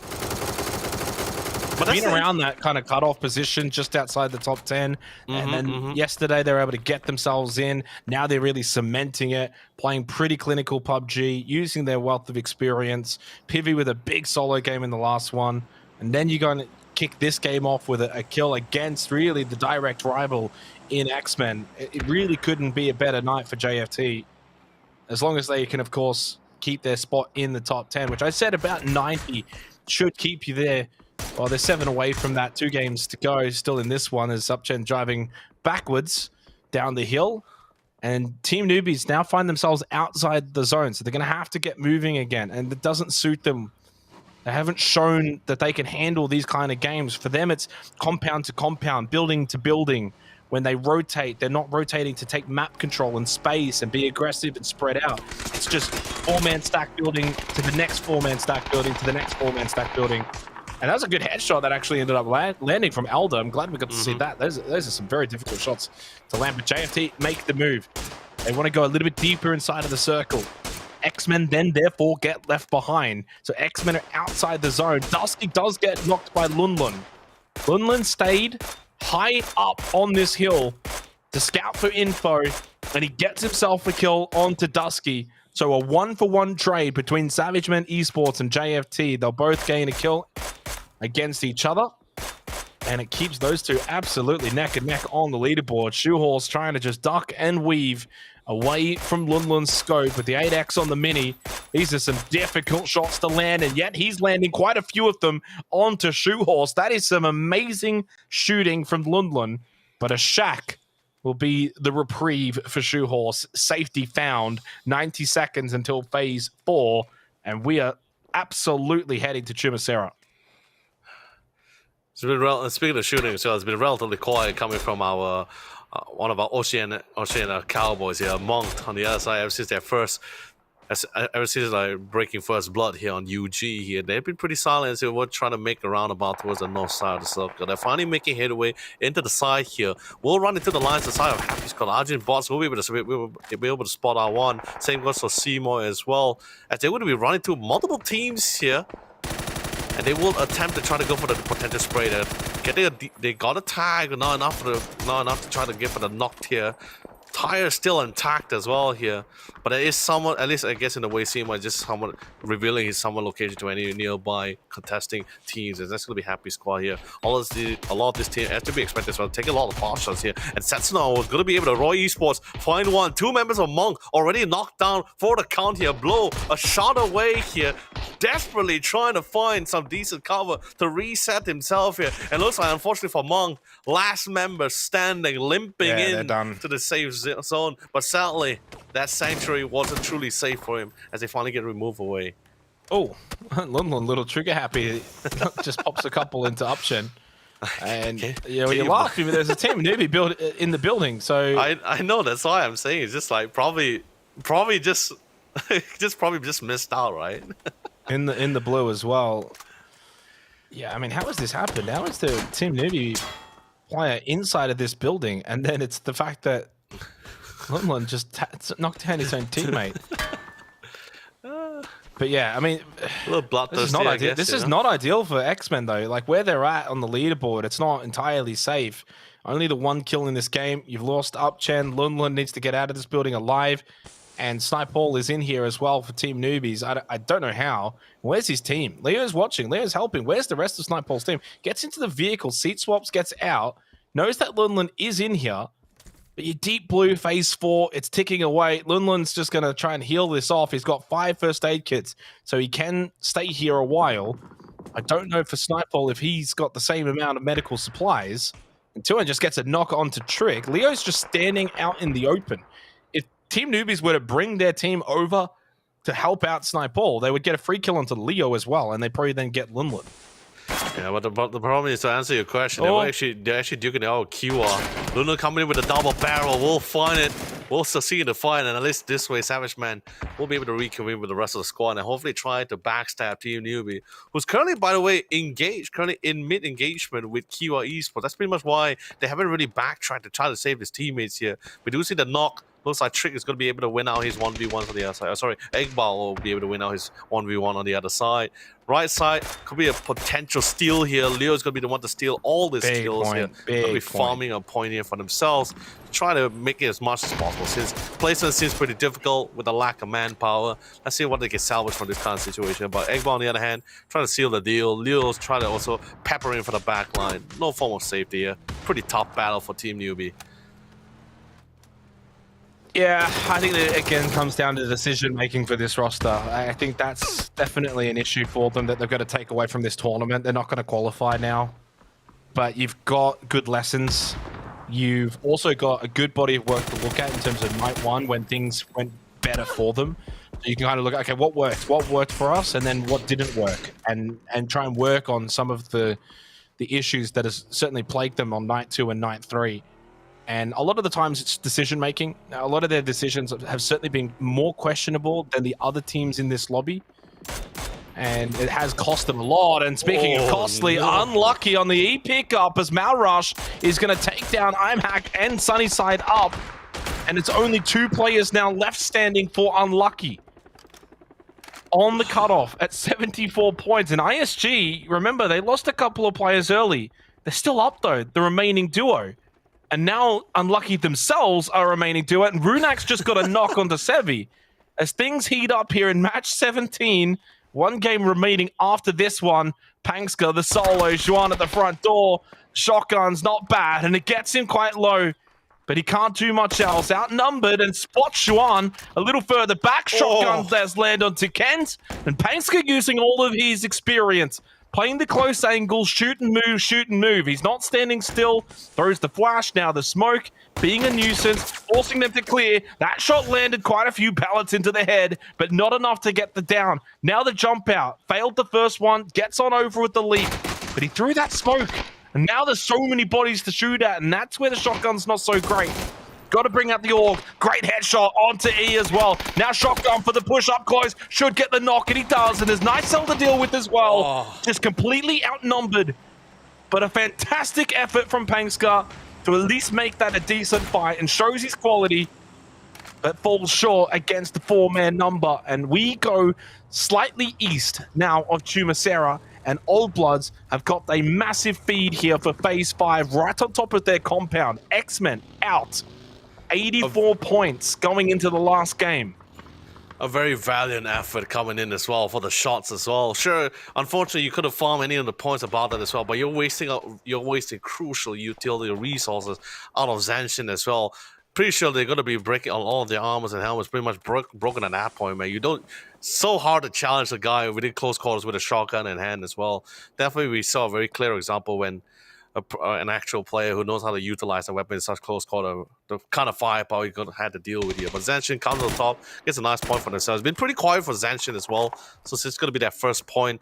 But they did suffer quite a bit just to actually get that 1 point here. Not sure whether you could call it a pretty worth thing. Sure, it's still a nice point, but pretty costly one to secure, as he actually duke it out in a 1v4. Feels like we almost potentially see a highlight reel, but looks on the other side, unfortunately for DBH, it's going to be eliminated away. But you know, he's been pretty fine in the top 10, so doesn't really need to farm any more points here, so they're pretty much secure for the round. So it's pretty much, like you say, all fun and kicks at the current moment for some of these teams here. Whereas on the other side, we do see Unlucky still sticking it out. 2 members, ISG same way as well. Still in quite the precarious spot, especially since Savageman has been removed from the round with only earning 3 points. This could be an opportunity for them to actually update the standings once more among themselves. But of course, it's quite the tall order as well, since they only have 2 members respectively on each side. GFT, 2 members, cars flipped as well. You can stuck between a rock and a hard place. Actually more like a car and an open road. Gone. Commission exploding. That's going to be another point for the side. I want to add a little bit to this because they've given points over to ISG. So it may not come back to bite them, but the truth is it also may. They're only 11 points clear right now, JFT, and both Unlucky and ISG are still alive. Yes, they're only duos. They may not get much more, but even the placement points themselves haven't been distributed yet. Now, Unlucky get a very bad circle pop, but the same can't be said for ISG. Their compound is still in here, Phase 6. If there's any teams that you do not want to give points over to, if you're JFT, it's ISG or Unlucky. And to give the 2 kills over to ISG and put them closer to getting into the top 8, it's certainly worst case scenario with the car flip. And I was about to just sort of praise them and say, I think they're going to get this done and maybe not even have to worry about the last game. Well, now they do still need to worry again.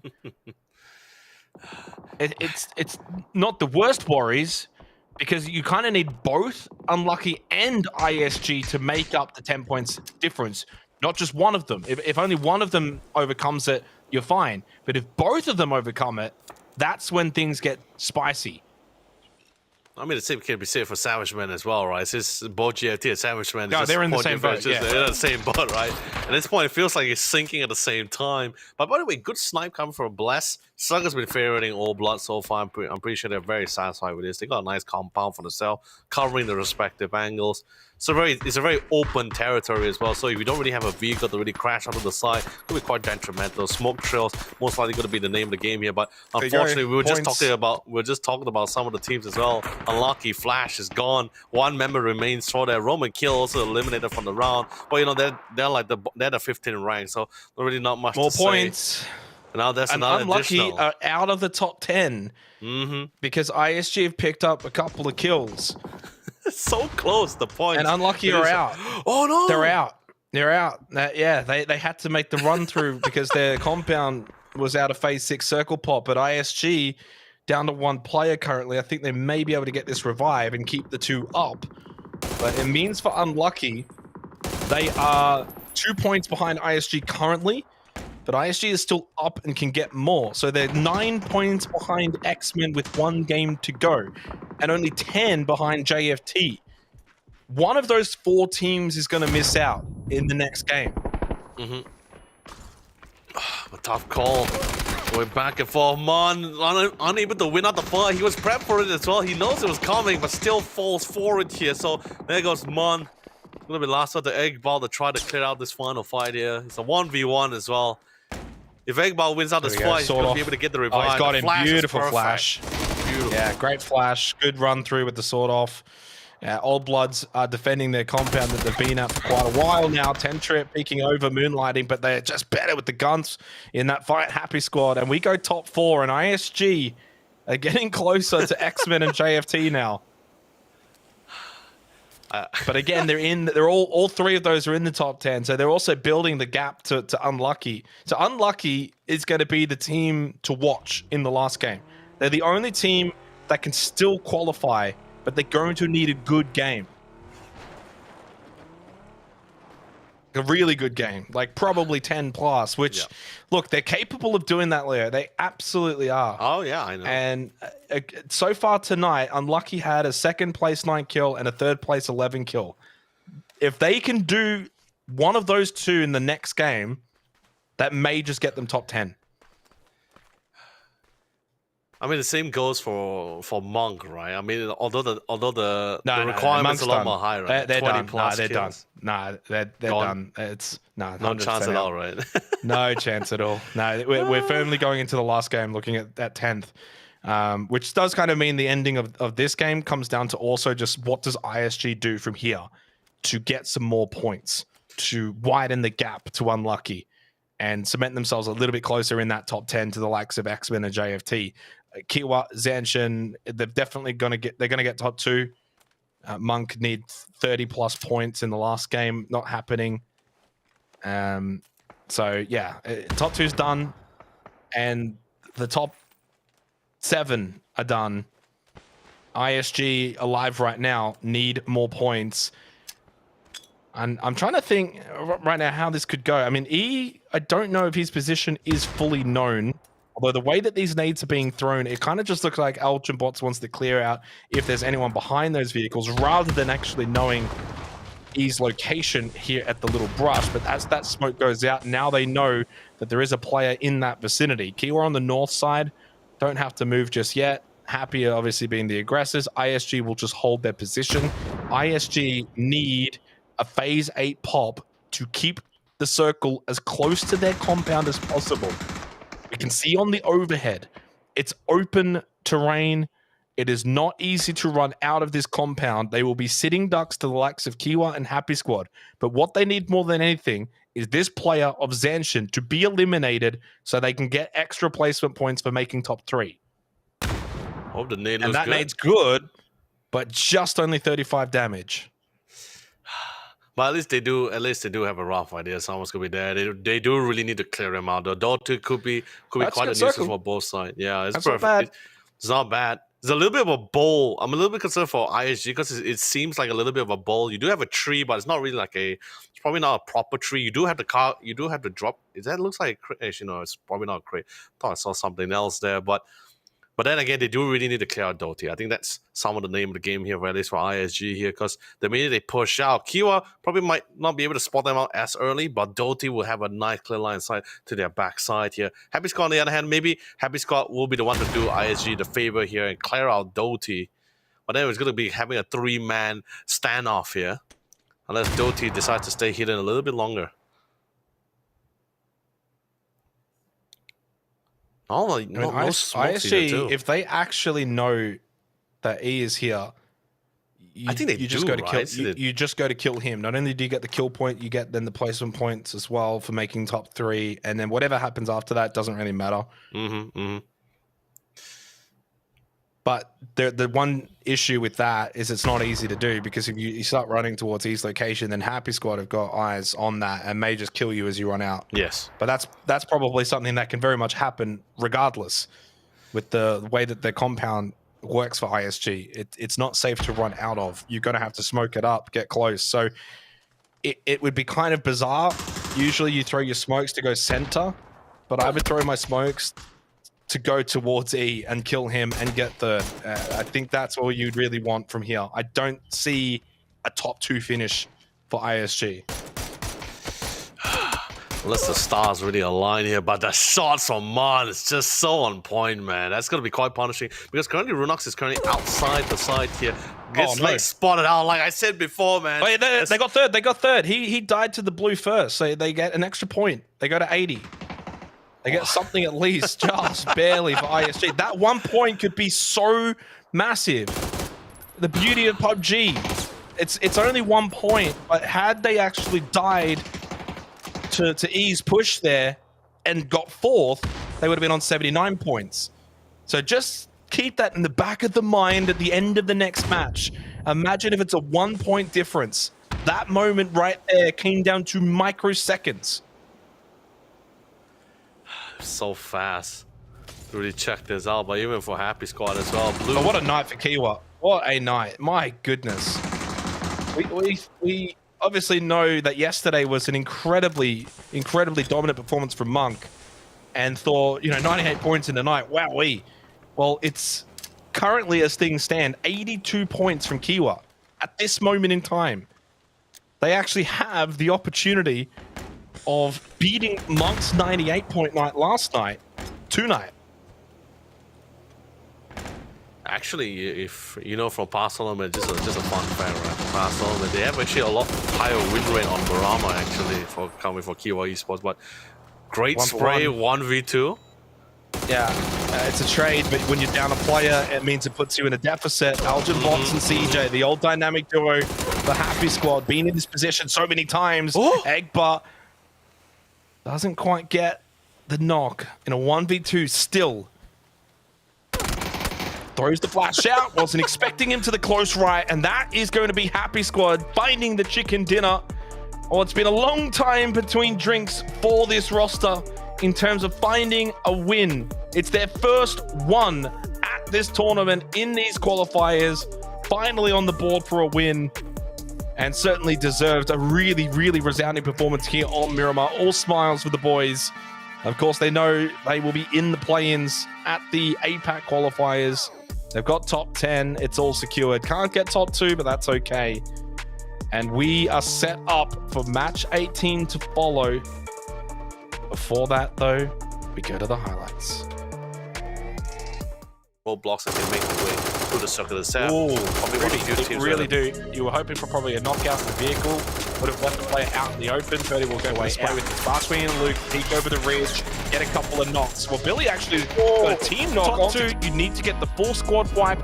Lose no more players. Spark Queen, aggressive such aggression coming in from Monk. That's going to pay, and that's going to pay the price for you. So not going to be seeing much of part of the circle, right? UG currently playing the set.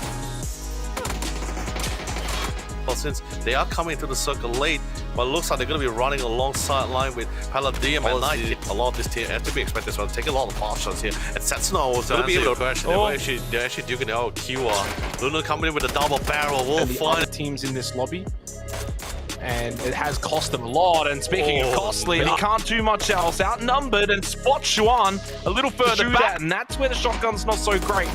Got to bring out the org. Great headshot onto E as well. Now shotgun for the push up close. Should get the knock, and he does. And there's nice cell to deal with this. He wants to secure. As he duke it out in a 1v4. Feels like we almost potentially see two members, cars flipped as well. You can stuck between the rock and a hard place. Open territory as well. So if you don't really have a vehicle to really crash onto the side, to get this revive and keep the 2 up. But it means for unlucky. Tough call. Going back and forth. Mon 1v1 as well. If Eggball wins out the spot, he'll be able to get the revive. Beautiful. Yeah, great flash. Good run through with the sword off. Yeah, Old Blood. Unless the stars really align here, but the shots from because currently Runox is currently outside the side here. Gets like spotted out.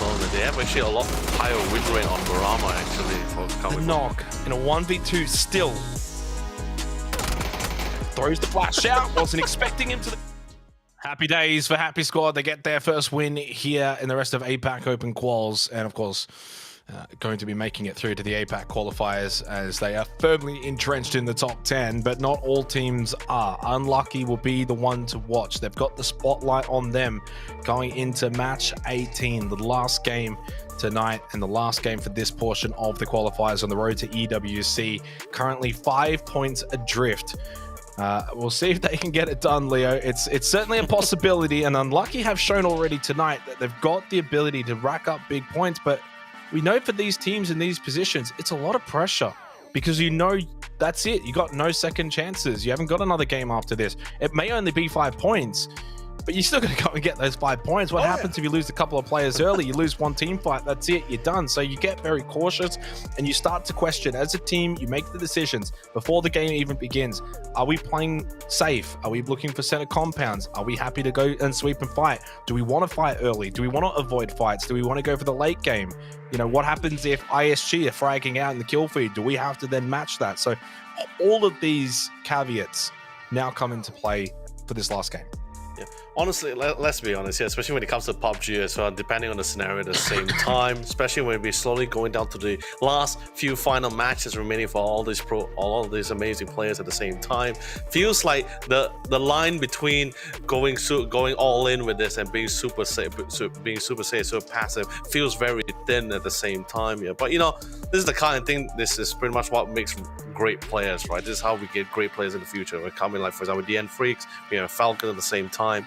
But you know, Happy Squad in particular must have been feeling absolutely tremendously happy about this last round. 19 points to boot, by the way, for that, including with the chicken dinner. So 9 kills, 10 from the placement points alone. That's 19 points in total. I remember they had like what, 99 points. They were like 7th place. This should go to be nicely boosted them out. Doing a little bit of quick math, is about 170, 118 points. That's going to be pretty sure going to be putting them in a good spot. You were mentioning as well, if you're a team with a 100-pointer, you're pretty much in a good spot to go to the top 10. Don't think your spot or your rank will be contested or will be challenged anytime soon. Especially this is going to be the last match of the night here.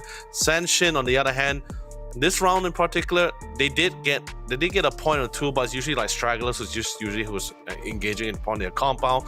There was that one moment where it got a little bit too scary, especially with Pangster coming in from NRG, the lone member in that 1v4, almost had his own personal highlight reel or montage performance. But you know, Sancho was quick enough to snuff out that spark before they actually turned into a full blazing fire here. So Sancho still sticking it around, get a couple of points on his help on Happy Squad, 1,000 damage. Have seen them do a couple of more here, but we are talking about the squad who has been trying to have a more safer approach, but they also understand when to be super aggressive when the situation calls for it as well. That's pretty much why we got that 9 kills for themselves as we slowly rack towards that final circle. At least our last match of Murama here. Total points as well, looking pretty good for a lot of these teams as expected. Happy Squad going. This is pretty much our match leaderboard here. 19 points, that's a lot. That is insane. Kiwa as well in a really good spot for themselves. I'm pretty sure they're gonna be solidifying that top 1, unless Zanshin makes some crazy plays, but I don't think that's gonna be happening anytime soon. Especially since it's been a little bit lax so far this past few ever since they won out that first match here for day 3.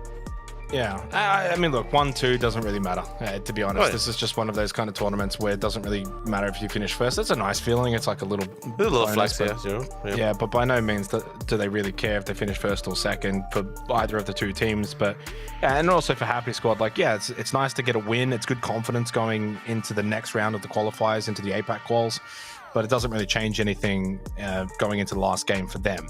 And again, to put the highlight here, JFT 85 points, X-Men 84, ISG 80, and Unlucky 75. Those are the 4 fighting to get into the top 10. One of those 4 will miss out. Odds on right now is certainly Unlucky because they're the ones that are outside of the top 10, but it's only a 5-point gap to ISG, 9 to X-Men, and 10 to JFT. The reality is, for JFT, like, the gap is close enough that if Unlucky themselves, let's say Unlucky go and get, you know, a 3rd place 9-kill game, which they've already done that tonight, and they leapfrog over all 3 in front of them, and then ISG go and get 6 points, X-Men go and get 2 points, and you get nothing, suddenly you find yourself in 11th and you're out. So they need to make sure that they don't play scared within themselves. They still need to go out and get points and not feel nervous about losing fights early on and then, you know, playing the waiting game. But they don't need too many points. I said about 90 should mean you're in the top 10. And that's really the case still. Go and get 5 points. 4 or 5 points here for JFT, and you are through. One team fight, and you are through. So not much is required. And the same goes for X-Men. They're in the same position. One team fight, you're probably through. A couple of placement points. For ISG, the pressure certainly is on them just as much as Unlucky. Not to the same level, because of course, if Unlucky gets 0 points, then ISG are through. But for ISG, knowing they've only got a 5-point gap, they need to make sure that they are playing as if they are in 11th, that they are playing as if they need the points. You got to be cautious. You got to be careful. You're also now playing, and this doesn't really get spoken enough about in PUBG sometimes. You're playing in a lobby where there's 12 teams that don't care about this game. That is actually a really awesome way to look at it. There's 12 teams that don't care to play this game right now. They're ready to just play it and go to bed. So that means they're more prepared to do the most random stuff possible. There's only 4 teams in this lobby right now that have emphasis on playing this game out properly, the proper way of playing PUBG. The other 12 can do anything now. Hot drops, run around and gun, do whatever they want, be aggressive, overpeak. So you're playing in a very chaotic lobby for your final game where you need a couple of points. It's not easy.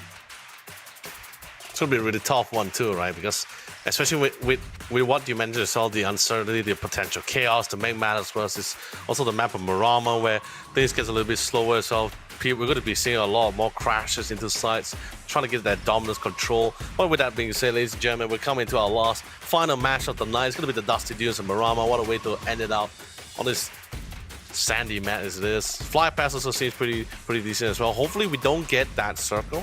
I don't know why. So far, I'm just getting this gut feeling, Xanox. We might just get that circle towards all the way to Puerto Paraiso, or at least circling over Impala for some reason. I'm just getting that gut feeling just from this flight path alone. But other than that, you know, it's like you said, right? 12 teams. Actually, it's a very positive thought, right? To have 12 teams not really being bought, only 4 being primarily focused on trying to get the point, because that's the nature of the game, right? Top 2 pretty much qualifying. There's no one going to be able to contest with the top 2 spots. 3. Position like rank 3 to rank 6, they're in a 100-point marker. No one's gonna outrank them except among themselves. No one's gonna be able to switch out any points anytime soon. This is the last match. And I don't think this is you, unless magically you had to get like what 30 points. That's like chicken dinner on top of 12, 15 kills. Monk is not. No, they're done. Leo, they are done. Put it to bed. I know. I'm just saying, like, it's that kind of thing where you had to do some really crazy mad fragging to get that amount of points. You literally need to kill like half the lobby. Like any team, right? Any of the team, especially among my Savage Men, if they want to go, if they want to try to surpass Happy Squad. No, it's done. It's unlikely it's done, right? It's gone, all right? Yeah, no, it's done. Let's stay focused here on Unlucky, because they've actually got an early fight. Now, they cannot be losing these fights, but if they can get an early squad wipe onto Roman Kill, talk about a handy 4 points. Now, Overly's up close with the UMP. That's a lovely spray, though. Open AI with the open scopes. He's got nothing on that scar. 5 bullets, and he gets the knock onto Flash as well. Finally, Overly up close with the UMP. Even Neema's got him on the other side of the road. Overly makes it back into the building, though, and he gets the flush onto Open AI. But they need to make sure that Lima cannot get further up close, and Sevi's upstairs as well. Where is the remaining member of Unlucky? Overly's knocked. Oh, that's the last one? This may be the tournament done already. There's only 1 player up for Unlucky, and he's not even close. It's Aimhack. This is it. 2 minutes into the final game, and Unlucky have thrown away their tournament, losing out to Roam and Kill, the team in 14th. I did not expect this. Like, I did not even. Oh, well, that is just absolutely annoying. As a neutral spectator, I hate it. I absolutely hate it. No, yeah, no one likes it, but nor did we expect this. Right? This game, man. This game, I swear to God. They could have just, like, why could they not just kill Roman Kill and then it's like, oh, we're on. Yeah, we're off to the races, right? We're off to the races. If you're ISG and you're looking at that kill feed, you're like, boys, we're done. But that was it, 2 minutes in. We didn't have to do anything. I mean, Okay, look, there's one player alive, 4 points the gap. So he needs probably 5 points as a solo from here for IMHAC. It's just so unlikely. All right, Xanax. Okay, now we're doing theory crafting right now. Okay, no, let's not talk about realistically speaking because of how the reality is looking very grim for Unlucky, right? But what are the off chance, right? He gets all the way to placement, gets 4 kills or 4 or 5 kills on off. Okay, what he needs to do, right? So circle's north side. We haven't spoken, but it's towards the Al Azahar side of the map. Correct, he needs to get into Al Azahar.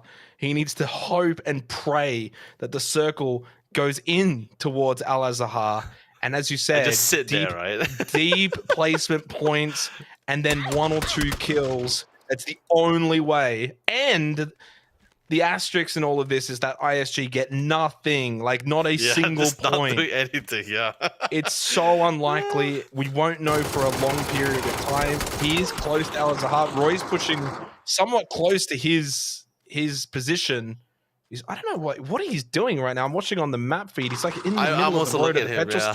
He's at the petrol station, I think, outside Al Azahar.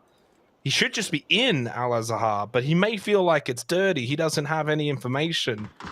But that is just an absolutely shocking way for Unlucky to close the night out because they are a capable team. It's like we were saying in the break period. It's like they can certainly do the damage necessary. I mean, so far tonight, they had a third with 11 kills, a second with 9 kills. And then it's just that. It's just, yeah, anyway. Well, I mean, and also the rest of this game doesn't matter, by the way. Like, these fights are irrelevant. Like, they're just basically playing a scrim at this point. Yeah. This is just one of those few times where you really do not want to live up to the name, no pun intended, but that's the current scenario as well. We thought, oh man, this is not fun at all for us, man. It's like you said, it's not really unfair. ISG, by the way, they had the furthest job alongside with you, with I believe just looking at the side of Paladin and Knight as well. So making the way in, that is one theory. But if ISG is able to win up the fight against DBH right now, gets a full team white, that's pretty much any points they get, and Unlucky's out completely out. Like they need 0 points. And an absolute dream run from IMHAC to get deep placement points. Like I cannot spell it out anymore. And being completely blunt with it, you know, you can have your little theories, you can have your little hopes and wishes, but the reality is, if ISG even get like 1 or 2 points, it's certainly going to be enough. Like you need to, like in terms of tiebreaker as well. Let me bring up the leaderboard that I've got here to see the kill difference. If it kills or placements for this open qual, because that also becomes a factor as well. So right now, placement points, Unlucky have more kills in favor of ISG. So if I scroll up here, it doesn't have the tiebreakers on the Wikipedia, and yeah, I'm not too sure. So it'll be one of the two. Some tournaments it's kills, some tournaments it's placement points, but yeah, ISG would be very happy with the way, and like as soon as he's dead as well, this game is just null and void. I mean, oh yeah, it's just a formality at that point, right? I mean, Monk also just more than happy to just fight this and quit the game and go do something else or go to bed or whatever. They know they can't get second. Oh, my good Nate. Wait, hold on. We do get the slight message here. Oh, okay, placement point first. The tiebreaker is placement point first. Okay, well, that actually makes it a little bit fascinating because Unlucky have got more placement points, and the only world in which that they overtake ISG and is ISG doesn't do anything. If IMHAC for Unlucky can play deep and get placement points, then of course, like you already got the tiebreaker anyway. So really, he only needs 4 points. Yeah. So if you can get, you know, a top 5 finish and 1 kill or whatever it may be, like that actually could be enough if ISG go out with nothing from here. Mm-hmm. Yes, join me in the theory, but like I said before, explicitly just theory discussion. And the reality, of course, it's a lot more harder than usual, especially since it's Al Azahar, and I'm not sure what it's. Not really. I mean, like if he just, I've seen rank tanks happen plenty of times. Like as a solo, it's very much a case of you've just got to understand your positioning, and survivability is priority number 1. By the way, he's still stuck at the petrol station. I just checked the map right now, actually. He's still there. Yeah. And I'm watching ISG long wrap rotate towards Crater. They're the only two teams that matter. Should put it pretty blunt as well. JFT and X-Men are through. They will not get overtaken from here. Oh. So they can breathe a sigh of relief. They'll have to play it out as if they're not through, which is always the best way to do it. You just play as if, you know, crazy things can happen. 2 kills for JFT, 2 players up. But their point differential is just too massive for a solo player to obviously overtake them, plus then X-Men and ISG. So JFT's fine. They'll go through. Yeah, the odds X-Men as well. Yeah, the odds is not heavily favoring him at all, you know. But you know, other than that, everyone else slowly making their way in. QL also just barely got into the edge of their own personal side as well. DBH is also making their way down alongside Paldi and Knight. No, but like you said, you know, everyone is just trying to see if they can try to get as much points as possible. But reality-wise, we practically know who's our top 10 at this current moment of time. I mean, it's not really set in stone just yet, but it just feels like that. Unless all our theories suddenly comes to light, it suddenly comes to make this dream it's run. down to ISG more than even is IMHAC. IMHAC only has one thing he's got to do, which is just hide. Yeah, just sit down in his hole, right? Yeah, ISG still need to get. Yeah, like ISG right now, as the players, 9.5 minutes into this game, they've seen what's happened to Unlucky, but you're still playing this serious comms, serious strats, play it safe, and they would know as well, if there's a solo player left up for the team that's behind them, he needs to play deep, get placement points. What do we want to then do? Certainly not fight. Like, even if you get the kills and you win the fight, that's great, but you put yourself at risk of getting out with 0 points, and suddenly the solo then has an opportunity. So play safe, play far edge, rotate in late, because you're so far away, you can actually just see them now on the map. ISG towards water treatment, huge wrap, huge rotate, because they were not even remotely close to this circle, which that circle, by the way, is really good for IMHAC. Now he's got to pray that no one comes to his petrol station. The one time no petrol station want to make any sales at the current moment of time here. But we do see Zanshin coming in. There's also one of the few teams that actually dropped pretty fast south. It's over. As well. It's done. Oh, God. IMHAC has had Happy Squad pull up, and this poor man knows that their time at this tournament is done, and that is our rest of APAC quals done. Finished. 10 teams confirmed. Now, in theory, there is still Team Newbies with 2 players, but the gap of 13 points is not going to be done with a duo on a team that has struggled immensely. Palladium, yeah, they'll be very disappointed with this performance in this tournament. That is a team with too much talent, way too much talent, to be second last, and maybe even then last if NRG can get a couple of points from this game. But yeah, can confidently say that this top 10 is finalized. The top 10, well, third to 10, go to the play-ins. And of course, the top 2 straight to the finals of the APAC qualifiers. What is the APAC qualifiers? Well, of course, it adds in Thailand, it adds in Vietnam. 2 premier regions in APAC, as Lima eliminated the end of Roman Kill. Nice pickup for Elder. They will now know that Unlucky is out and that they're in the top 10, but you still, if you're Elder as a solo, you play this out as if you're not even in the top 10. You got to play this out with the mindset that you need to get every point that you possibly can. It's just a good habit to be in as a pro player. Play until the final whistle. Well, I mean, it ain't over to the fat lady sings, right? But other than that, you know, it's unfortunate that, you know, this is the kind of ending the ranking that Palladium and Knight actually got the kind of score line here. Probably not exactly what they were hoping for, but other than that, I'm still very happy to the fact that we actually had 4 Oceania team actually participating in this tournament. I think, at least for me, I've so far just been witnessing at least like 1 or 2. That's pretty much the norm for me. Suddenly just hearing the fact that it was 4 coming to this tournament, I was relatively excited here. Shocked that Naughty Bots, or at least that, or X Fury or X. Nah, Naughty Bots are washed. Absolutely washed. Yeah, they fell out during the Open Qualifiers in one of the top 32s. Yeah, in the top 32s, they didn't make it through. They were in the semifinals.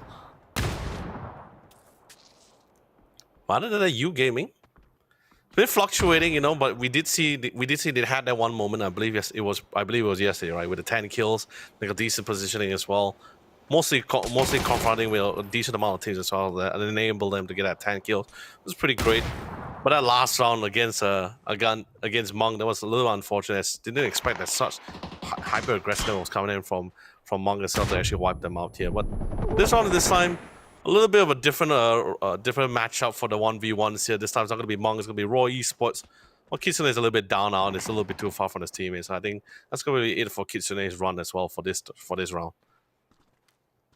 Yeah, and it's a rough one when you kind of look at UG and you think about, as we kind of like see these teams basically in the last game, get eliminated.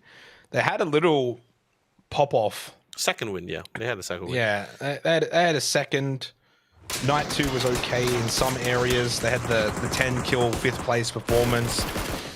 They were always kind of around the conversation until tonight. And just, left their run too late. And the gap then kept widening and just didn't quite have the quality to overcome that gap.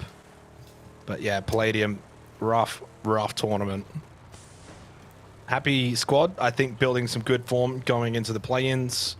Certainly a team that I wouldn't be surprised to see in the finals when it's all said and done. I think they're a real good quality team. And kind of just like now that this game's pretty much dead rubber, looking at now the teams that have qualified and looking at where teams are going to be going. Kiwa and Zanshin in the top 2, straight into the finals. Can they go all the way to EWC now? Best placed position to be in. Essentially they'll play 18 games, and in those 18 games, if they can qualify for EWC, that's absolutely massive. Zanshin's going to be one to watch because I think they play some really good fundamental PUBG. Kiwa just popped off to a super high level though. So if they can play those two teams to their absolute best, they probably will be a good chance of representing this rest of APAC region against Thailand and Vietnam in competing for a spot at EWC. Monk at their very best, I don't know if they can qual EWC. I think they're a little past their use-by date. I think if they play at their absolute best, certainly they can, but I don't know if they can do it consistently enough. And I think for Roy, Obs, Happy, DBH, they'll be competitive, but I'd be quite surprised to see them at the Esports World Cup. I mean, I'm not too surprised. It's something that I've been seeing, I've been following up with Kiwa Esports for quite a while now, and this was before they actually rebranded towards Kiwa Esports as well. Back then they were like on call. They were Victim Rise, From the Future. I mean, From the Future at the time it was just mainly Man. It was just mainly Man and Trick at that time, but that was like years back. Now with this current new roster, they have tangled with the likes of Daytrace and with the Thai Vietnamese team as well. Sure, the competitiveness is relatively high in the APAC scene. I mean, that's natural, right? That's pretty much why we have the APAC qualifier has been split between two sides, right? One to cater for respective region, and then the final one is basically the entire APAC as a whole. When we start including the best Thai teams and the best Vietnamese team, as they are also going through their own respective qualifiers as well. But it's good to see them coming back. It's interesting. You go back to like the PCS days, and it didn't used to be such a heavy split. Like Vietnam and Thailand had their top teams that matched up to the top teams from OS, the top teams from Philippines, even one or two teams from Indonesia. It's like, where did this gap just suddenly come from that it's just that massive? Because back in the day, it really was all of APAC inclusive. Yep. Had a couple from Thailand, a couple from Vietnam, a couple from OS, one or two from Indonesia, the one Philippines team, and it felt more APAC. Now it's sort of like Vietnam and Thailand versus the rest. Hence why we're in the rest of APAC quals. ISG lose Muck, JFT eliminated, but they're safe. They are through. But yeah, I really hope we can get to a point where this region right here, the rest of APAC region, and all these teams from, Malaysia and India and OS and Philippines can close that gap once again. But I think, truthfully, in terms of like the Oceanic region, the best days are behind us, and there's not enough new talent coming through and filtering through. It's just the harsh reality, and whether that's down to the systems that are there in terms of the way the ecosystems work, I'm not too sure. The health of the game or whatever it may be. The truth is that OS was very much at its best back in the day compared to where it is now, and maybe you can say the same for a couple of these other minor regions. But I thought actually there was still a decent amount, right? I believe I wasn't really heavily following up with it, but there was still like I believe there was like some Oceania teams back like in Onslaught leagues or even the Challenger Rumbles here. I like some not to say it's like very actively seeing some of the returning teams or at least some of the players here, but at least I thought there was still some flow of fresh talents coming in. Probably not as heavily compared to the Thai and Vietnamese side. I mean, like I love the fact they brought up PCS because I started reminiscing. I was like, oh, made in Thailand, Buriram United, Cabarrus Esports. Just trying to like the amount of teams that back then you could practically just count on your in two hands. But when you look at like in the entire qualifiers as a whole, suddenly you see like it's just like Thailand, you come like there'll be like what 10 teams coming in. Vietnam is also about like another 10 teams also coming in. They start thinking it's like, wow, okay, I strongly believe that in Southeast Asia we have an abundance of young talents, really talented players. I think it's just a matter of just putting the right pieces in the right puzzles, right? I think just a lot of these talented players, or at least players in general, just never really got an opportunity to be put in a roster, or at least give it a chance to get to play at this kind of level of PUBG esports as well here. I think the same could be applied with other esports game titles as well. Because PUBG's been here for a relatively long time. Yeah, too, it has, absolutely. But yeah, just somewhere along the way, the gap certainly just widened dramatically. Phase 5, 19.5 minutes through. If you're just tuning in or just tuned in recently, we have locked in our top 10. Not exactly the final match that we're still alive, so they're being a little bit of a nuisance right now, but they're 14 points behind and would essentially need to win this game as a duo. They're just on your minimap to the top right. They're as close to center as they possibly can be. ISG still have 3 players up as well, looking to make sure there's no funny business towards the end of this final game. So top 10 qualify, move on to the APAC quals, as we've kind of just been discussing with Thailand and Vietnam teams. Of course, the top 2, which is firmly locked in, no funny business there, go straight to the finals of that qualifier and will have the best chance of getting towards the Esports World Cup, which is what these teams are all fighting for. But yeah, unfortunately, just one of those kind of things. PUBG, it goes one or two ways, Leo. The last game can be so hype and so fun with the way that sometimes these leaderboards work out. You know, like imagine this was top 8, you know, and X-Men were 1 point away or something like that. Those are the kind of games we've had plenty of in the past, but unfortunately, in this instance, we get the complete opposite. ISG fighting it out against DBH.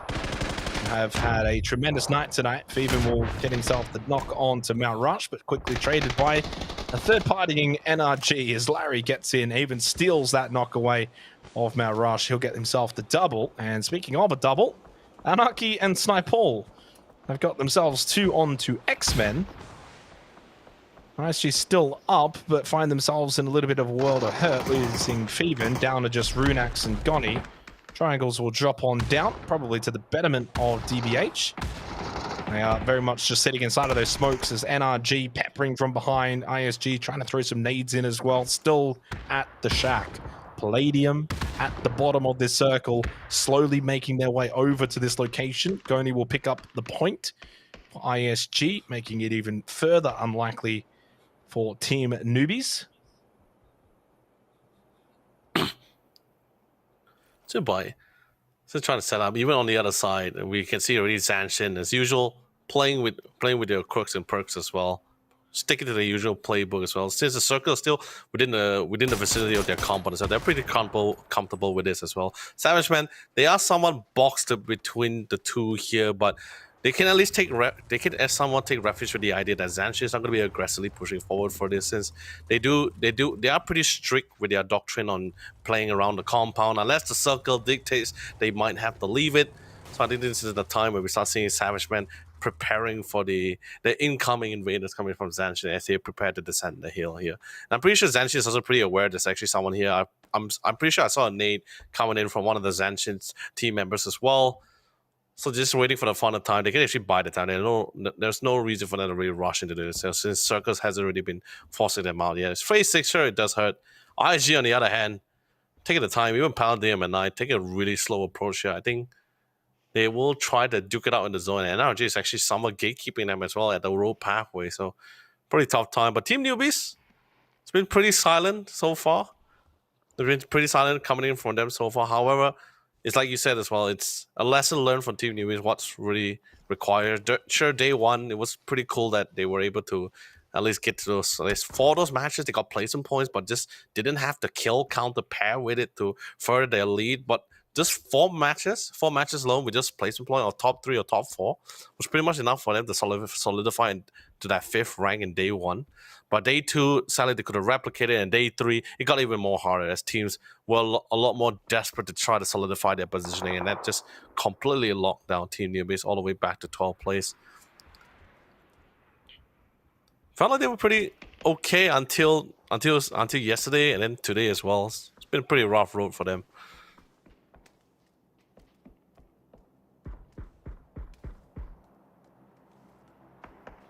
Down to the final 6. Is there a world in which Zanshin can maybe still reclaim that top spot? They'd have to wipe a lot of this lobby, be aggressive. Certainly mathematically possible. 10 points of chicken dinner. And well, if it's not placement, well, they get about 8. They get an extra 8 from here, so that's 178. Yeah, they need about 4 or 5 extra kills. Again, it's very, very doable. Very doable. And not necessary. I mean, it doesn't really make any changes, right? But it's just the kind of thing where, like, oh, hey, flex, right? Yeah. I got rank 1, guys. That kind of thing, I guess. But I guess in a way, the main importance is just at least you're being one of the 2 teams to go straight to the EWC APAC Qualifier finals. At least skip that's exactly a huge portion of it. So it doesn't really matter if you finish first or second, but that's something that they could certainly go for here at the end of this game if they can manage it. Team Newbies, obviously they know they're quite a distance away from the top 10, but doing everything that they possibly can do to finish on a high note. Snipeball and Anarchy have played this quite well to just, keep distance, keep space, defend their position, get a couple of kills. It's certainly a team, if their name is true and they're very much newbies, I know, coming out of India, and they had a great night 1, and they can really kind of just look to that and say, all right, well, was what we did right, how do we replicate that more often in the next tournament? And I hope for their sake that they can. Snipeball. Looks like Gunner was able to spot out the trajectory as well, but same goes for Penalty with his line. The spot that coming. We do see a little bit of a drive-by, a crash into the side as well. Looks like Savage Man, they want to go out with a bang. The Team Newbie Anarchy, last man standing, last man to be eliminated as well. There goes Team Newbies. Slowly down to our final 5. Probably it's been a rough patch for a lot of these guys, but probably not the kind of... NRG can get off the bottom here and overtake Roman kill. That's probably the last thing to really look at as to what we can actually get from this final game outside of maybe Zanshin, but 2 knockdown does not help them in their quest for the #1 spot. But it would be, indeed, they've done it. NRG have got themselves off of the last place position. And, it's not often when you I remember back in the day, the PCS days, you'd have, the bottom 2 would be firmly low on points. To see Palladium, UG, NRG, Roman Kill, all just 5 points separating them, and still then only being, double, 10 or so points off of TN. It's a bottom lobby that can hold their head high. I know at the end of the day they've finished in the bottom 4 or 5 teams, but at times they've been competitive, and all of those teams at times throughout the 18 matches have shown quality. It's just difficult to do it consistently enough in a lobby with still some really, really good talent at the top end. So that's definitely a takeaway for me. No one got absolutely bullied in this lobby. It seemed too many times, especially like in the rest of APAC quals, you could easily have a team on, anywhere between 15 to 25 points. So I'm happy to see no one got really bullied. And for NRG, last the entire way through, now up into 13th, a really, really good way to close out this tournament. As Zanshin looking to close it out on an even better note. 1-for-1 trade. Kansas is going to get the knock on to Crazy Dog. It's Larry and Painska. But they're down a couple of players, and Zanshin have certainly got the numbers against them in a 3-on-2. Juan is up close. He gets caught. Pangska roaming and being aggressive. And well, if NRG had played a little bit more like this throughout the tournament, they may have actually been closer to a qualifying spot rather than towards the bottom. Nice out. Wow, the shooting from Pangska to close this out. He is absolutely lighting Zanshin up. It's NRG, Nirvana Rebirth, in the final game that gets the final win. The team that was dead last throughout the entire tournament rockets up the leaderboard by certainly not any close enough to getting into the top 10. It was at least a good showing to close things out. And we are done here for the rest of APAC Open Quals. Our top 10 and our top 2 is easily decided. No funny mathematicians required. I hate that more than anything, is when we have to go to run the numbers and we have to quickly run the maths. No, it's all locked in. It's done. Congratulations to the top 10 and to the top 2 as well. And Kiwa and Zanshin, they go directly to the finals. Got to be careful with Larry's computer here. Well, let's go to the highlights before he opens up a bad tab. Get an early squad wipe onto Roman Kill. Talk about a handy 4 points. Now, Overly's up close with Open AI with the open scopes. He's got nothing on that scar. 5 bullets, and he gets the knock onto Flash as well. Finally, Overly up close. The rest of this game doesn't matter, by the way. Like, these fights are irrelevant. Like, they just spell it out anymore and being completely blunt with it. You know, you can have your little theories. Right now, placement points, Unlucky have more kills in favor of Unlucky have got more placement points, and the only world in which that they and survivability is priority number 1. By the way, he's still stuck at this poor man knows that their time at this tournament is done. Thailand, it adds in Vietnam. 2 premier regions. Among us, to actually wipe them out here. But this one, this time, a little bit of a areas. They had the 10 kill 5th place performance. They were all, you know, essentially they'll play 18 games, and in those 18 games, if they can qualify for EWC, the one Philippines team, you know, and it felt more APAC. Now it's sort of like Vietnam and Thailand versus the rest. Hence Winders. And there's not enough new talent coming through and filtering through reality, and you know, whether that's down to the systems that are there in terms of the way I believe that in Southeast Asia we have an abundance of young talents. Really, BH have had a tremendous night tonight. I thought the trajectory as well. Masengo goes for Panania with line. The spot that coming. We do see a little bit as well. It's like Savage Man. They want to go out with a bang. The team newbie NRT left. Slowly down to our final 5. Probably a Ross. It's been a NRG can get off the bottom here and overtake Roman Kill. That's probably for the number 1 spot. But it would be, yeah, indeed they've done it. NRG have to close out this tournament. Zanshin looking to close it out on an even better note. Players and Zanshin have certainly got the numbers against them in a 3-on-2. They've actually been closer to a qualifying spot rather than towards the bottom. Nice out. Wow, the shooting from Pangska to close this out. He is absolutely lighting. Yeah, I mean, a crazy finish to this tournament with NRG shocking everyone in the last game and just putting on a clinic. And we've got ourselves our top 10 solidified, Leo. A really, really good rest of APAC Open Quals, which at the very least came down to the last game for that top 10, which is always kind of what you want. There's also plenty of tournaments where you even get down to the last 2 games and not much can realistically change. To get down to the last game, still have a lot to play for. Quite unfortunate to see Unlucky go out within 2.5 minutes and just kind of make the last game a dead rubber. But, you know, it is what it is. And obviously for Unlucky, they showed that their best is probably good enough for top 10. They just couldn't do it enough, and that really ends up being the difference for them. Super unfortunate to be so close, and as we kind of saw throughout that last game as well, and maybe things change because you see that they get knocked, you know, eliminated out of the kill feed pretty early on, but you know, like ISG didn't really rack up a huge amount of points. It could have been there for the taking. JFT as well, not racking up a huge amount of points. NRG with 2,000 damage in the last game. Zanshin, no surprise to see them make top 2 again.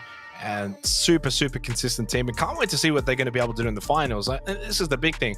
Both Zanshin and Kiwa straight to finals in the APAC quals for EWC puts them 18 matches now. That's it, 18 matches away to the road for EWC. All the others that qualified from 3 to 10, you got to go through play-ins, you got to go through groups. You got a lot more games to play now. I mean, I love the fact that we really want to keep an eye on Zanshin as well, right? Because we're not talking about, like, sure, Kiwa Esports, you hear it, you see the rosters, you be like, okay, this guy has been here before, this guy has been here for quite a while, so it's somewhat to be expected to see them coming back. But suddenly when you see a new team, like not just a new team name or brand, it's also with an entirely set of different rosters as well, which haven't been seen towards a majority of our APAC qualifier, or even straight up to the APAC region or APAC Grand Final in the first place here. So this is the kind of thing where people start asking the big questions, right? Where do they really stand? Sure, they have been pretty consistent for day number 1, day 2. Day 2, even for day 2 and day 3, they had really good first games, and after that it's been pretty lax. But I guess it's also because of the nature of the circle. There was few times they had to fight outside of their comfort zone, especially when they're not really defending or turning down, bunkering down in their own respective territory, as well as teams as they are pretty much playing with off angles. I think they learned a lot from this game, because they went up against teams who played the lights, who have participated in tournaments like PGS or PCS, or even all the way to PGCs before. So it's an abundance of experience for a new team who usually you won't get this kind of experience even among scrims as well. You could play scrims with some of these teams, but you won't get that kind of same pressure or same feeling, especially when there's something on the line here. So and it's not just for Zanshin, a lot of these other teams as well, some of the newer teams coming into the mix as well. Sure, they have a really fantastic amount of time, but this is the kind of thing where you kind of see the ceiling for a lot of these teams. But of course, ladies and gentlemen, as we discussed and mentioned multiple times, we have our top 10 teams here. First two, of course, congratulations to Kiwa and Zanshin, as we make it straight into the final round for our EWC Online Qualifier for the APAC region here. Whereas our third and 10th placing, they will still go for the online qualifier, but it will go straight to the play-in round. Yeah, and they'll have to now duke it out against, the Vietnamese teams and the Thailand team. So will Kiwa and Zanshin, but they'll do so later on in the tournament, which is where you really want to be. I mean, looking at the play-in rounds, how many of those do we expect from rest of APAC to join Kiwa and Zanshin in the finals? That's going to be the question. I think Monk at their best certainly could do it. Happy Squad at their best probably could do it. And then it gets a little bit questionable. Even on Roy, I need to see a bit more from Roy Esports. I felt like they were just a little bit lackadaisical at times. Old Bloods, sorry for the lads, but it's going to be a tough ask for them as well. So, I mean, Happy Squad, Monk, if I had to pick two from that group of 8 that I think will join Kiwa and Zanshin, it's probably Happy Squad and Monk. JFT, ISG, X-Men, if you're scraping through into the top 10, you're going to have to perform a little better. The good thing for them, Leo, is, you get a couple of weeks. I think you got about, 2 weeks until play-ins actually begin, or something close to that. Or 1 week. Yeah. I think it's a week and a half, actually, if we want to be specific. I think it's actually a week and a half. So you've got little bit of time, to kind of just assess where you're at, things you need to work on in scrims, and try and find a better balance going into those play-ins for those teams that were just scraping through. We're looking to close things up though, Leo. Anything that you want to say is this is it for us tonight?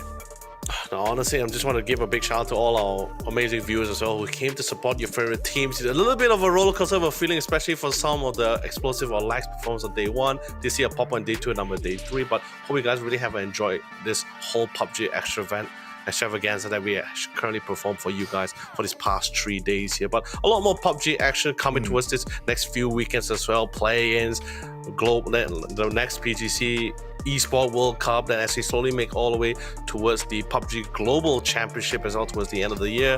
A lot of PUBG actions coming to you guys, and I'm very excited for it. But of course, most important, Xanox, it's been a fun ride with you as well. It's been a great time. It has. Week and a half or so until the play-ins, the APAC qualifiers, and the road to EWC is just starting to really start to shape up. Thank you so much for everyone tuning in, watching tonight here for the rest of APAC Open Quals. Best of luck to all of the teams that have qualified in their path to Esports World Cup in the APAC qualifiers to follow in the coming weeks. Thank you so much, everyone. We'll see you next time. We'll already have to shorten the stick here to see whether the 3 players, but you've got good zone control. This is the perfect game for them. Turtle gets caught outside the top 10 as Egbert very much stuck up the rock. Suspect's going to throw the nade in. All he did was essentially kind of what Happy Squad just did and probably crashed into the newbies. Can't really go around them. There's nowhere to go. Zanshin now sending it in. That they win this fight and they win it cleanly, they will win this game. But that's a big at the same time, right, if you can't even get the kill for it, you're going to be forcing all these teams to force a lot of mats, right? They're going to be picking out a lot of heals. They're still not aware about this. Oh, this is a great flank from Feven. Can he get more than just the 1 or 2? Indeed, there's only 1 up at the moment for Team Newbies. They get stuck between a rock and a hard place as well. Vehicles flaming, cars flaming, vehicles not. As managed to quickly clean up the fight with CJ because the impending danger is still en route. INRG is finally out of the picture for this fight here, but JFT and Savage still need to figure out how they want to crash out and get away. But beautiful lineup coming from Lund. Players, unfortunately, a little too early. That's a good spray position from Moshing. See a world in which you qualify now. Nothing's worked for this roster. It's such a talented team. Killaroo, a little bit of a bleeding out. Indeed, will be confirmed. Black Killer on the bleed out. There's the pop-up. One limited for all these teams here. And already 2 being knocked up from Roy. Not able to greet them in kind here. Convergence on this location. But what it means is there's also less focus on a team like Unlucky. Deep south, even if they're out in the open, there's not really kill onto CJ that forces 10 trip back, and the AWM with the last bullet. They have a happy spot, right? Even though they weren't able to be consistent enough to place. Ooh, by the way, fantastic Panzer. That's how close the building is within each other as well. The potential of a good nade can pretty much just flush. They will crash. They will crash into the side as a 4-man squad here, but they're all out of the clear. Essentially will hold their ground, but Bless will be blessed. Really good pressure on them. Psycho makes it around the corner. Aya pops his shots early. Roughly where most of the teams currently situated as well. This is a matter of seeing where the next turn is going to be. And for UG and Billy, the sub coming in, didn't play yesterday. Top 2, you need to get the full squad wipe, lose no more players. Spark Queen, aggressive. To answer your question, they're actually duking out QR. Luna coming in with a double barrel. We'll find teams in this lobby. And it has cost them a lot. And speaking of costly, he can't do much else. Outnumbered and spot Xuan a little further back. And that's where the shotgun's not so great. Got to bring out the AUG. Great headshot onto E as well. Now shotgun for the push up close. Should get the knock, and he does. And there's nice cell to deal with this revive and keep the 2 up. But it means for Unlucky. 1v1 as well. If Egbal wins out this fight, he'll be able to get the revive. Get an early squad wipe onto Roman Kill. Talk about a handy 4 points. Now Overly's up close with Open AI with the open scopes. He's got nothing on that scar. 5 bullets, and he gets the knock on the flash as well. Finally, Overly up close. The rest of this game doesn't matter, by the way. Like, these fights are irrelevant. Like, they're just NRG can get off the bottom here and overtake Roman Kill. Players in Ascension have certainly got the numbers against them, and a 3-on-2 actually being closer to a qualifying spot rather than towards the bottom. Nice out. Wow, the shooting from Pangskar to close this out. He is absolutely